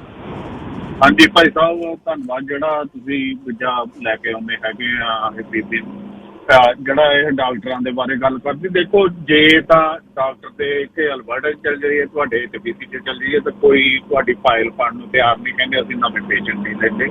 ਡਾਕਟਰਾਂ ਦੀ ਘਾਟ ਆ। ਕੱਲ੍ਹ ਪਰਸੋਂ ਰਿਪੋਰਟ ਆਉਣ ਡਈ ਸੀ ਕਿਤੇ ਦੂਜਾ ਕਿੰਨਾ ਲੋਕ ਜਿਹੜੇ ਹੈਗੇ ਆ ਆਪਣੇ ਪਿੰਡਾਂ ਦੇ ਵਿੱਚ ਕਿਤੇ ਹਸਪਤਾਲ ਹੈਗੇ, ਉੱਥੇ ਐਮਰਜੈਂਸੀ ਤੱਕ ਉਹਨਾਂ ਨੂੰ ਬੰਦ ਕਰਨੀ ਪਈ ਆ। ਹੁਣ ਐਮਰਜੈਂਸੀ 'ਚ ਉਹ ਬੰਦਾ ਜਾਂਦਾ ਆ ਜਿਹੜਾ ਬਹੁਤ ਜ਼ਿਆਦਾ ਬਿਮਾਰ ਆ, ਜਿਹਨੂੰ ਇਮੀਡੀਏਟਲੀ ਹੈਲਥ ਸਰਵਿਸਿਜ਼ ਦੀ ਲੋੜ ਆ। ਇੱਕ ਪਾਸੇ ਤਾਂ ਇਹੋ ਜਿਹਾ ਹਾਲਾਤ ਪੈਦਾ ਹੋਏ, ਤਾਂ ਦੂਸਰੇ ਪਾਸੇ ਜਿਹੜੀਆਂ ਸਾਡੀਆਂ ਸਰਕਾਰਾਂ ਤੇ ਉਹਨਾਂ ਦੇ ਨਾਲ ਰਲ ਕੇ ਜਿਹੜੇ ਦੂਜਾ ਜਿਹੜੇ ਡਾਕਟਰਾਂ ਦੀ ਐਸੋਸੀਏਸ਼ਨ ਆ ਨਾ, ਜਿਹੜੀ ਦੂਜਾ ਇਹਨੂੰ ਕੋਟਾ ਤੈਅ ਕਰਦੀ ਆ ਵੀ ਕਿੰਨਿਆਂ ਨੂੰ ਪੜ੍ਹਾਉਣਾ ਆ ਤਾਂ ਕਿੰਨਿਆਂ ਨੂੰ ਵਿੱਚ ਲੈਣਾ ਆ। ਇਹ ਦੋਹਾਂ ਪਾਸਿਆਂ ਤੋਂ ਜਿਹੜਾ ਆ ਇਹੋ ਗੱਲ ਜਿਹੜੀ ਆ ਇਹ ਲੋਕਾਂ ਦੇ ਖਿਲਾਫ ਆ। ਜਿਹੜੀ ਡਾਕਟਰ ਵੀ ਆ ਉਹ ਵੀ ਨਹੀਂ ਚਾਹੁੰਦੇ ਵੀ ਇੰਨੇ ਡਾਕਟਰ ਹੋ ਜਾਣ ਵੀ ਉਹਨਾਂ ਦੇ ਜਿਹੜਾ ਆਪਣੀ ਕਮਾਈ ਘੱਟ ਜਾਵੇ। ਜਿਹੜੇ ਨਵੇਂ ਰੈਜ਼ੀਡੈਂਟ ਲੈਣੇ ਹੈਗੇ ਆ, ਜਿਹੜੇ ਉਹਨਾਂ ਨੂੰ ਇੱਦਾਂ ਵੀ ਕੀਤਾ ਜਾ ਸਕਦਾ ਹੈ, ਉਹਨਾਂ ਨੂੰ ਨਾ ਪੈਸੇ ਦਿੱਤੇ ਜਾਣ, ਉਹਨਾਂ ਤੋਂ ਸਗੋਂ ਤੇ ਫੀਸ ਕੋਈ ਰੱਖ ਲਈ ਜਾਵੇ। ਜਿਹੜੇ ਬੱਚੇ ਇੱਧਰ ਉੱਧਰ ਦੌੜ ਰਹੇ ਆ, ਦੂਸਰੇ ਦੇਸ਼ਾਂ 'ਚ ਜਾ ਕੇ ਉੱਥੇ ਰੈਜ਼ੀਡੈਂਸੀਆਂ ਕਰਕੇ ਉੱਥੇ ਸੈੱਟ ਹੋ ਜਾਂਦੇ ਆ, ਜਦੋਂ ਸਾਨੂੰ ਇੱਥੇ ਨਰਸਾਂ ਦੀ ਵੀ ਲੋੜ ਆ, ਡਾਕਟਰਾਂ ਦੀ ਵੀ ਲੋੜ ਆ, ਕਿਉਂ ਨਹੀਂ ਇੱਧਰ ਨੂੰ ਤਵੱਜੋ ਦਿੱਤੀ ਜਾਂਦੀ? ਕਿਉਂ ਇਸ ਗੱਲ ਨੂੰ ਅਣਗੌਲਿਆ ਕੀਤਾ ਜਾਂਦਾ? ਇਹ ਜਿਹੜੀ ਤੁਸੀਂ ਗੱਲ ਜਿਹੜੀ ਕੀਤੀ ਆ, ਵਧੀਆ ਗੱਲ ਆ, ਪਰ ਗੱਲ ਇਹੋ ਵੀ ਤੁਹਾਡੇ ਸ਼ੋਅ 'ਤੇ ਇਹੋ ਗੱਲ ਹੋ ਕੇ ਉੱਥੇ ਮੁੱਕ ਜਾਂਦੀ ਆ। ਕਦੀ ਦੂਜਾ ਇਹ 'ਤੇ ਹੋਰ ਚਿੰਤਾ ਕਿਸੇ ਨੂੰ ਹੁੰਦੀ ਨਹੀਂ ਹੈਗੀ। ਜੇ ਅਸੀਂ ਵਾਕਿਆ ਹੀ ਆਪਣੀ ਸੁਸਾਇਟੀ ਨੂੰ ਵਧੀਆ ਰੱਖਣਾ ਚਾਹੁੰਦੇ ਹਾਂ, ਜਿਹੜੇ ਸਟੈਂਡਰਡ ਮੇਨਟੇਨ ਕਰਨਾ ਚਾਹੁੰਦੇ ਹਾਂ, ਤੇ ਸਾਨੂੰ ਲਗਾਤਾਰ ਜਿਹੜਾ ਆ ਲੋਕਾਂ ਨੂੰ ਵੀ ਵਿੱਚ ਇਹਦੇ ਵਿੱਚ ਆਪਣੀ ਆਵਾਜ਼ ਚੁੱਕਦੇ ਰਹਿਣਾ ਪੈਣਾ ਆ। ਸਿਰਫ ਤੇ ਸਿਰਫ ਗੱਲ ਕਰਕੇ ਜਿਹੜਾ ਆ MLA MP ਨੂੰ ਜਿਹੜਾ ਕਹਿ ਦੇਣਾ ਉਹ ਇਨਫ ਨਹੀਂ ਹੈਗੀ। ਜਿੰਨੀ ਦੇਰ ਤੁਸੀਂ ਇਨ ਰਾਈਟਿੰਗ ਨਹੀਂ ਇਹਦੀ ਗੱਲ ਦੀ ਵੋਇਸ ਰੇਜ਼ ਕਰਦੇ, ਜੇ ਨਹੀਂ ਸੁਣਦੇ ਤਾਂ ਤੁਸੀਂ ਇਕੱਠ ਕਰਕੇ ਕੋਈ ਦੂਜਾ ਉਹਨਾਂ ਨੂੰ ਪ੍ਰਜੈਂਟ ਨਹੀਂ ਕਰਦੇ ਵੀ ਆਹ ਭਾਈ ਅਸੀਂ ਦੂਜਾ ਔਖੇ ਹੈਗੇ ਆ, ਇੰਨੇ ਲੋਕ ਹੈਗੇ ਆ। ਜ਼ਰੂਰੀ ਨਹੀਂ ਹੈਗਾ ਵੀ ਉੱਥੇ 5-7 ਹਜ਼ਾਰ ਇਕੱਠਾ ਕਰਨਾ। ਇਹ ਨਾ ਕੰਮ ਕਰਨ ਵਾਲੇ ਦੇਸ਼ਾਂ 'ਚ ਜੇ ਤੁਸੀਂ 20-50 ਵੀ ਇਕੱਠੇ ਹੋ ਕੇ ਕਿਸੇ ਦੇ ਦਫ਼ਤਰ ਮੋਹਰੇ ਜਾ ਕੇ ਗੱਲ ਕਰਕੇ ਆਉਂਦੇ ਆ ਤਾਂ ਉਹਦਾ ਮਤਲਬ ਲੱਖਾਂ ਬਰਾਬਰ ਆ ਸਾਡੇ ਭਾਰਤ ਦੇ ਦੇਸ਼ ਵਰਗਾ। ਸੋ ਇਹਨੂੰ ਗੱਲ ਨੂੰ ਅੱਗੇ ਤਾਈਂ ਲੈ ਕੇ ਜਾਣ ਲਈ ਜਿਹੜਾ ਸਾਨੂੰ ਲੋਕਾਂ ਨੂੰ ਵੀ ਇਹਦੇ ਵਿੱਚ ਹਿੱਸਾ ਪਾਉਣਾ ਚਾਹੀਦਾ ਆ। ਵਾਹਿਗੁਰੂ ਜੀ ਖਾਲਸਾ, ਵਾਹਿਗੁਰੂ ਜੀ ਕੀ ਫਤਿਹ। ਵਾਹਿਗੁਰੂ ਜੀ ਕਾ ਖਾਲਸਾ, ਵਾਹਿਗੁਰੂ ਜੀ ਕੀ ਫਤਿਹ। ਪਰਮ ਧਾਲੀਵਾਲ, ਲਾਈਨ ਨੰਬਰ 2। ਸਤਿ ਸ਼੍ਰੀ ਅਕਾਲ ਵੀਰ ਜੀ। ਸਤਿ ਸ਼੍ਰੀ ਅਕਾਲ ਪਰਮ। ਤੁਹਾਡਾ ਬਹੁਤ ਬਹੁਤ ਪਹਿਲਾਂ ਤਾਂ ਧੰਨਵਾਦ। ਇੱਦਾਂ ਦੇ ਮਸਲੇ ਕੋਈ ਨਹੀਂ ਲੈ ਕੇ ਆਉਂਦਾ, ਸਾਰੇ ਚੁੱਪ ਆਪੋ ਆਪਣੇ ਪ੍ਰੋਗਰਾਮ ਠੋਕ ਕੇ ਹੋ ਜਾਂਦੇ ਆ। ਤੇ ਆਪਾਂ ਨੂੰ ਵੈਸੇ ਸਾਰਿਆਂ ਨੂੰ ਨਾ ਕੋਈ ਗਰੁੱਪ ਬਣਾ ਕੇ ਇਸ ਲੇਡੀ ਦੇ ਨਾਲ ਹੀ ਲੱਗਣਾ ਚਾਹੀਦਾ, ਚੱਲਣਾ ਚਾਹੀਦਾ। ਇਹਨੂੰ ਵਿਚਾਰੀ ਨੂੰ ਪਤਾ ਹੀ ਨਹੀਂ, ਕਹਿੰਦੀ ਸਿਆਸਤਦਾਨਾਂ ਨਾਲ ਤੁਹਾਡੇ ਗੱਲ ਕਰੋ, ਇਹਨੂੰ ਪਤਾ ਹੀ ਨਹੀਂ ਵਿਚਾਰੇ ਨੂੰ ਵੀ ਉਹ ਤਾਂ ਗੁੰਗੇ ਆ ਸਾਡੇ ਤਾਂ ਸਿਆਸਤਦਾਨ। ਤੇ ਇਹ ਗਰੁੱਪ ਬਣਾ ਕੇ ਕੋਈ ਇਹਨੂੰ ਛੱਡੀਏ ਨਾ ਗੱਲ ਨੂੰ, ਇਹਨੂੰ ਆਪਾਂ ਕੁਛ ਕਰੀਏ, ਅੱਗੇ ਲੈ ਕੇ ਜਾਈਏ। ਇਹ ਬਹੁਤ ਸੀਰੀਅਸ ਮੁੱਦਾ ਆ ਆਉਣ ਵਾਲੇ ਸਮੇਂ ਦੇ ਲਈ। ਆਪਣੇ ਕੋਲੇ ਡਾਕਟਰ ਹੋਣੇ ਨਹੀਂ, ਨਰਸਾਂ ਵੀ ਹੈ ਨਹੀਂ, ਕੇਅਰ ਹੋਮਾਂ ਦੇ ਵਿੱਚ ਵੀ ਕੇਅਰ ਏਡ ਹੈ ਨਹੀਂ ਗੀਆਂ ਤੇ ਨਰਸਾਂ ਹੈ ਨਹੀਂ ਗੀਆਂ, ਉੱਥੇ ਵੀ ਬਹੁਤ ਘਾਟ ਚੱਲ ਰਹੀ ਹੈ। ਤਾਂ ਇਹ ਤੇ ਰਲ ਕੇ ਪੱਕਾ ਜ਼ਰੂਰ ਕੁਛ ਨਾ ਕੁਛ ਕਰੀਏ ਆਪਾਂ, ਇਹਨੂੰ ਇੱਥੇ ਛੱਡੀਏ ਨਾ ਗੱਲ ਨੂੰ। ਨਹੀਂ ਛੱਡਾਂਗੇ ਨਹੀਂ ਆਪਾਂ, ਇਹਨੂੰ ਵਿਸ਼ ਲਿਸਟ ਤੇ ਲਿਆਵਾਂਗੇ, ਨੈਕਸਟ ਇਲੈਕਸ਼ਨ 'ਚ ਇਹਨੂੰ ਮੋਹਰੀ ਰੱਖਾਂਗੇ। ਤੇ ਗੀਤ ਤੁਹਾਡਾ ਬਹੁਤ ਵਧੀਆ ਤੁਸੀਂ ਲਿਖਿਆ ਤੇ ਗਾਇਆ, ਵਧਾਈਆਂ ਤੁਹਾਨੂੰ ਪੰਜਾਬ ਦੇ ਲਈ। ਤੇ ਅਗਲੇ 15 ਮਿੰਟ ਤੋਂ ਬਾਅਦ 12:10 ਤੇ ਸੁਣਾਉਣਾ। ਵਧਾਈਆਂ ਬਹੁਤ ਬਹੁਤ। ਧੰਨਵਾਦ ਵੀਰ ਜੀ। ਪਰਮ ਧਾਲੀਵਾਲ ਉਹਨਾਂ ਨੇ ਬਹੁਤ ਵਧੀਆ ਇੱਕ ਗੀਤ ਲਿਖਿਆ ਤੇ ਗਾਇਆ, ਪੰਜਾਬ ਸਿਆਂ, ਸੁਣਾਉਣਾ ਤੁਹਾਨੂੰ। Jagjit Singh Brar ji, line number 1। ਹਾਂਜੀ, ਸਤਿ ਸ੍ਰੀ ਅਕਾਲ ਜੀ ਗਿੱਲ ਸਾਹਿਬ। ਸਤਿ ਸ਼੍ਰੀ ਅਕਾਲ ਬਰਾੜ ਸਾਹਿਬ। ਮੇਰਾ ਤਾਂ ਇੱਕ ਵੱਖਰਾ ਜਿਹਾ ਮੇਰੀ ਸੋਚ ਸੀਗੀ ਜੀ, ਮੈਂ ਗੱਲ ਕਰ ਸਕਦਾ? ਕਰੋ ਜੀ ਕਰੋ। ਮੈਨੂੰ ਪਾਣੀ ਦਾ ਬਹੁਤ ਫਿਕਰ ਰਹਿੰਦਾ ਜੀ। ਜੇ ਕੋਈ ਅਨਾਜ ਪੈਦਾ ਕਰਦਾ, ਦੁੱਧ ਪੈਦਾ ਕਰਦਾ, ਹੋਰ ਚੀਜ਼ਾਂ ਪੈਦਾ ਕਰਦਾ ਹੈ ਜੀ, ਸਰਕਾਰ ਉਹਦੇ ਭਾਅ ਭੂਜੇ ਬੰਨ੍ਹਦੀ ਹੈ। MSP ਪਿੱਛੇ ਕਿੰਨੇ ਕਿਸਾਨ ਮਰ ਗਏ। ਪਾਣੀ ਤਾਂ ਵਿਕਦਾ ਜੀ 20 ਰੁਪਏ ਲੀਟਰ ਪੰਜਾਬ 'ਚ, ਤੇ ਦੁੱਧ ਵਿਕਦਾ 25 ਰੁਪਏ। ਇਹਦੇ ਬਾਰੇ ਕੁਛ ਜਿਹੜੇ ਪਾਣੀ ਵਾਲੀਆਂ ਕੰਪਨੀਆਂ, ਉਹਨਾਂ ਦੇ ਕਿਸੇ ਦਾ ਕੋਈ ਲਗਾਮ ਹੈਗਾ ਕਿ ਉਹ ਆਪਦੀ ਮਰਜ਼ੀ ਨਾਲ ਸੂਏ ਕੱਸੀਆਂ 'ਚੋਂ ਸਾਫ਼ ਕਰਕੇ ਦਿੰਦੇ ਆ? ਉਹ ਹੋਰ ਤਾਂ ਕੋਈ ਖੇਚਲ ਨਹੀਂ ਕਰਦੇ। ਤੇ ਪਾਣੀ ਕਿੰਨਾ ਜ਼ਰੂਰੀ ਚੀਜ਼ ਆ ਬੰਦੇ ਵਾਸਤੇ। ਨੌਕਰੀਆਂ, ਦਵਾਈਆਂ, ਉਹ ਤਾਂ ਅਗਲੀ ਗੱਲ ਰਹਿ ਗਈ। ਪਾਣੀ ਤਾਂ ਅਨਪੜ੍ਹ ਨੂੰ ਵੀ ਚਾਹੀਦਾ, ਮਜ਼ਦੂਰ ਨੂੰ ਵੀ ਚਾਹੀਦਾ। ਪਾਣੀ ਦਾ ਕੀ ਸਿਸਟਮ ਹੈ ਜੀ ਸਰਕਾਰਾਂ ਦਾ? ਪਾਣੀ ਜਿਹੜਾ ਇੱਥੇ ਆਪਾਂ ਨੂੰ ਮਿਲਦਾ ਨਾ ਜੀ $1 ਦੀ ਬੋਤਲ, ਉਹ ਵੱਡੀਆਂ ਕੰਪਨੀਆਂ ਜਿਹੜੀਆਂ ਇੱਥੇ ਵੇਚਦੀਆਂ, ਪੰਜਾਬ ਨੂੰ ਤਾਂ ਛੱਡੋ, ਆਪਾਂ ਤਾਂ ਸਾਖਰ ਜਗ੍ਹਾ 'ਤੇ ਬੈਠੇ ਹਾਂ, ਕੁਝ ਸੈਂਟ ਹਜ਼ਾਰਾਂ ਹੀ ਗੈਲਨਾਂ ਦਾ ਦਿੰਦੇ ਨੇ, ਜਿਹੜਾ ਹੋਪ ਦੇ ਕੋਲ ਨਿਕਲਦਾ। ਉਹ ਕਹਿੰਦੇ ਧਰਤੀ 'ਚੋਂ ਨਿਕਲਦਾ ਸਿੱਧਾ, ਅਸੀਂ ਬੋਤਲਾਂ 'ਚ ਪਾ ਦਿੰਦੇ ਹਾਂ, ਲਓ $1.25 ਦਾ। ਨੈਸਲੇ ਨੂੰ ਪੱਕਾ ਹੀ ਠੇਕਾ ਦਿੱਤਾ ਹੈ BC ਸਰਕਾਰ ਨੇ। ਮੈਂ ਦੱਸ ਵੀ ਦਿੰਦਾ ਤੁਹਾਨੂੰ ਬ੍ਰੇਕ ਤੋਂ ਬਾਅਦ ਬਈ ਕਿੰਨੇ ਗੈਲਨਾਂ ਦਾ ਕਿੰਨੇ ਸੈਂਟ ਦਿੰਦਾ ਉਹ ਸਿਰਫ। ਇਹ ਛੱਡ ਦਿਓ ਗੱਲ, ਪੰਜਾਬ ਤਾਂ ਦੂਰ ਆ ਬਰਾੜ ਸਾਹਿਬ, ਇੱਥੇ ਦਾ ਫਿਕਰ ਕਰੀਏ। ਇੱਥੇ ਵੀ ਮੁੱਕੂਗਾ ਪਾਣੀ। ਇੱਥੇ ਸਰਕਾਰਾਂ ਇੰਨਾ ਕੰਮ ਨਹੀਂ ਕਰ ਸਕਦੀਆਂ ਵੀ ਉਹ ਪਾਣੀ ਨੂੰ ਸਾਂਭ ਲੈਣ, ਉਹ ਪਾਣੀ ਨੂੰ ਭਰ ਲੈਣ। ਉਹ ਕਹਿੰਦੇ ਜੀ ਆਰਟੀਜ਼ਨ ਵੈਲ ਹੈ, ਥੱਲਿਓਂ ਨਿਕਲਦਾ ਹੋਪ ਦੇ ਉੱਪਰੋਂ, ਫਿਰ ਉਹ ਵੀ ਵੇਸਟ ਜਾਊਗਾ ਹੀ, ਅਸੀਂ ਪਾਣੀ ਵੀ ਇਹਨੂੰ ਬੋਤਲਾਂ 'ਚ ਭਰ ਦਿੰਦੇ ਹਾਂ। ਕੋਮਲਪ੍ਰੀਤ ਕੌਰ ਸੰਧੂ ਜੀ। ਹੈਲੋ, ਸਤਿ ਸ਼੍ਰੀ ਅਕਾਲ ਕੋਮਲ ਜੀ। ਹਾਂਜੀ, ਮੈਂ ਪਹਿਲਾਂ ਪਾਣੀ ਦੀ ਗੱਲ ਕਰ ਲੈਂਦੀ ਹਾਂ। ਇੱਥੇ ਵੀ ਟੋਰਾਂਟੋ ਦੇ ਵਿੱਚ, ਮਿਲਟਨ ਦੇ ਵਿੱਚ ਸਪ੍ਰਿੰਗਸ ਨੂੰ ਨੈਸਲੇ ਕੰਪਨੀ ਨੂੰ ਪੱਕਾ ਹੀ ਦਿੱਤਾ ਹੋਇਆ $1 a day for millions and trillions of gallons of water, $1 a day। ਤੇ ਥੋੜਾ ਜਿਹਾ ਲੋਕੀ ਬੋਲੇ ਸੀ ਉਦੋਂ, ਥੋੜਾ ਜਿਹਾ ਕੈਪ ਲਾਇਆ ਸੀ, but it's just nothing, it's free kind. ਤੇ ਉਹ ਮੈਂ ਡਾਕਟਰਸ ਦੀ ਗੱਲ ਕਰਦੀ ਸੀਗੀ। ਹਾਂਜੀ, ਬਿਊਰੋਕ੍ਰੇਸੀ ਬਹੁਤ ਜ਼ਿਆਦਾ ਆ ਉਹਦੇ ਉੱਤੇ, ਪਰ ਬਿਊਰੋਕ੍ਰੇਸੀ ਉੱਤੇ ਗਵਰਨਮੈਂਟ ਹੁੰਦੀ ਆ। ਤੇ ਜਦੋਂ ਆਪਾਂ ਇਹੋ ਜਿਹੇ ਸ਼ੋਜ਼ ਕਰਦੇ ਹਾਂ ਤੇ ਆਪਾਂ ਅਕਾਊਂਟੇਬਲ ਕਰਾਂਗੇ ਗਵਰਨਮੈਂਟ ਨੂੰ ਕਿ ਤੁਸੀਂ ਇਹਨੂੰ ਚੇਂਜ ਕਰੋ। ਉਹ ਜਿਹੜੇ ਪੁਰਾਣੇ ਬਿਊਰੋਕਰੇਟਸ ਆ, ਉਹੋ ਹੀ ਪਾਲਿਸੀ ਮੇਕਰ ਨੇ ਤੇ ਉਹੋ ਹੀ ਡਾਕਟਰਸ ਨੇ। ਤਾਂ ਉਹ ਕਿਸੇ ਨੂੰ ਆਉਣ ਹੀ ਨਹੀਂ ਦਿੰਦੇ, ਉਹ ਚੇਂਜ ਹੀ ਨਹੀਂ ਹੋਣ ਦਿੰਦੇ। They are like old school, ਜਿਵੇਂ ਉਹ ਇੱਕ certain amount of money, like ਬਹੁਤ ਜ਼ਿਆਦਾ ਮਨੀ, ਉਹ ਆਪਣੇ ਸਰਕਲ 'ਚ ਹੀ ਰੱਖਦੇ ਆ। ਜਿਹੜੇ ਉਹਨਾਂ ਨਾਲ ਜੌਬ ਸ਼ੈਡੋ ਕਰਦੇ ਆ, ਜਿਹੜੇ ਉਹਨਾਂ ਨਾਲ ਵਾਲੰਟੀਅਰ ਆ, ਜਿਹੜੇ ਉਹਨਾਂ ਦੀ ਡਾਟਰ ਦੇ ਫਰੈਂਡ ਆ, ਉਹਨਾਂ ਦੇ ਸਨ ਦੇ ਫਰੈਂਡ ਆ, ਜਿਨ੍ਹਾਂ ਨਾਲ ਗਲਫ ਖੇਡਦੇ ਆ, ਜਿਹੜਾ ਉਹਨਾਂ ਦਾ ਹੀ ਸਰਕਲ ਆ, ਉਹਨੂੰ ਹੀ ਉਹ ਲੈਂਦੇ। ਜਦੋਂ ਬੱਚਾ ਆਪਣਾ ਇੱਥੋਂ ਵੀ ਪੜ੍ਹ ਲੈਂਦਾ ਵਾ, ਇੱਥੇ ਸਾਰੇ MCAT ਸਾਰੇ ਟੈਸਟ ਪਾਸ ਕਰ ਲੈਂਦਾ ਆ, ਤੇ ਉਹ ਪਰਸਨਲ ਇੰਟਰਵਿਊ ਲਈ ਜਾਂਦਾ ਆ, ਉਹ ਸਿਲੈਕਟ ਹੀ ਉਹਨੂੰ ਕਰਦੇ ਆ ਮੈਡੀਕਲ ਸਕੂਲ ਲਈ, ਜਿਹਦੀ ਪਹਿਲਾਂ ਉਹਨਾਂ ਦੇ ਨਾਲ ਸੈਟਿੰਗ ਆ। ਜਿਹੜਾ ਦੂਜਾ ਐਲੀਜੀਬਲ ਕੈਂਡੀਡੇਟ ਉਹਨੂੰ ਕਰਦੇ ਨਹੀਂ। So so it should be very transparent. ਸਾਰੇ ਬੱਚੇ ਬਹੁਤ ਮਿਹਨਤ ਕਰਦੇ ਆ, ਸਾਰਿਆਂ ਦੀਆਂ ਬਹੁਤ ਹੋਪਸ ਹੁੰਦੀਆਂ ਆ, ਪਰ ਇੱਕ ਸਰਟਨ ਇਹ ਲੌਬੀ ਆ, ਹਨਾ, ਅੱਜ ਕੱਲ੍ਹ ਲੌਬੀਜ਼ ਦਾ ਫੈਸ਼ਨ ਹੀ ਹੋ ਗਿਆ ਆ।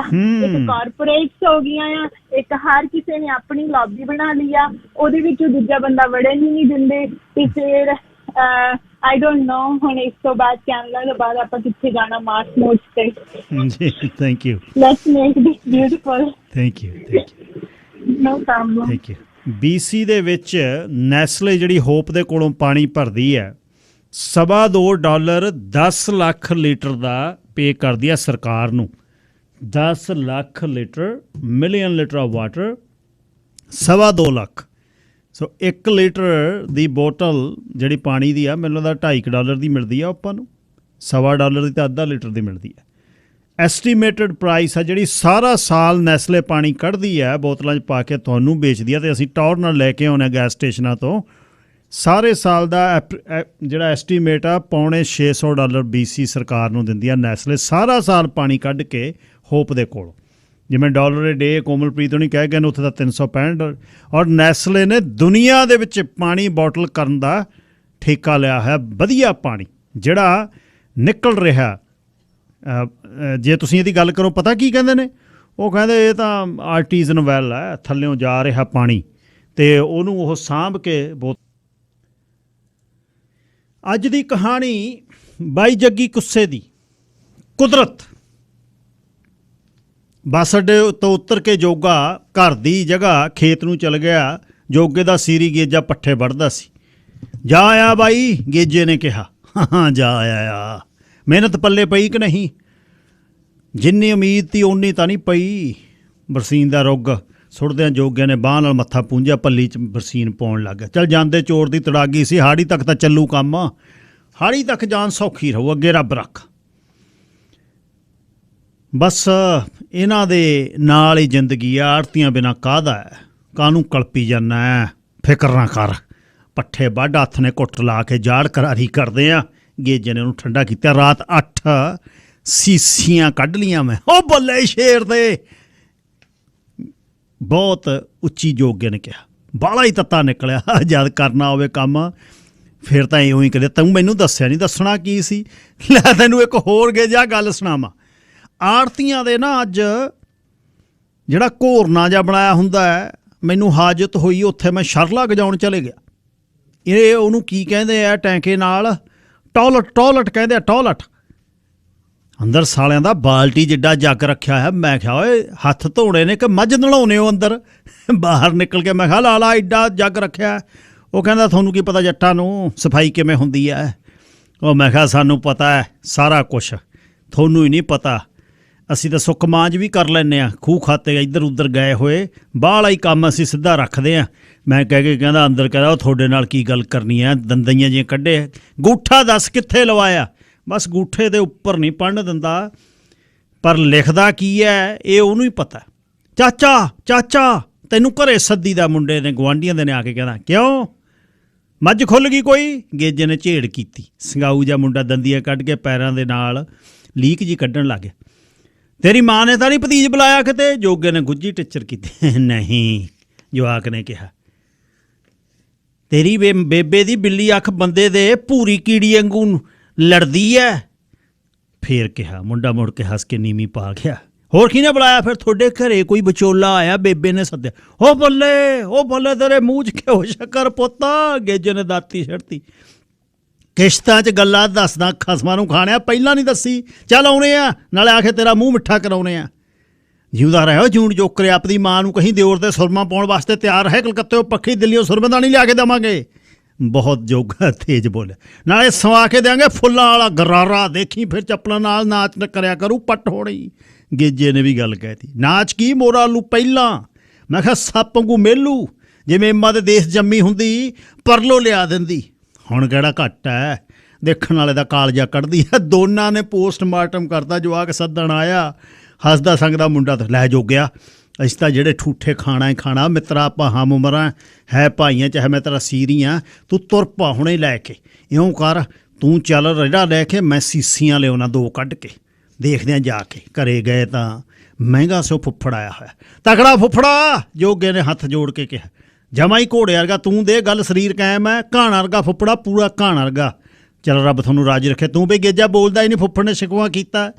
ਜਿੱਥੇ ਜਾਣੇ ਬੋਲਦੇ ਹੋਣ ਉੱਥੇ ਮੈਂ ਘੱਟੇ ਬੋਲਦਾ ਫੁੱਫੜ ਜੀ, ਗੇਜੇ ਨੇ ਕਿਹਾ। ਤੂੰ ਕਿਸੇ ਦੀ ਨੂੰਹ ਧੀ ਤੋਂ ਘੱਟ ਹੈ? ਆ ਦੇਖ ਲੈ, ਨਿੱਕੀਆਂ ਨਹੀਂ ਗੱਲਾਂ ਸੋਚਦਾ। ਜੱਜ ਬਣ ਕੇ ਰਹੀਏ ਕਾਇਮ ਹੋ ਕੇ। ਆਪਣੀ ਹਰਕੁਰ ਦੇਖ ਲਾ।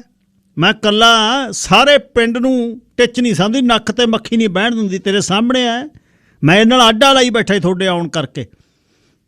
ਹਰਕੌਰ ਜੋਗੇ ਦੀ ਮਾਂ ਸੀ, ਉਹਨੇ ਮੂੰਹ ਘੁੱਟ ਲਿਆ। ਕੜੈਣ ਪੀਤੇ ਤੂੰ ਵੀ ਮਾੜਾ ਮੋਟਾ ਹੱਸ ਲਿਆ ਕਰ ਹਰਕੁਰੇ, ਮੂੰਹ ਦੀ ਪ੍ਰੈਕਟਿਸ ਹੋ ਜਾਂਦੀ ਹੈ। ਕਹਿੰਦੇ ਮੂੰਹ ਖੋਲ੍ਹਣ ਦੇ ਨਾਲ ਬੰਦਾ ਖੁਸ਼ ਹੋ ਜਾਂਦਾ ਹੈ। ਫੁੱਫੜ ਮਹਿੰਗਾ ਸੀ, ਉਹਨੇ ਕਿਹਾ। ਮੈਂ ਰੱਜੀ ਧਾਈ ਤੁਹਾਡੇ ਹੱਸਣ ਖੋਣਾ। ਮੇਰਾ ਜਵਾਕ ਵਿਰਿਆ, ਮੈਂ ਬਿਨਾਂ ਗੱਲੋਂ ਜਾੜਾਂ ਕੱਢੀ ਜਾਵਾਂ? ਤੁਹਾਨੂੰ ਨਾ ਚੜ੍ਹੀ ਦੀ ਨਾ ਉੱਤੇ ਦੀ। ਅਖੇ ਪਿੰਡ ਉਜੜਿਆ ਕਮਲੀ ਨੂੰ ਕੱਤਣ ਦੀ। ਹਰਕੌਰ ਬਹੁਤ ਸੁਭਾਅ ਦੀ ਕੱਬੀ ਸੀ। ਘਰ ਵਾਲਾ ਸੰਤਾ ਸਿੰਘ ਜਿਆਦਾ ਮਰਿਆ, ਸੁਭਾਅ ਚਿੜਚਿੜਾ ਹੋ ਗਿਆ। ਮੂੰਹ ਘੁੱਟ ਕੇ ਰੱਖਦੀ। ਮੂੰਹ ਇੰਨਾ ਘੁੱਟਿਆ ਹੁੰਦਾ 12 ਬੋਰ ਦੀ ਬੰਦੂਕ ਦੇ ਬੁੱਗ ਵਰਗਾ ਉਹਦਾ ਮੂੰਹ ਸੀ। ਕਦੇ ਕਦੇ ਟਾਂਗੇ ਦੇ ਬੰਬ ਵਰਗਾ ਵੀ ਹੋ ਜਾਂਦਾ ਜੇ ਤਿੱਖਾ ਹੁੰਦਾ। ਤੁਸੀਂ ਕੁੱਤਰੋ ਪੱਠੇ ਸਾਨੂੰ ਗੱਲਾਂ ਕਹਿੰਦੇ, ਤੂੰ ਚਾਹ ਪੀਵੇ? ਉਹ ਵਿਚੋਲੇ ਟੋਕਦੀ ਬੋਲੀ, ਤੈਨੂੰ ਵੀ ਪਕਾਇਆ ਪੀ ਦਾ ਜਾਨਾ, ਹੁਣ ਚਾਹ ਮੈਨੂੰ ਚੁੰਗੜੀ ਨਾਲ ਪਾਉਣੀ ਆ ਤੂੰ? ਪਕਾਈ ਕਿਵੇਂ ਵਾਰਤਾ? ਅੱਛਾ ਗੱਲ ਦੱਸ, ਗਾੜੀ ਜਿਹੜੀ ਕੰਮ ਆਇਆ ਸੀ ਉਹ ਦੱਸ। ਕੁੜੀ ਦੇ ਟੱਬਰ ਨਾਲ ਗੱਲ ਤੋਰੀ? ਹਾਂ ਸੱਚ ਗੱਲ ਉਹ ਤਾਂ ਵਿੱਚੇ ਰਹਿ ਗਈ। ਹਰ ਕੋਲੇ ਪੂਜਾ ਪਾਠ ਕਰਨ ਵਾਲਾ ਟੱਬਰ ਹੈ। ਬੇਧਾਰਮਿਕ ਪੂਜਾ ਪਾਠ ਵਾਲੇ ਤੋਂ ਮੈਂ ਹਵਨ ਕਰਾਉਣਾ, ਗੱਲਾਂ ਕੀ ਕਰੀ ਜਾਂਦਾ ਤੂੰ? ਗੱਲ ਲੈਣ ਦੇਣ ਦੀ ਕਰ। ਹਰ ਕੌਰ ਬੋਲੀ। ਬਸ ਉਹ ਵੀ ਹਰ ਕੋਲੇ ਠੀਕ ਆ। 11 ਕਿੱਲੇ ਆਉਂਦੇ ਨੇ ਕੁੜੀ ਨੂੰ, ਭਾਈ ਨਹੀਂ ਹੈ ਕੋਈ। ਭਾਵੇਂ ਜਿਉਣ ਜੋਕਰਿਆ ਮਾਂ ਸਦਕੇ। ਅਖੇ ਵਿਹਲਾ ਬਾਣੀਆਂ ਕੰਮ ਨਾ ਕਰ, ਇੱਧਰ ਬੱਟੇ ਉੱਧਰ ਧਰੇ, ਵਿਹਲਾ ਬਹਿ ਕੇ ਕੀ ਕਰੇ? ਹੁਣ ਜੀ ਕੀਤਾ ਖੁਸ਼। ਉੱਗਦੀਆਂ ਪਤਾਲਤ ਪਹਿਲਾਂ ਮਾਰੀ ਜਾਂਦੇ, ਗੁੜ ਦੀ ਰੋੜੀ ਹੁਣ ਪੜਾ। ਮੂੰਹ ਮਿੱਠਾ ਗੁੜ ਨਾਲ ਕੀ ਕੌੜਾ ਕਰਾਓ, ਹੁਣ ਤਾਂ 11 ਕਿੱਲੇ ਆਉਂਦੇ ਨੇ। ਬਸ ਆਥਣੇ ਜੋਗਾ ਨਾਲ ਗੇਜਾ ਨਾਲ ਫੁੱਫੜ ਬੋਤਲ ਦੀ ਊਰੀ ਬਣਾਈ ਪਈ ਸੀ। ਘੁਮਾਰ ਦੇ ਚੱਕ ਵਾਂਗੂ ਬੋਤਲ ਜਿਹੜੀ ਘੁੰਮਦੀ। ਤਿੰਨੇ ਇੱਕੋ ਹੀ ਮੰਜੇ 'ਤੇ ਚੱਪ ਮਾਰੀ ਬੈਠੇ। ਮੰਜਾ ਗੱਭਿਓਂ ਜਿਹੜਾ ਨੀਵਾਂ ਕਰਤਾ, ਉਹਦੇ ਨਾਲ ਪੈਰ ਦਾ ਠੁਣਾ ਲਾ ਕੇ ਸਾਗ ਦੀ ਕੌਲੀ ਰੱਖੀ ਹੋਈ ਸੀ। ਸਾਗ ਜਿਹੜਾ ਉਹ ਮੋਰ ਦੀ ਧੌਣ ਵਰਗਾ ਅਤੇ ਉੱਪਰ ਚਿੱਟੀ ਮਾਖਿਓਂ ਚਿੱਟੀ ਦੁੱਧ ਵਰਗੀ ਚਿੱਟੀ ਜਿਹੜੀ ਮੱਖਣੀ ਤਰਲ ਤਰਲ ਕਰਦੀ ਫਿਰਦੀ ਸੀ। ਗੱਲਾਂ ਘੁੰਮਣ ਲੱਗੀਆਂ। ਜਦ ਗੱਲਾਂ ਕਰ ਬੈਠਾ ਬੈਠਾ ਜੋਗਾ ਕਹਿੰਦਾ ਜਾਂ ਤੋਤਲਾ ਹੋ ਗਿਆ, ਬੇਬੇ। ਹਾਂ ਭਾਈ ਹਰਕੌਰ ਬੋਲਿਆ। ਐਂ ਕਰ, ਆਂਡੇ ਹੀ ਤੜਕਲਾ ਚਾਰ। ਫੁੱਫੜ ਮਹਿੰਗਾ ਤੋਂ ਕਹਿੰਦਾ ਬੋਤਾ ਭੁੰਨ ਕੇ ਨਾ ਲਿਆ ਦੇ ਬੇਬੇ, ਕੁੱਢਣ ਦੇ ਦੂ ਤੇਰੇ ਮੂੰਹ 'ਚ ਜਿਹੜਾ ਕੁਛ ਮਿਲਦਾ ਇਹਦੇ ਨਾਲ ਹੀ। ਇਹ ਐਂ ਕਰ, ਇਹਦੇ ਨਾਲ ਹੀ ਪੀ ਲਓ। ਫੁੱਫੜਾ ਤੂੰ ਐਂ ਕਰ, ਇਹਦਾ ਪੇਕ ਤੂੰ ਛੱਡ ਦੇ, ਮੈਂ ਦੂਜੀ ਲਿਆਉਣਾ। ਗੇਜਾ ਨਾਲ ਬੈਠਾ ਉੱਠ ਖੜਾ। ਦੂਜੀ ਤੇ ਤੀਜੀ ਦਾ ਕੀ ਫਰਕ ਆ? ਇਹ ਜਿਹੜੀ ਤੈਨੂੰ ਦਿੱਤੀ ਦੀ 4 ਨੰਬਰ ਸੀ, 1 ਨੰਬਰ ਲਿਆਉਣਾ ਤੂੜੀ ਵਾਲਿਓ। ਗੇਜਾ ਤੁਰਿਆ ਜਾਵੇ, ਤੁਰਿਆ ਖੱਬੇ ਨੂੰ ਕਦੇ ਸੱਜੇ ਨੂੰ ਕਦੇ ਫੜ ਕੇ। ਬੇਬੇ ਹਰਕੌਰ ਦੂਰੋਂ ਅੱਖਾਂ ਕੱਢੇ ਵੀ ਢਹਿ ਜਾਣੇ, ਕਰਦੇ ਕੀ ਨੇ? ਜਦ ਉਹਨੇ ਲਿਆ ਕੇ ਬੋਤਲ ਝਿਣਕ ਕੇ ਮਣਕਾ ਬਣਿਆ, ਨਹੀਂ ਰੀਸਾ ਤੇਰੇ ਜਿਉਣ ਦੇ ਜੁੜ ਗਿਆ। ਬਲਾਰੇ ਜਾਵਾਂ ਤੁਹਾਡੇ ਵਰਗਾ ਜਿਗਰਾ ਹਰਕੌਰ ਦਾ ਹੁੰਦਾ, ਉਹ ਘਰ ਨੂੰ ਰੰਗ ਭਾਗ ਲੱਗਣ ਉਸ ਜਾਂਦੀ ਕਰ। ਹਰਕੌਰ ਦੀ ਪਿੱਪੜ ਤੇ ਪੁੱਪੜ ਬੋਲਿਆ, ਟਲ ਜਾ ਤੇਰੇ ਮੈਂ ਮੱਥੇ 'ਚ ਟੀਕ ਪਾ ਦੂੰ। ਹਰਜ ਕੌਰ ਸਾਲੇ ਹਾਰ ਲੱਗਦੀ ਸੀ। ਮਹਿੰਗਾ ਸਿੰਘ ਫੁੱਫੜ ਗੱਲਾਂ ਕਰਦਾ, ਇਉਂ ਕਰ ਸੌਂ ਜਾਓ ਹੁਣ ਤੁਸੀਂ। ਜੇ ਗੇਜੇ ਨੇ ਕਿਹਾ, ਤੂੰ ਵੀ ਇੱਥੇ ਹੀ ਪੈ ਜਾ। ਫੁੱਫੜ ਜਮੇ ਬਾਗੋ ਬਾਗ ਹੋਇਆ ਪਏ। ਨਾ ਮੈਂ ਘਰੇ ਜਾਣਾ, ਫੱਥੋ ਉਡੀਕਦੀ ਹੋ। ਫੱਥੋ ਤੋਂ ਬਿਨਾਂ ਮੈਂ ਨਹੀਂ ਸੌਂਦਾ ਭਾਈ। ਚੰਗਾ ਜੇ ਗੇਜਿਆ, ਸਾਡੇ ਮੰਜੇ ਡਾਹ ਕੋਠੇ 'ਤੇ। ਫੁੱਫੜਾ ਕੋਠੇ 'ਤੇ ਬਾਂਸ ਦੀ ਮੰਜੀ, ਬਾਂਸ ਦੀ ਪੌੜੀ ਨਾਲ ਹੁਣ ਕੋਠੇ 'ਤੇ ਚੜ੍ਹੇਗਾ। ਹੋਰ ਉੱਪਰ ਹਵਾ ਵਾਰੇ ਪੈਂਦੇ ਆ, ਥੱਲੇ ਤਾਂ ਇੱਥੇ ਸੰਘਾਟ ਜਿਹਾ ਆਇਆ ਪਿਆ। ਸੰਘਾਟ ਪਤਾ ਕਾਹਦੇ ਖਤਰ ਆਇਆ? ਬੇਬੇ ਹਰਕੌਰ ਬੋਲੇ, ਆ ਜਿਹੜੀ ਡੱਫ ਦਿਓ ਜ਼ਹਿਰ ਪੀਨੇ ਹੋ, ਇਹਦੇ ਕਰਕੇ ਆਇਆ। ਗੇਜੇ ਨੇ ਮੰਜੇ ਕੋਠੇ 'ਤੇ ਡਾਹ ਤੇ ਬਾਰੋ ਬਾਰੀ ਦੋਨੇ ਫੁੱਫੜ ਭਤੀਜਾ ਕੋਠੇ 'ਤੇ ਚੜ੍ਹ ਕੇ ਬਾਂਸ ਵਾਲੀ ਪੌੜੀ 'ਤੇ ਚੜ੍ਹ ਕੇ। ਦੇਖੀ ਫੁੱਫੜਾ ਟਲ ਜੀ। ਉਹ ਤੂੰ ਪੌੜੀ ਫੜ ਕੇ ਰੱਖ, ਫੁੱਫੜ ਦਾ ਜਾਊਗਾ 100 ਐਨ ਸਲੋਟ ਸਿੱਧਾ। ਫੁੱਫੜਾ ਗਾਂ ਨੂੰ ਬਈ ਚਾਦਰਾ ਨਾ ਪਾਇਆ ਕਰ। ਗੇਜਾ ਥੱਲੇ ਖੜਾ ਸੀ। ਆ ਤੇਰੇ ਕੁੱਤੇ ਦੇ ਆ ਬੰਦਾ ਬਣ ਜਾ ਤੂੰ। ਫੁੱਫੜ ਨੇ ਚਾਦਰਾ ਥੱਲੇ ਚੱਕ ਕੇ ਮੂਹਰੇ ਜਾਂਗੀ ਅੱਗੇ ਟੰਗ ਲਿਆ। ਪਿੱਛੇ ਹੀ ਜੋਗਾ ਚੜ੍ਹ ਗਿਆ। ਰਾਤ ਨੂੰ ਸੌਂ ਗਏ। ਗੱਲਬਾਤ ਬਣ ਗਈ, ਵਿਆਹ ਹੋ ਗਿਆ। ਅਨੂਪ ਕੌਰ ਵਿਆਹ ਕੇ ਆ ਗਈ ਜੋਗੇ ਦੇ, ਪਾਠ ਕਰਨ ਵਾਲੀ ਕੁੜੀ। ਅਤੇ ਇੱਕ ਦਿਨ ਜੋਗੇ ਨੂੰ ਕਹਿੰਦੀ ਵੀ ਜੀ ਹਰ ਰੋਜ਼ ਪੁੱਤ ਕਰੀ ਜਾਂਦੇ ਨੇ, ਪੁੱਤ ਕਰੀ ਜਾਂਦੇ ਨੇ। ਉਹ ਚੱਲ ਬੇਬੇ ਮਾਤਾ ਠੀਕ ਹੈ ਕਹਿੰਦੀ ਆ, ਕੁਛ ਨਹੀਂ ਹੁੰਦਾ। ਫਿਰ ਮੈਂ ਕੀ ਕਰਾਂ ਜੀ, ਮੈਂ ਧੀ ਪੁੱਤ ਵਾਲੀ ਕਿਹੜੀ ਗੱਲ ਹੈ, ਇਹ ਤਾਂ ਕੁਦਰਤ ਦੀ ਕਹਾਣੀ ਆ। ਮੈਂ ਤਾਂ ਰੱਬ ਦੇ ਰੰਗ 'ਚ ਰਹਿਣ ਵਾਲੀ ਹਾਂ। ਅਖੀਰ ਨੈਦਵਾਰੀ ਪੂਰੀ ਹੋ ਗਈ, ਦਿਨ ਆ ਗਏ। ਲਿਜਾਣਾ ਚਾਹੁੰਦੇ ਸੀ ਅਨੂਪ ਕੌਰ ਨੂੰ, ਪਿਓ ਨੂੰ ਜਾਣ ਨਾ ਦਿੱਤਾ। ਹਰ ਕੌਰ ਨੇ ਜਣੇਪਾ ਘਰੇ ਕਰਾਤਾ। ਦਾਈ ਨੇ ਜ਼ੋਰ ਲਵਾ ਕੇ ਬੁਰਾ ਹਾਲ ਕਰਤਾ ਅਤੇ ਅਨੂਪ ਕੌਰ ਦੇ ਕੁੜੀ ਹੋਈ। ਕੁੜੀ ਨੂੰ ਜਦ ਨਲਾਉਣ ਲੱਗੀ ਹਰ ਕੌਰ ਆਪਣੇ ਦਾਈ ਕਹਿੰਦੀ ਕਿੰਨੀ ਸੋਹਣੀ ਧੀ ਆ ਨਾਮੋ ਕਹਿੰਦੀ। ਹਰ ਕੌਰ ਨੇ ਬੁੱਲ ਤੋੜੇ। ਹਰ ਕੌਰੇ ਹਾਂ ਬੇਬੇ, ਕੁੜੀ ਦਾ ਤਾਂ ਭਾਈ ਇੱਕ ਹੱਥ ਕਮਜ਼ੋਰ ਲੱਗਦਾ। ਉਹਨੇ ਕਿਹਾ ਮੈਨੂੰ ਤਾਂ ਪਹਿਲਾਂ ਹੀ ਪਤਾ ਸੀ ਲੂਲਾ ਲੰਗੜਾ ਜੰਮੂ ਕੋਈ। ਹਰ ਕੌਰ ਕਚੀ ਲਊ, ਇਹਦਾ ਇਲਾਜ ਕਰਾਉਣਾ ਪਊ। ਇਲਾਜ ਨੂੰ ਕਿਤੇ ਬਾਹਰਲੇ ਮੁਲਕ ਨਾ ਇਹਨੂੰ ਲੈ ਜਾਉ ਮੈਂ। ਧੀ ਧਿਆਣੀ ਨਾ ਹਰ ਕੌਰ ਐ ਨਾ ਬੋਲ ਭਾਈ, ਨਾ ਧੀ ਧਿਆਣੀ ਨੂੰ ਮੈਂ ਚਿੱਠੀ ਪਾ ਕੇ ਸੱਦਿਆ ਤੀ। ਪੱਥਰ ਜੰਮ ਕੇ ਗਿੱਲੀ ਮਿੱਟੀ ਦਾ ਪੋਚਾ ਫੇਰਤਾ ਸਾਡੀਆਂ ਰੀਹਾਂ 'ਤੇ। ਉੱਠ ਕੇ ਜੋਗੇ ਉਹਨਾਂ ਵੱਲ ਤੇ ਉਹਨੇ ਜੋਗਾ ਅਤੇ ਗੇਜਾ ਬਾਹਰਲੀ ਬੈਠਕ ਦਾਰੂ ਪੀਂਦੇ ਸੀ। ਲਾਣ ਪੀ ਕੇ ਦੰਦੀਆਂ ਜੀ ਨਾ ਕੱਢਾ ਕਰੋ। ਹੁਣ ਇਹ ਸੋਚੋ ਬਈ ਇਹਦੀ ਬੱਜੋ ਰੱਤੀ ਤੋਂ ਖਹਿੜਾ ਕਿਵੇਂ ਛਡਾਉਣਾ। ਰੱਬ ਦਾ ਕੋਈ ਵੈਰ ਕੱਢਿਆ ਬਾਈ ਜੋਗਿਆ। ਕੁੜੀ ਮੱਥੇ ਮਾਰੀ, ਉਹ ਵੀ ਅੱਧੋ ਰਾਣੀ। ਹਾਏ ਓ ਰੱਬਾ। ਸ਼ਰਾਬੀ ਜੋਗਾ ਉੱਚੀ ਉੱਚੀ ਰੌਣ ਲੱਗ ਗਿਆ। ਦੂਜੇ ਦਿਨ ਖੇਤ ਕੰਮ ਕਰਦੇ ਸੀ। ਗੇਜੇ ਨੇ ਦੇਖਿਆ ਜੋਗਾ ਬੋਲਦਾ ਨਹੀਂ। ਬਾਈ ਬੋਲਦਾ ਕਿਉਂ ਨਹੀਂ? ਗੇਜਾ ਜੋਗੇ ਦਾ ਪਿਆਰ ਬਹੁਤ ਕਰਦਾ। ਉਹ ਕਹਿੰਦਾ ਬੋਲਣਾ ਕੀ ਹੈ, ਆ ਬੱਜੋ ਰੱਤੀ ਕੁੜੀ ਨੂੰ ਕਿਵੇਂ ਵਿਆਹਾਂਗੇ। ਫਿਰ ਗੇਜਿਆ ਤੂੰ ਹੀ ਕਰ ਸਕਦਾ, ਮੈਂ ਕੀ ਕਰਨਾ ਹੈ? ਉਹ ਤੈਨੂੰ ਪਤਾ ਹੀ ਹੈ ਕੀ ਕਰਨਾ। ਬੋਝ ਲਾ ਸਿਰ ਤੋਂ ਯਾਰ, ਮੈਂ ਤਾਂ ਬਹੁਤ ਔਖਾ ਹੈ। ਕੀ ਕਰਾਂ? ਆ ਜਵਾਕੜੀ ਦਾ ਕੰਮ ਨਵੇੜ ਯਾਰ। ਤੇਰਾ ਮਤਲਬ ਜਮਾ ਹੀ ਕੰਮ ਘੜੇ 'ਚ। ਆਹੋ ਰੁਪਈਆ 5000 ਦਾ। ਉਹ 5000 ਦਾ ਛੱਡ ਜੋਗਿਆ, ਗੱਲ ਕਰਨ ਵਾਲੀ ਆ ਕੋਈ? ਇਹ ਨਹੀਂ ਗੱਲ। ਆਥਣੇ ਪੇਗ ਪੀ ਕੇ 11:30 ਵਜੇ ਅਨੂਪ ਕੌਰ ਸੁੱਤੀ ਪਈ ਸੀ। ਹੌਲੀ ਦੇ ਕੇ ਜਾ ਕੁੜੀ ਚੁੱਕੀ, ਅਨੂਪ ਕੌਰ ਮੂਹਰੇ ਹੋ ਗਈ। ਕਿੱਥੇ ਨੂੰ ਲੈ ਚੱਲੇ ਮੇਰੀ ਧੀ ਨੂੰ? ਬਹਿ ਜਾ ਆਰਾਮ ਨਾਲ, ਨਾ ਸਰਾਰਾ ਪਾਪ ਨਾ ਕਰ। ਸਾਰੀ ਬਾਪ ਦੀ ਬਰਾਬਰ ਵੀ ਰੋਕੋ। ਇਹ ਦੇਖੋ ਨਰਥ ਕਰਨ ਲੱਗੇ। ਅਨੂਪ ਕੌਰ ਨੇ ਚੁੰਨੀ ਦਾ ਪੱਲਾ। ਨਾ ਸਰਦਾਰਾ ਨਰਥ ਨਾ ਕਰ। ਜੇ ਤੂੰ ਕਹੇ ਮੈਂ ਆਪਦੀ ਧੀ ਨੂੰ ਲੈ ਕੇ ਪੇਕੇ ਚਲੀ ਜਾਂਦੀ ਹਾਂ ਔਖੀ ਸੌਖੀ ਪਾਲ ਨੂੰ। ਅਨੂਪ ਕੌਰ ਨੇ ਰੌਲਾ ਪਾਇਆ, ਦਫਾ ਉਹ ਸਾਲੀ ਦੇ 4 ਮਾਰੂ ਫਰਾਂ 'ਤੇ। ਜੋਗਾ ਸਿੰਘ ਨੇ ਧੱਕਾ ਮਾਰ ਕੇ ਸੁੱਟਤਾ। ਗੇਜਾ ਧਿਆਣੀ ਨੂੰ ਮੋਢੇ ਲਾ ਕੇ ਲੈ ਗਿਆ। ਰਾਹ 'ਚ ਕੁੜੀ ਰੋਣ ਲੱਗ ਗਈ। ਡੱਬ 'ਚੋਂ ਕੱਢ ਕੇ ਗੇਜੇ ਨੇ ਬੋਤਲ ਮੂੰਹ ਨੂੰ ਲਾਤੀ। ਕੁੜੀ ਦੇ ਅੰਦਰ ਦਾਰੂ ਸਿੱਟਤੀ। ਕੁੜੀ ਚੁੱਪ ਕਰ ਗਈ। ਗਾਹਾਂ ਨਹਿਰ ਆਈ ਸੀ, ਨਹਿਰ ਦੇ ਵਿੱਚ ਕੁੜੀ ਭਗਾ ਕੇ ਮਾਰ ਲਈ। ਜੋਗਾ ਪੈ ਗਿਆ ਅਤੇ ਗੇਜਾ ਵੀ ਰਾਤ ਨੂੰ ਪੈ ਗਿਆ। ਨੇੜੇ ਇੱਕ ਜੋਤਾਂ ਵਾਲਾ ਸਾਧ ਸੀ, ਉਹਦੇ ਹਰਕੁਰ ਪੈਰੀ ਪੈ ਗਈ। ਜੋਤਾਂ ਵਾਲਾ ਸਾਧ ਘਰੇ ਆ ਗਿਆ। ਉਹਨੇ ਉੱਪਰ ਚਾਦਰਾ ਲੈ ਕੇ ਇੱਕ ਦਹੀਂ ਦੇ ਵਿੱਚ ਪਤਾ ਨਹੀਂ ਕੀ ਫੂਕਾਂ ਜਿਹੀਆਂ ਮਾਰੀਆਂ। ਲੈ ਭਾਈ, ਜਦ ਕੁੜੀ ਦੀ ਮਹਾਂਵਾਰੀ ਹਟੇ ਉਦਣ ਸਵੇਰੇ ਇਹ ਦਹੀਂ ਖਿਲਾਉਣਾ। ਠੀਕ ਆ ਬਾਬਾ ਜੀ, ਉਹਨਾਂ ਚਿਰ ਸਾਂਭ ਕੇ ਰੱਖਿਓ, ਫਰਿੱਜ 'ਚ ਰੱਖਿਓ, ਖਰਾਬ ਨਾ ਹੋ ਜਾਵੇ।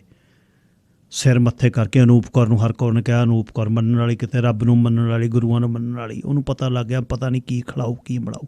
ਬਹੁਤ ਦਰੇਗ ਦੇ ਵਿੱਚ ਸੀ, ਬਹੁਤ ਔਖੀ ਸੀ। ਦਿਨ ਆ ਗਿਆ। ਸਵੇਰੇ 4 ਵਜੇ ਨਾਲ ਪਾਠੀ ਬੋਲਦੇ ਨੇ। ਹਰ ਕੌਰ ਨੇ ਛੰਨਾ ਦਹੀਂ ਦਾ ਲਿਆ ਕੇ ਫੜਾਤਾ। ਅਨੂਪ ਕੌਰ ਕਹਿੰਦੀ ਬੇਬੇ ਚਮਚਾ ਵੀ ਲਿਆ ਦੀ ਇੱਕ। ਬੇਬੇ ਚਮਚਾ ਲੈਣ ਗਈ। ਹਰ ਕੌਰ ਅਨੂਪ ਕੌਰ ਨੇ ਉੱਠ ਕੇ ਨਾਲੀ 'ਚ ਦਹੀਂ ਡੋਲਤਾ। ਸੱਚੇ ਪਾਤਸ਼ਾਹ ਨੂੰ ਅਰਦਾਸ ਕੀਤੀ। ਗੇਜਾ ਟਿਕੀ ਰਾਤ ਪਿਆ ਮੰਜੇ 'ਤੇ ਪਏ ਡਿੱਗੀ ਰਾਤ ਨੂੰ। ਐਂ ਲੱਗਿਆ ਜਵਾਕੜੀ ਜਿਹੜੀ ਸਿੱਟ ਕੇ ਆਂਦੀ ਛਾਤੀ 'ਤੇ ਬਹਿ ਕੇ ਗਲ ਨੂੰ ਹੱਥ ਪਾਉਣ ਲੱਗੀ। ਜਦ ਗਲ ਨੂੰ ਹੱਥ ਪਾਈ ਜੈਬਾ ਅੜਾਹਟ ਪਾ ਕੇ ਉੱਠਿਆ, ਫੱਤੋ ਨਾਲ ਪਈ ਤੀ। ਕੀ ਮਰ ਜਾਣਿਆ, ਕੀ ਹੋ ਗਿਆ ਤੈਨੂੰ? ਉਹ ਮਾਰਤਾ, ਛਡਾ ਦਿਓ, ਛਡਾ ਦਿਓ, ਛਡਾ ਦਿਓ। ਮੈਂ 20 ਵਾਰ ਕਿਹਾ ਨਾ ਲਾਹਣ ਡੱਕਿਆ ਕਰ, ਚੱਕ ਕੇ ਕੋਠੇ ਤੋਂ ਥੱਲੇ ਸਿੱਟ ਦੂੰ। ਪੱਤੋ ਬਹੁਤ ਕਰੜੀ ਸੀ ਗੇਜੇ ਤੇ ਘਰ ਵਾਲੀ। ਬੈਠ ਗਿਆ। ਕੀ ਹੋਇਆ? ਬਾ ਕੁਛ ਨਹੀਂ, ਦਬਾਅ ਪੈ ਗਿਆ ਸੀ। ਗੇਜਾ ਜਦ ਵੀ ਅੱਖ ਮੀਚਦਾ ਕੁੜੀ ਛਾਤੀ 'ਤੇ ਚੜ੍ਹ ਜਾਂਦੀ। ਗੇਜਾ ਦਿਨੇ ਕੰਮ ਕਰਦਾ, ਪਤਾ ਹੀ ਨਹੀਂ ਲੱਗਦਾ। ਕਈ ਵਾਰ ਮੋਟਰ ਦੇ ਕੋਲ ਦੀ ਲੰਘ ਕੇ ਦੂਜੇ ਦੀ ਮੋਟਰ 'ਤੇ ਜਾ ਵੜਦਾ। ਬੱਚਾ ਜੋੜਿਆ, ਰੇੜੀ ਦੂਜੀ ਦੀ ਮੋਟਰ 'ਤੇ ਚੱਲਦਾ, ਹਰਾ ਵੱਢਦਾ, ਹਰਾ ਹੀ ਵੱਢੀ ਜਾਂਦਾ, ਬੈਠਾ ਸਿੱਧਾ ਹੀ ਚੱਕ ਜਾਂਦਾ। ਗੇਜੇ ਨੂੰ ਜੋਗਾ ਕਹਿੰਦਾ, ਉਹ ਕੀ ਗਿਆ ਤੈਨੂੰ, ਮਰ ਜਾਏਗਾ, ਹੋਇਆ ਕੀ ਆ ਤੈਨੂੰ? ਬਸ ਭਾਈ ਮੈਂ ਤਾਂ ਬਹੁਤ ਕਲੋਟਾ ਫਸ ਗਿਆ, ਮੈਂ ਤਾਂ ਪੱਟਿਆ ਜਾਊਂ। ਉਹ ਹੋਇਆ ਕੀ ਹੈ? ਬਸ ਜਵਾਕੜੀ ਛਾਤੀ 'ਤੇ ਚੜ੍ਹ ਕੇ ਹਾਕਾਂ ਮਾਰਦੀ ਹੈ। ਕੀ ਕਿਹੜੀ ਜਵਾਕੜੀ? ਉਹੀ ਜਵਾਕੜੀ ਜਿਹੜੀ ਸਿੱਟ ਕੇ ਆਂਦੀ ਸੀ। ਜਾਗਾ ਉਹ ਤੈਨੂੰ ਕਹਿੰਦੀ ਹੈ ਇਹ ਇਸ ਤਰ੍ਹਾਂ ਨਹੀਂ ਹੁੰਦਾ ਇਹ ਚੀਜ਼ਾਂ, ਤਾਂ ਮਰ ਮੁੱਕ ਗਈ। ਨਹੀਂ ਬਾਈ ਤੇਰੇ ਵੱਲ ਨੂੰ ਵੀ ਆਊ, ਖਿਆਲ ਰੱਖੀ। ਅਰਦਾਸ ਅਨੂਪ ਕੌਰ ਦੀ ਕੰਮ ਆਈ, ਪੁੱਤ ਜੰਮ ਪਿਆ, ਉਹਦਾ ਨਾਂ ਗੋਗੀ ਰੱਖਿਆ। ਦਿਨਾਂ ਲੰਘਦਿਆਂ ਦਾ ਕੁਛ ਨਹੀਂ ਪਤਾ ਲੱਗਿਆ, ਗੋਗੀ ਕਾਲਜ ਦੇ ਵਿੱਚ ਅੜਵਾੜਾ ਬਣ ਗਿਆ। ਧੱਕੇ ਨਾਲ ਜਦ ਵੀ ਪੈਸਿਆਂ ਦੀ ਗੱਲ ਪੈਂਦੀ ਜੋਗੇ ਨੂੰ ਗਲੋਂ ਫੜਾ, ਬਾਪੂ ਪੀ ਕੇ ਗੱਲ ਕਰਦਾ, ਫੜਾ ਉਹਦੇ ਦਾ 1000 ਰੁਪਈਆ, ਆਹ ਲੈਣਾ ਉਹ ਲੈਣਾ। ਇੱਕ ਦਿਨ ਜੋਗਾ ਤੇ ਗੇਜਾ ਖੂਹ 'ਤੇ ਬੈਠੇ, ਦਾੜੀਆਂ ਬੱਗੀਆਂ ਹੋ ਗਈਆਂ। ਬਾਈ ਅੱਜ ਰੂੜੀ ਮਾਰ ਖਾਂਦੀ, ਅੱਜ ਇੰਗਲਿਸ਼ ਪੀਣੀ ਆ। ਇੰਗਲਿਸ਼ ਗੇਜਾ ਬੋਲਿਆ। ਗੇਜਾ ਤੂੰ ਮੇਰੀ ਹਿੱਕ ਦਾ ਬਾਲ ਆ, ਗਲੇ ਕੋਈ ਨਹੀਂ, ਕਾਹਦੇ ਲਈ ਪੀਣੀ ਆ? ਮੁੰਡਾ ਆਪਣਾ ਗੋਗੀ ਜਵਾਨ ਹੋ ਗਿਆ। ਉਹ ਕਾਹਦਾ ਜਵਾਨ ਹੋਇਆ? ਕੱਲ੍ਹ ਲਾਲਿਆਂ ਦਾ ਮੁੰਡਾ ਕੁੱਟਿਆ, ਥਾਣੇ ਸੱਦਿਆ ਮੈਨੂੰ, ਅੱਜ ਥਾਣੇ ਨੇ ਪੰਗਾ ਪੈ ਗਿਆ। ਕੀ ਕਹਿੰਦਾ? ਨਾਲੇ ਮੋਟਰਸਾਈਕਲ ਮੰਗਦਾ, ਚੱਲ ਲੈ ਦੇ ਮੋਟਰਸਾਈਕਲ, ਉਹਦੇ ਤੋਂ ਕੀ ਥੁੜਿਆ ਪਿਆ। ਇੱਕ ਹੋਰ ਗੇਜਿਆ, ਲਾਇਸੈਂਸ ਬਣਿਆ ਹੋਇਆ ਸੀ, ਆਪਾਂ 12 ਬੋਰ ਵੀ ਲੈ ਆਂਦੀ, ਚੱਲ ਜਿੱਥੇ ਕੱਟਿਆਂ ਦੀ ਉੱਥੇ ਬੱਚਿਆਂ ਦੀ, ਤਾਂ ਵੀ ਵਧੀਆ ਕੀਤਾ, ਪਰ ਖਿਆਲ ਰੱਖੀ ਰਫਲ ਮਾੜੀ ਹੁੰਦੀ ਆ ਘਰੇ, ਐ ਨਾ ਕਰ। ਉਹੀ ਗੱਲ ਹੋਈ ਜੱਗੋਂ 13ਵਾਂ। ਗੋਗੀ ਜਿਹੜਾ ਵੀ ਕੁਛ ਕਰਦਾ ਆਲੋਕਾਰੀ ਕਰਦਾ। ਇੱਕ ਦਿਨ ਤੁਰੀ ਜਾਂਦੀ ਗੁਆਂਢ ਦੇ ਪਿੰਡ ਦੀ ਕੁੜੀ ਦੇ ਮੋਟਰਸਾਈਕਲ ਮੂਹਰੇ ਖੜ੍ਹਾ ਕੇ ਗੋਗੀ ਨੇ ਕੁੜੀ ਨੂੰ ਹੱਥ ਫੜ ਲਿਆ, ਬਾਂਹ ਫੜ ਲਿਆ। ਜੋਰਾਵਰਾਂ ਦੀ ਧੀ ਅੱਗੇ ਲਲਕਰ ਕੇ ਆ ਕੇ ਜੀਪਾਂ ਦਰਾਂ ਮੂਹਰੇ ਜੋਗੇ ਦੇ ਖੜ ਗਈਆਂ। ਜਦ ਫਾਇਰ ਟੀ ਕਰਕੇ ਪਠਾਣੀਆਂ ਦੇ ਉੱਪਰ ਨੂੰ ਚੜ੍ਹੇ, ਜੋਗਾ ਕੰਧਾਂ ਨਾਲ ਲੱਗਦਾ ਫਿਰੇ। ਗੇਜਾ ਵੀ ਅੰਦਰ ਸੀ। ਗੇਜੇ ਨੂੰ ਜੋਗਾ ਕਹਿੰਦਾ, ਦੇਖੀ ਕੌਣ ਆ ਗਏ ਬਾਹਰ। ਕਹਿੰਦਾ ਚੱਕ ਹੁਣ 12 ਬੋਰ, ਆ ਗਏ ਬਸ ਦਰਾਂ ਮੂਹਰੇ, ਗੜੈਲ ਆ ਗਏ ਸਾਰੇ, ਕਰਨਗੇ ਗੱਲ ਹੁਣ ਪੂਰੀ ਕਾਇਮ। ਬਾਹਰ ਨਿਕਲ ਕੇ ਗੇਜੇ ਨੇ ਗਲ ਦੇ ਵਿੱਚ ਪਰਨਾ ਪਾ ਕੇ ਕਹਿੰਦਾ, ਸਰਦਾਰੋ ਕੀ ਗੱਲ ਹੋ ਗਈ? ਕਿੱਥੇ ਆ ਤੁਹਾਡਾ ਰਾਂਝਾ ਵੱਡਾ? ਹਾਂ ਹੋਇਆ ਕੀ ਜੀ? ਹੋਣਾ ਕੀ ਹੈ? ਸਾਡੀ ਕੁੜੀ ਦੀ ਬਾਂਹ ਫੜ ਲਈ ਉਹਨੇ ਮੋਟਰਸਾਈਕਲ ਖੜਾ ਕੇ, ਕਦੇ ਕੁੱਲ ਹੀਰ ਕਹਿੰਦਾ, ਕਦੇ ਰਾਂਝਾ ਕਹਿੰਦਾ, ਕਦੇ ਕੁਛ ਕਹਿੰਦਾ, ਕੱਢੋ ਬਾਹਰ ਉਹਨੂੰ। ਬਹੁਤ ਬਿਸਫਰਿਆ ਸੀ ਪਿਓ। ਚਾਦਰਾ ਉਹਨੇ ਟੁੰਗ ਕੇ ਖੁੱਚਾਂ ਤੋਂ ਉੱਚਾ ਕੀਤਾ। ਖੁੱਚ ਤੇ ਮੋਰ ਜਿਹੜਾ ਬਾਹਿਆ ਹੋਇਆ ਸੀ ਉੱਡਣ ਨੂੰ ਤਿਆਰ ਸੀ। ਮੁਕਤਸਰੀ ਜੁੱਤੀ ਪੂਰੀ ਘੁੰਮ ਕੇ, ਖੁੱਸਾ ਜਿਹੜਾ ਪੈਰ ਨੂੰ ਲੱਗਦਾ। 12 ਬੋਰ ਦੇ ਪਟੇ ਮੋਢਿਆਂ 'ਚ ਪਾਏ, 12 ਬੋਰ ਹੱਥ ਪਿੱਛੇ, ਮੁੰਡਾ ਇੱਕ ਮੌਜ਼ਰ ਲਈ ਖੜਾ, ਇੱਕ 315 ਬੋਰ। ਜੀਪ ਦੇ ਵਿੱਚੋਂ ਜਦ ਉਤਰੇ, ਜੀਪ ਨੇ ਜਿਹੜੀ ਮਸਾਂ ਸਾਹ ਲਿਆ, ਵੱਡੇ ਘਰਾਂ ਦੀ ਧੀ ਨੂੰ ਪੰਗਾ ਪਾ ਲਿਆ। ਗੋਗੀ ਨੂੰ ਪੇਸ਼ ਕੀਤਾ ਗਿਆ, ਗੋਗੀ ਪੈਰੀਂ ਪਿਆ। ਸਰਦਾਰ ਕਹਿੰਦਾ, ਗੱਲ ਸੁਣ ਓਏ, ਕੁੜੀ ਨੂੰ ਲਾਇਆ ਤੂੰ ਹੱਥ, ਕੁੜੀ ਹੁਣ ਤੁਹਾਡੇ ਘਰ ਹੀ ਬਸੂ, ਸਾਡੀ, ਅਸੀਂ ਨਹੀਂ ਕਿਤੇ ਵਿਆਹੁਣੀ। ਗੋਗੀ ਨੂੰ ਐ ਪਿਆ ਸਿਆਪਾ ਪੈ ਗਿਆ। ਤਾਂ ਗਾਹਾਂ ਮਨ ਦੇ ਵਿੱਚ ਜੋਗੇ ਦੇ ਵੀ ਇਹ ਵੀ ਬਣੂ ਕੀ, ਇਹ ਤਾਂ ਵੱਡਿਆਂ ਨੇ ਘਰਾਂ ਨੇ ਹੱਥ ਲਾ ਲਿਆ, ਇਹ ਤਾਂ ਕੁੱਟਣਗੇ ਨਿੱਤ ਡਾਂਗ। ਫਿਰ ਗੱਲ ਸੁਣਾ, ਤੂੰ ਵੀ ਮਜੌਰਾਂ ਦੀ ਮਾਂ ਨੂੰ ਝਾਕਦਾ। ਸਰਦਾਰ ਨੇ ਜੋਗੇ ਨੂੰ ਕਿਹਾ, ਆਹ ਰਾਂਝਾ ਜਿਹੜਾ ਤੂੰ ਜੰਮਿਆ ਸੀ, ਇਹਨੂੰ ਆ ਕੇ ਭੱਦਰਕਾਰੀ ਲੈ ਕੇ ਮੋਟਰਸਾਈਕਲ ਦਿੱਤਾ, ਕੁੜੀਆਂ ਧੀਆਂ ਨੂੰ ਸਾਂਭਦਾ ਫਿਰੇ, ਬੋਲਦਾ ਫਿਰੇ। ਚੰਗਾ ਜੀ, ਜੋ ਸਿਰ ਮੱਥੇ ਕਰਾਂਗੇ ਜੀ। ਜੋਗੇ ਨੇ ਹੱਥ ਕੀਤਾ। ਗੇਜਾ ਚੌਂਦੀ ਲੰਗੀ ਅੱਗੇ ਨੂੰ ਲੋਕਾਂ ਵੱਲ ਦੇਖੀ ਜਾਂਦਾ, ਮੋਟਰ 'ਤੇ ਬੈਠਾ। ਦੂਰੋਂ ਨੰਬਰਦਾਰ ਆਉਂਦਾ, ਗੇਜੇ ਦੇ ਵਿੱਚੋਂ ਐਂ ਲੱਗਿਆ ਨੰਬਰਦਾਰ ਨਹੀਂ, ਖੂੰਖਾਰ ਕੁੜੀ ਆਉਂਦੀ ਹੈ। ਉਹ ਖਾ ਲਿਆ ਮੈਨੂੰ, ਖਾ ਲਿਆ, ਬਚਾਓ ਪਿੰਡੋਂ, ਫੜ ਲਓ ਦੁਸ਼ਮਣੋ, ਇਹ ਛੱਡਦੀ ਨਹੀਂ। ਭੱਜ ਕੇ ਗੇਜਾ ਮੂਹਰੇ ਹੋ ਗਿਆ। ਗੇਜਾ ਜਦ ਭੱਜਿਆ, ਜੋਗਾ ਉਹਦੇ ਪਿੱਛੇ। ਹੋ ਕੀ ਗਿਆ? ਨਾ ਮਾਰ ਪੁੱਤ, ਮੇਰੇ ਤੋਂ ਗਲਤੀ ਹੋ ਗਈ, ਨਾ ਮਾਰ ਮੈਨੂੰ, ਮੈਂ ਤੇਰੀ ਕੈਲੀ ਗੋ, ਮੈਨੂੰ ਬਖਸ਼ ਦੇ। ਜੋਗੇ ਨੂੰ ਗੇਜਾ ਕਹੀ ਜਾਵੇ, ਬੱਕੜਵਾ ਕਰਦੇ। ਗੇਜੇ ਦੇ ਥੱਪੜ ਠਾ ਦੇ ਕੇ ਜੋਗੇ ਨੇ ਮਾਰਿਆ। ਹੋਇਆ ਕੀ? ਬਚ ਗਿਆ। ਕਿੱਧਰ ਗਈ? ਸੌਰੀ, ਮੈਂ ਬਚ ਗਿਆ। ਕੀ ਹੋਇਆ? ਉਹ ਕੁੜੀ ਆਉਂਦੀ ਆ ਉੜਦੀ ਪਿੱਛੇ। ਉਹ ਕਿਹੜੀ ਕੁੜੀ ਆਉਂਦੀ ਹੈ? ਜਿਹੜੀ ਕੁੜੀ ਸੱਟ ਕੇ ਆਇਆ ਸੀ। ਉਹ ਕਿਹੜੀ ਸੱਟ ਕੇ ਆਈ? ਤੇਰੀ ਕੁੜੀ ਬੱਜੋ ਰੱਤੀ ਮੈਨੂੰ ਗਰਦਨੋਂ ਫੜਦੀ ਹੈ। ਨਵਾਂ ਟਰੈਕਟਰ ਇੱਕ ਦਿਨ ਲਿਆ ਕੇ ਜੋਗਾ ਹਲ ਵਾਹੁਣ ਲੱਗਿਆ। ਚਾਚਾ ਗੁਆਂਢੀਆਂ ਦਾ ਮੁੰਡਾ ਆ ਗਿਆ। ਕੀ ਹੋ ਗਿਆ? ਚਾਚੇ, ਗੋਗੀ ਨੇ ਅੰਮਾ ਮਾਰਤੀ। ਬੇਬੇ ਮਾਰਤੀ? ਹਾਂ।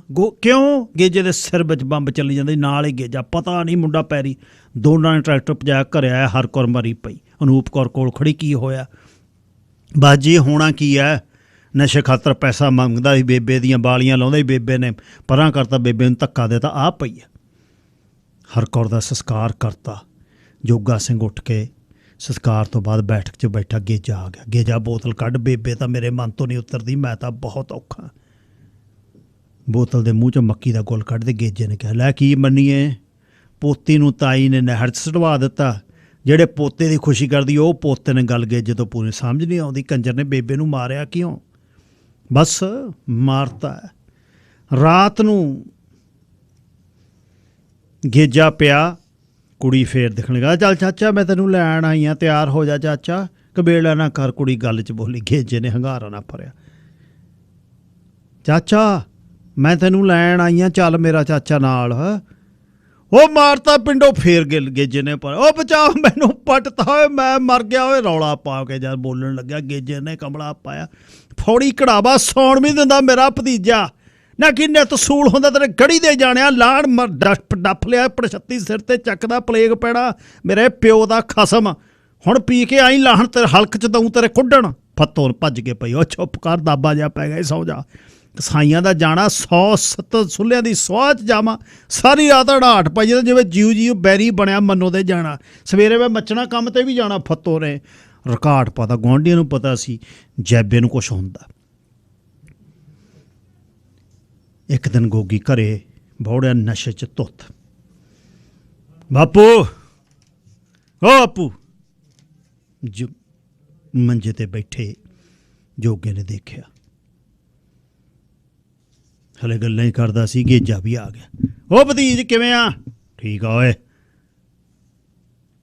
ਪਰਾਂ ਹੋ ਕੇ ਖੜ, ਸੀਰੀਆਂ ਵਾਂਗੂ ਰਿਹਾ ਕਰ, ਗੋਗੇ ਨੇ ਕਿਹਾ। ਮੁੜ ਕੇ ਯਾਦ ਫੇਰ ਗੇਜੇ ਨੂੰ ਅਜੇ ਧਿਆਣੀ ਹੁੰਦੀ, ਖਾਨੀ ਚਾਚਾ ਤਾਇਆ ਹੀ ਕਹਿੰਦੀ। ਹਲੇ ਗੱਲਾਂ ਹੀ ਕਰਦਾ ਸੀ। ਆ 10,000 ਰੁਪਈਆ ਦੇ ਬਾਪੂ, ਮੈਂ ਜਾਣਾ, ਸਾਡਾ ਕਾਲਜ ਚੱਲਦਾ, ਟੂਰ ਚੱਲਿਆ, ਧਰਮਸ਼ਾਲਾ ਜਾਣਾ ਮੈਂ। ਕਿੰਨੇ ਦੇ ਦੇਵਾਂ? 10,000। 10 ਰੁਪਈਏ ਵੀ ਨਹੀਂ, ਜੁੱਤੀ ਦਿਖਦੀ ਹੈ। ਜੋਗਾ ਤੰਗ ਬਹੁਤ ਸੀ, ਕਿਉਂਕਿ ਆੜਤੀਏ ਨੇ ਆ ਕੇ ਦੱਸਿਆ 50,000 ਗੋਗੀ ਲੈ ਕੇ ਖਾ ਗਿਆ। ਬਕਵਾਸ ਨਾ ਕਰੋ ਬੁੜਿਆ, ਜਿੰਨੀ ਨਾਤੀ ਉਹਨਾਂ ਹੀ ਪਿੰਡਾ, ਮੇਰਾ ਹਿੱਸਾ ਦੇ ਵੰਡ ਕੇ, ਮੈਂ ਨਹੀਂ ਰਹਿੰਦਾ ਤੁਹਾਡੇ ਨਾਲ, ਗੋਗੀ ਨੇ ਕਿਹਾ। ਜੋਗਾ ਸਿੰਘ ਦੇ ਸਿਰ ਘੁੰਮਦਾ ਲੱਗਿਆ। ਜਿਉਂਦੇ ਜੀ ਨਾ ਤੈਨੂੰ ਦੇ ਦਾਂ ਪਰਨੋਟ ਲਿਖ ਕੇ, ਬੁਢਾਪੇ 'ਚ ਤੂੰ ਸੇਵਾ ਕਰਨੀ ਆ ਸਾਡੀ, ਸੇਵਾ ਨੂੰ ਤੂੰ ਲੂਲਾ ਲੰਘਣਾ। ਬਲਡੋਜ਼ਰ ਵਰਗਾ ਪਿਆ, ਸਿੱਧਾ ਹੋ ਕੇ ਹਿੱਸਾ ਦੇ ਦੇ, ਪੜਿਆ ਵਿਚਾਰ ਲਾ, ਨਹੀਂ ਦਾੜੀ ਜੀ ਪੱਟ ਕੇ ਖੂੰਜੇ 'ਚ ਦੇ ਦੂੰ। ਕੁੱਤੇ ਦਿਆ ਹੱਡਿਆ, ਅੱਗੇ ਡੰਡੀਆਂ ਖਾਤਰ ਬੇਬੇ ਮਾਰਤੀ, ਹੁਣ ਧਮਕੀ ਦਿੰਦਾ ਤੇਰੇ ਪ੍ਰਾਣ ਕੱਢ ਲੂੰ। ਜੋਗਾ ਸਿੰਘ ਕਰੋਧ ਨਾਲ ਬੋਲਿਆ, ਹੜਿਆ ਬੁੜਿਆ, ਤੂੰ ਬਾਜ ਨਹੀਂ ਆਉਂਦਾ, ਤੇਰੀ ਵੀ ਬੁੜੀ ਵਾਂਗੂ ਪੂਜਦਾ ਗੁੱਗਾ। ਗੁੱਸੇ ਨਾਲ ਦਦਨ ਹੋਇਆ ਗੋਗੀ ਲਲਕਾਰਾ ਮਾਰ ਕੇ ਵੜ ਗਿਆ। ਲਿਸ਼ਕ ਦੀ ਤਲਵਾਰ ਚੱਕ ਕੇ ਵੱਜਿਆ। ਅਨੂਪ ਕੌਰ ਗੱਭੇ ਆ ਗਈ, ਬੇ ਹਾੜੇ ਡੈ ਡੈ ਕੇ ਮਰੋਗੇ ਓਏ, ਰੱਬ ਦਾ ਵਾਸਤਾ ਰੁਕ ਜਾ, ਹਜੇ ਬੇਬੇ ਦਾ ਸੇਵਾ ਠੰਡਾ ਨਹੀਂ ਹੋਇਆ, ਨਾ ਕਰ ਪੁੱਤ। ਗੋਗੀ ਤਲਵਾਰ ਲਈ ਆਉਂਦਾ ਸੀ। ਬਚੀ ਬਾਈ, ਇਹ ਮਾਰ ਇਹਦੇ ਫੈਰ, ਨਹੀਂ ਤਾਂ ਪਰਾਂ 'ਚ ਮਾਰ ਦੂੰ ਤੈਨੂੰ, ਗੇਜੇ ਨੇ ਕਿਹਾ। ਅੰਦਰ ਵੜ ਕੇ ਪੇਟੀ ਦੇ ਵਿੱਚੋਂ ਧੂ ਕੇ 12 ਬੋਰ ਜੋਗਾ ਮੂਹਰੇ ਖੜ ਗਿਆ। ਜਿਉਂ ਹੀ ਕਿਰਪਾਨ ਦਾ ਬਾਰ ਗੋਗੀ ਨੇ ਕੀਤਾ, ਉਹਨੇ 12 ਬੋਰ ਦਾ ਦਗਾੜਾ ਮਾਰਿਆ। ਗੋਗੀ 3 ਥਾਂ ਤੋਂ ਕਰਤਾ, ਭਰਾੜ ਖੋਲ੍ਹਤਾ, ਸਪਾਲ ਧਰਤੀ 'ਤੇ ਪਿਆ। ਰੌਲਾ ਪੈ ਗਿਆ ਪਿੰਡ 'ਚ, ਜੋਗੇ ਨੇ ਮੁੰਡਾ ਮਾਰਤਾ, ਜੋਗੇ ਨੇ ਮੁੰਡਾ ਮਾਰਤਾ। ਠਾਣਾ ਆ ਗਿਆ, ਚੜ੍ਹ ਕੇ ਜੋਗੇ ਨੂੰ ਫੜ ਕੇ ਲੈ ਗਏ। ਨਾਲ ਹੀ ਜੋਗੇ ਨੂੰ ਵੀ, ਜੋਗੇ ਨੇ ਗੇਜੇ ਵੱਲ ਝਾਕਿਆ, ਦੋਨਾਂ ਨੂੰ ਹੀ ਲੈ ਗਏ ਫੜ ਕੇ।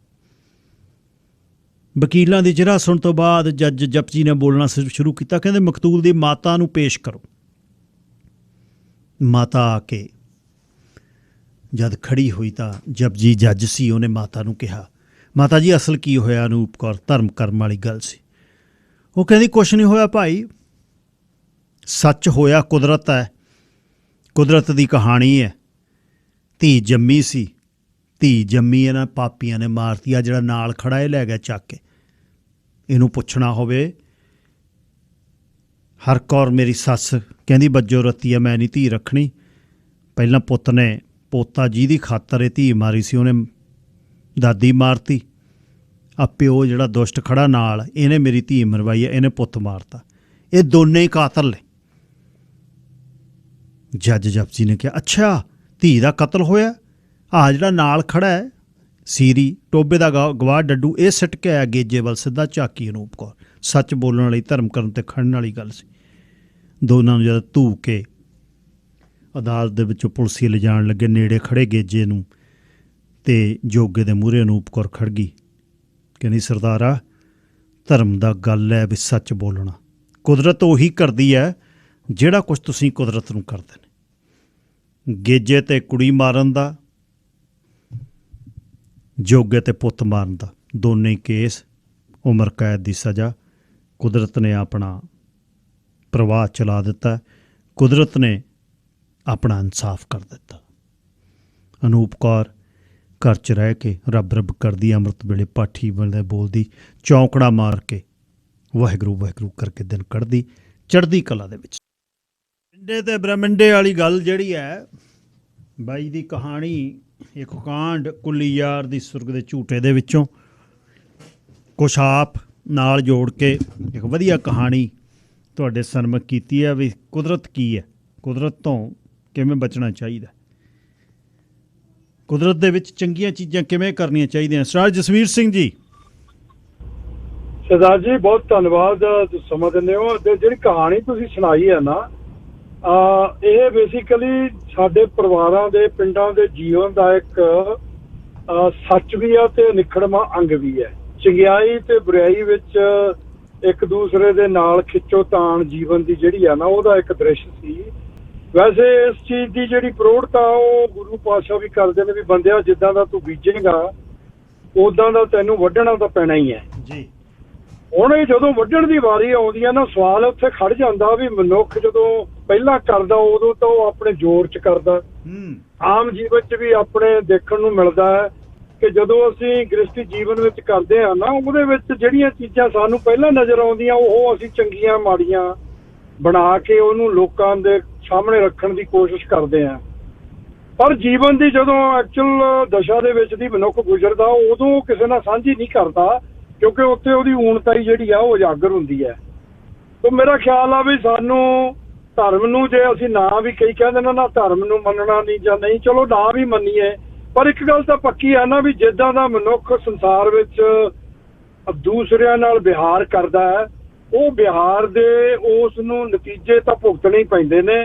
ਪਰ ਜਦੋਂ ਨਤੀਜੇ ਭੁਗਤਣੇ ਪੈਂਦੇ ਨੇ, ਸਵਾਲ ਉੱਥੇ ਆ ਕੇ ਖੜਦਾ ਜੀਵਨ ਦਾ ਕਿ ਮਨੁੱਖ ਚੰਗਿਆਈ ਨੂੰ ਸਵੀਕਾਰ ਕਰਕੇ ਜੀਵਨ ਜਿਉਣ ਦੀ ਜਿਹੜੀ ਉਹਦੀ ਖਾਹਿਸ਼ ਆ ਉਹਦਾ ਆਨੰਦ ਮਾਣਦਾ, ਜਾਂ ਬਾਕੀ ਦਾ ਜੀਵਨ ਨਰਕ ਬਣਾਉਂਦਾ ਹੈ। ਗੱਲ ਉੱਥੇ ਐਕਚੁਅਲੀ ਨਿਬੜਦੀ ਹੈ। ਉਹ ਅਵਸਥਾ ਜਾਂ ਉੱਦਾਂ ਦੇ ਹਾਲਾਤਾਂ ਵਿੱਚ ਜੀਵਨ ਗੁਜ਼ਾਰਨਾ ਉਹ ਮਨੁੱਖ ਉਦੋਂ ਕਰ ਸਕਦਾ ਜਦੋਂ ਉਹ ਅੰਦਰੂਨੀ ਤੌਰ ਤੇ ਸਾਫ਼ ਹੋਵੇ ਤੇ ਸੰਤੁਸ਼ਟੀ ਨਾਲ ਜੀਵਨ ਜਿਉਣ ਦੀ ਉਹਨੂੰ ਤਮੰਨਾ ਹੋਵੇ। ਦੁਨੀਆਦਾਰੀ ਦੇ ਜਿਹੜੇ ਲਾਂਭੇ ਨੇ ਨਾ, ਇਹਨਾਂ ਦਾ ਕੋਈ ਮਾਇਨਾ ਨਹੀਂ ਹੁੰਦਾ। ਉਹ ਜਿਹੜੇ ਲਾਂਭੇ ਨੇ ਉਹ ਇੱਕ ਦੂਸਰੇ ਦੀ ਸੰਸਾਰਿਕ ਭੁੱਖ ਆ, ਉਹ ਕਰਦੇ ਨੇ। ਬੜੀ ਮਿਹਰਬਾਨੀ ਤੁਹਾਡੀ। ਧੰਨਵਾਦ ਜੀ, ਬਹੁਤ ਬਹੁਤ। ਰੱਬ ਰਾਖਾ।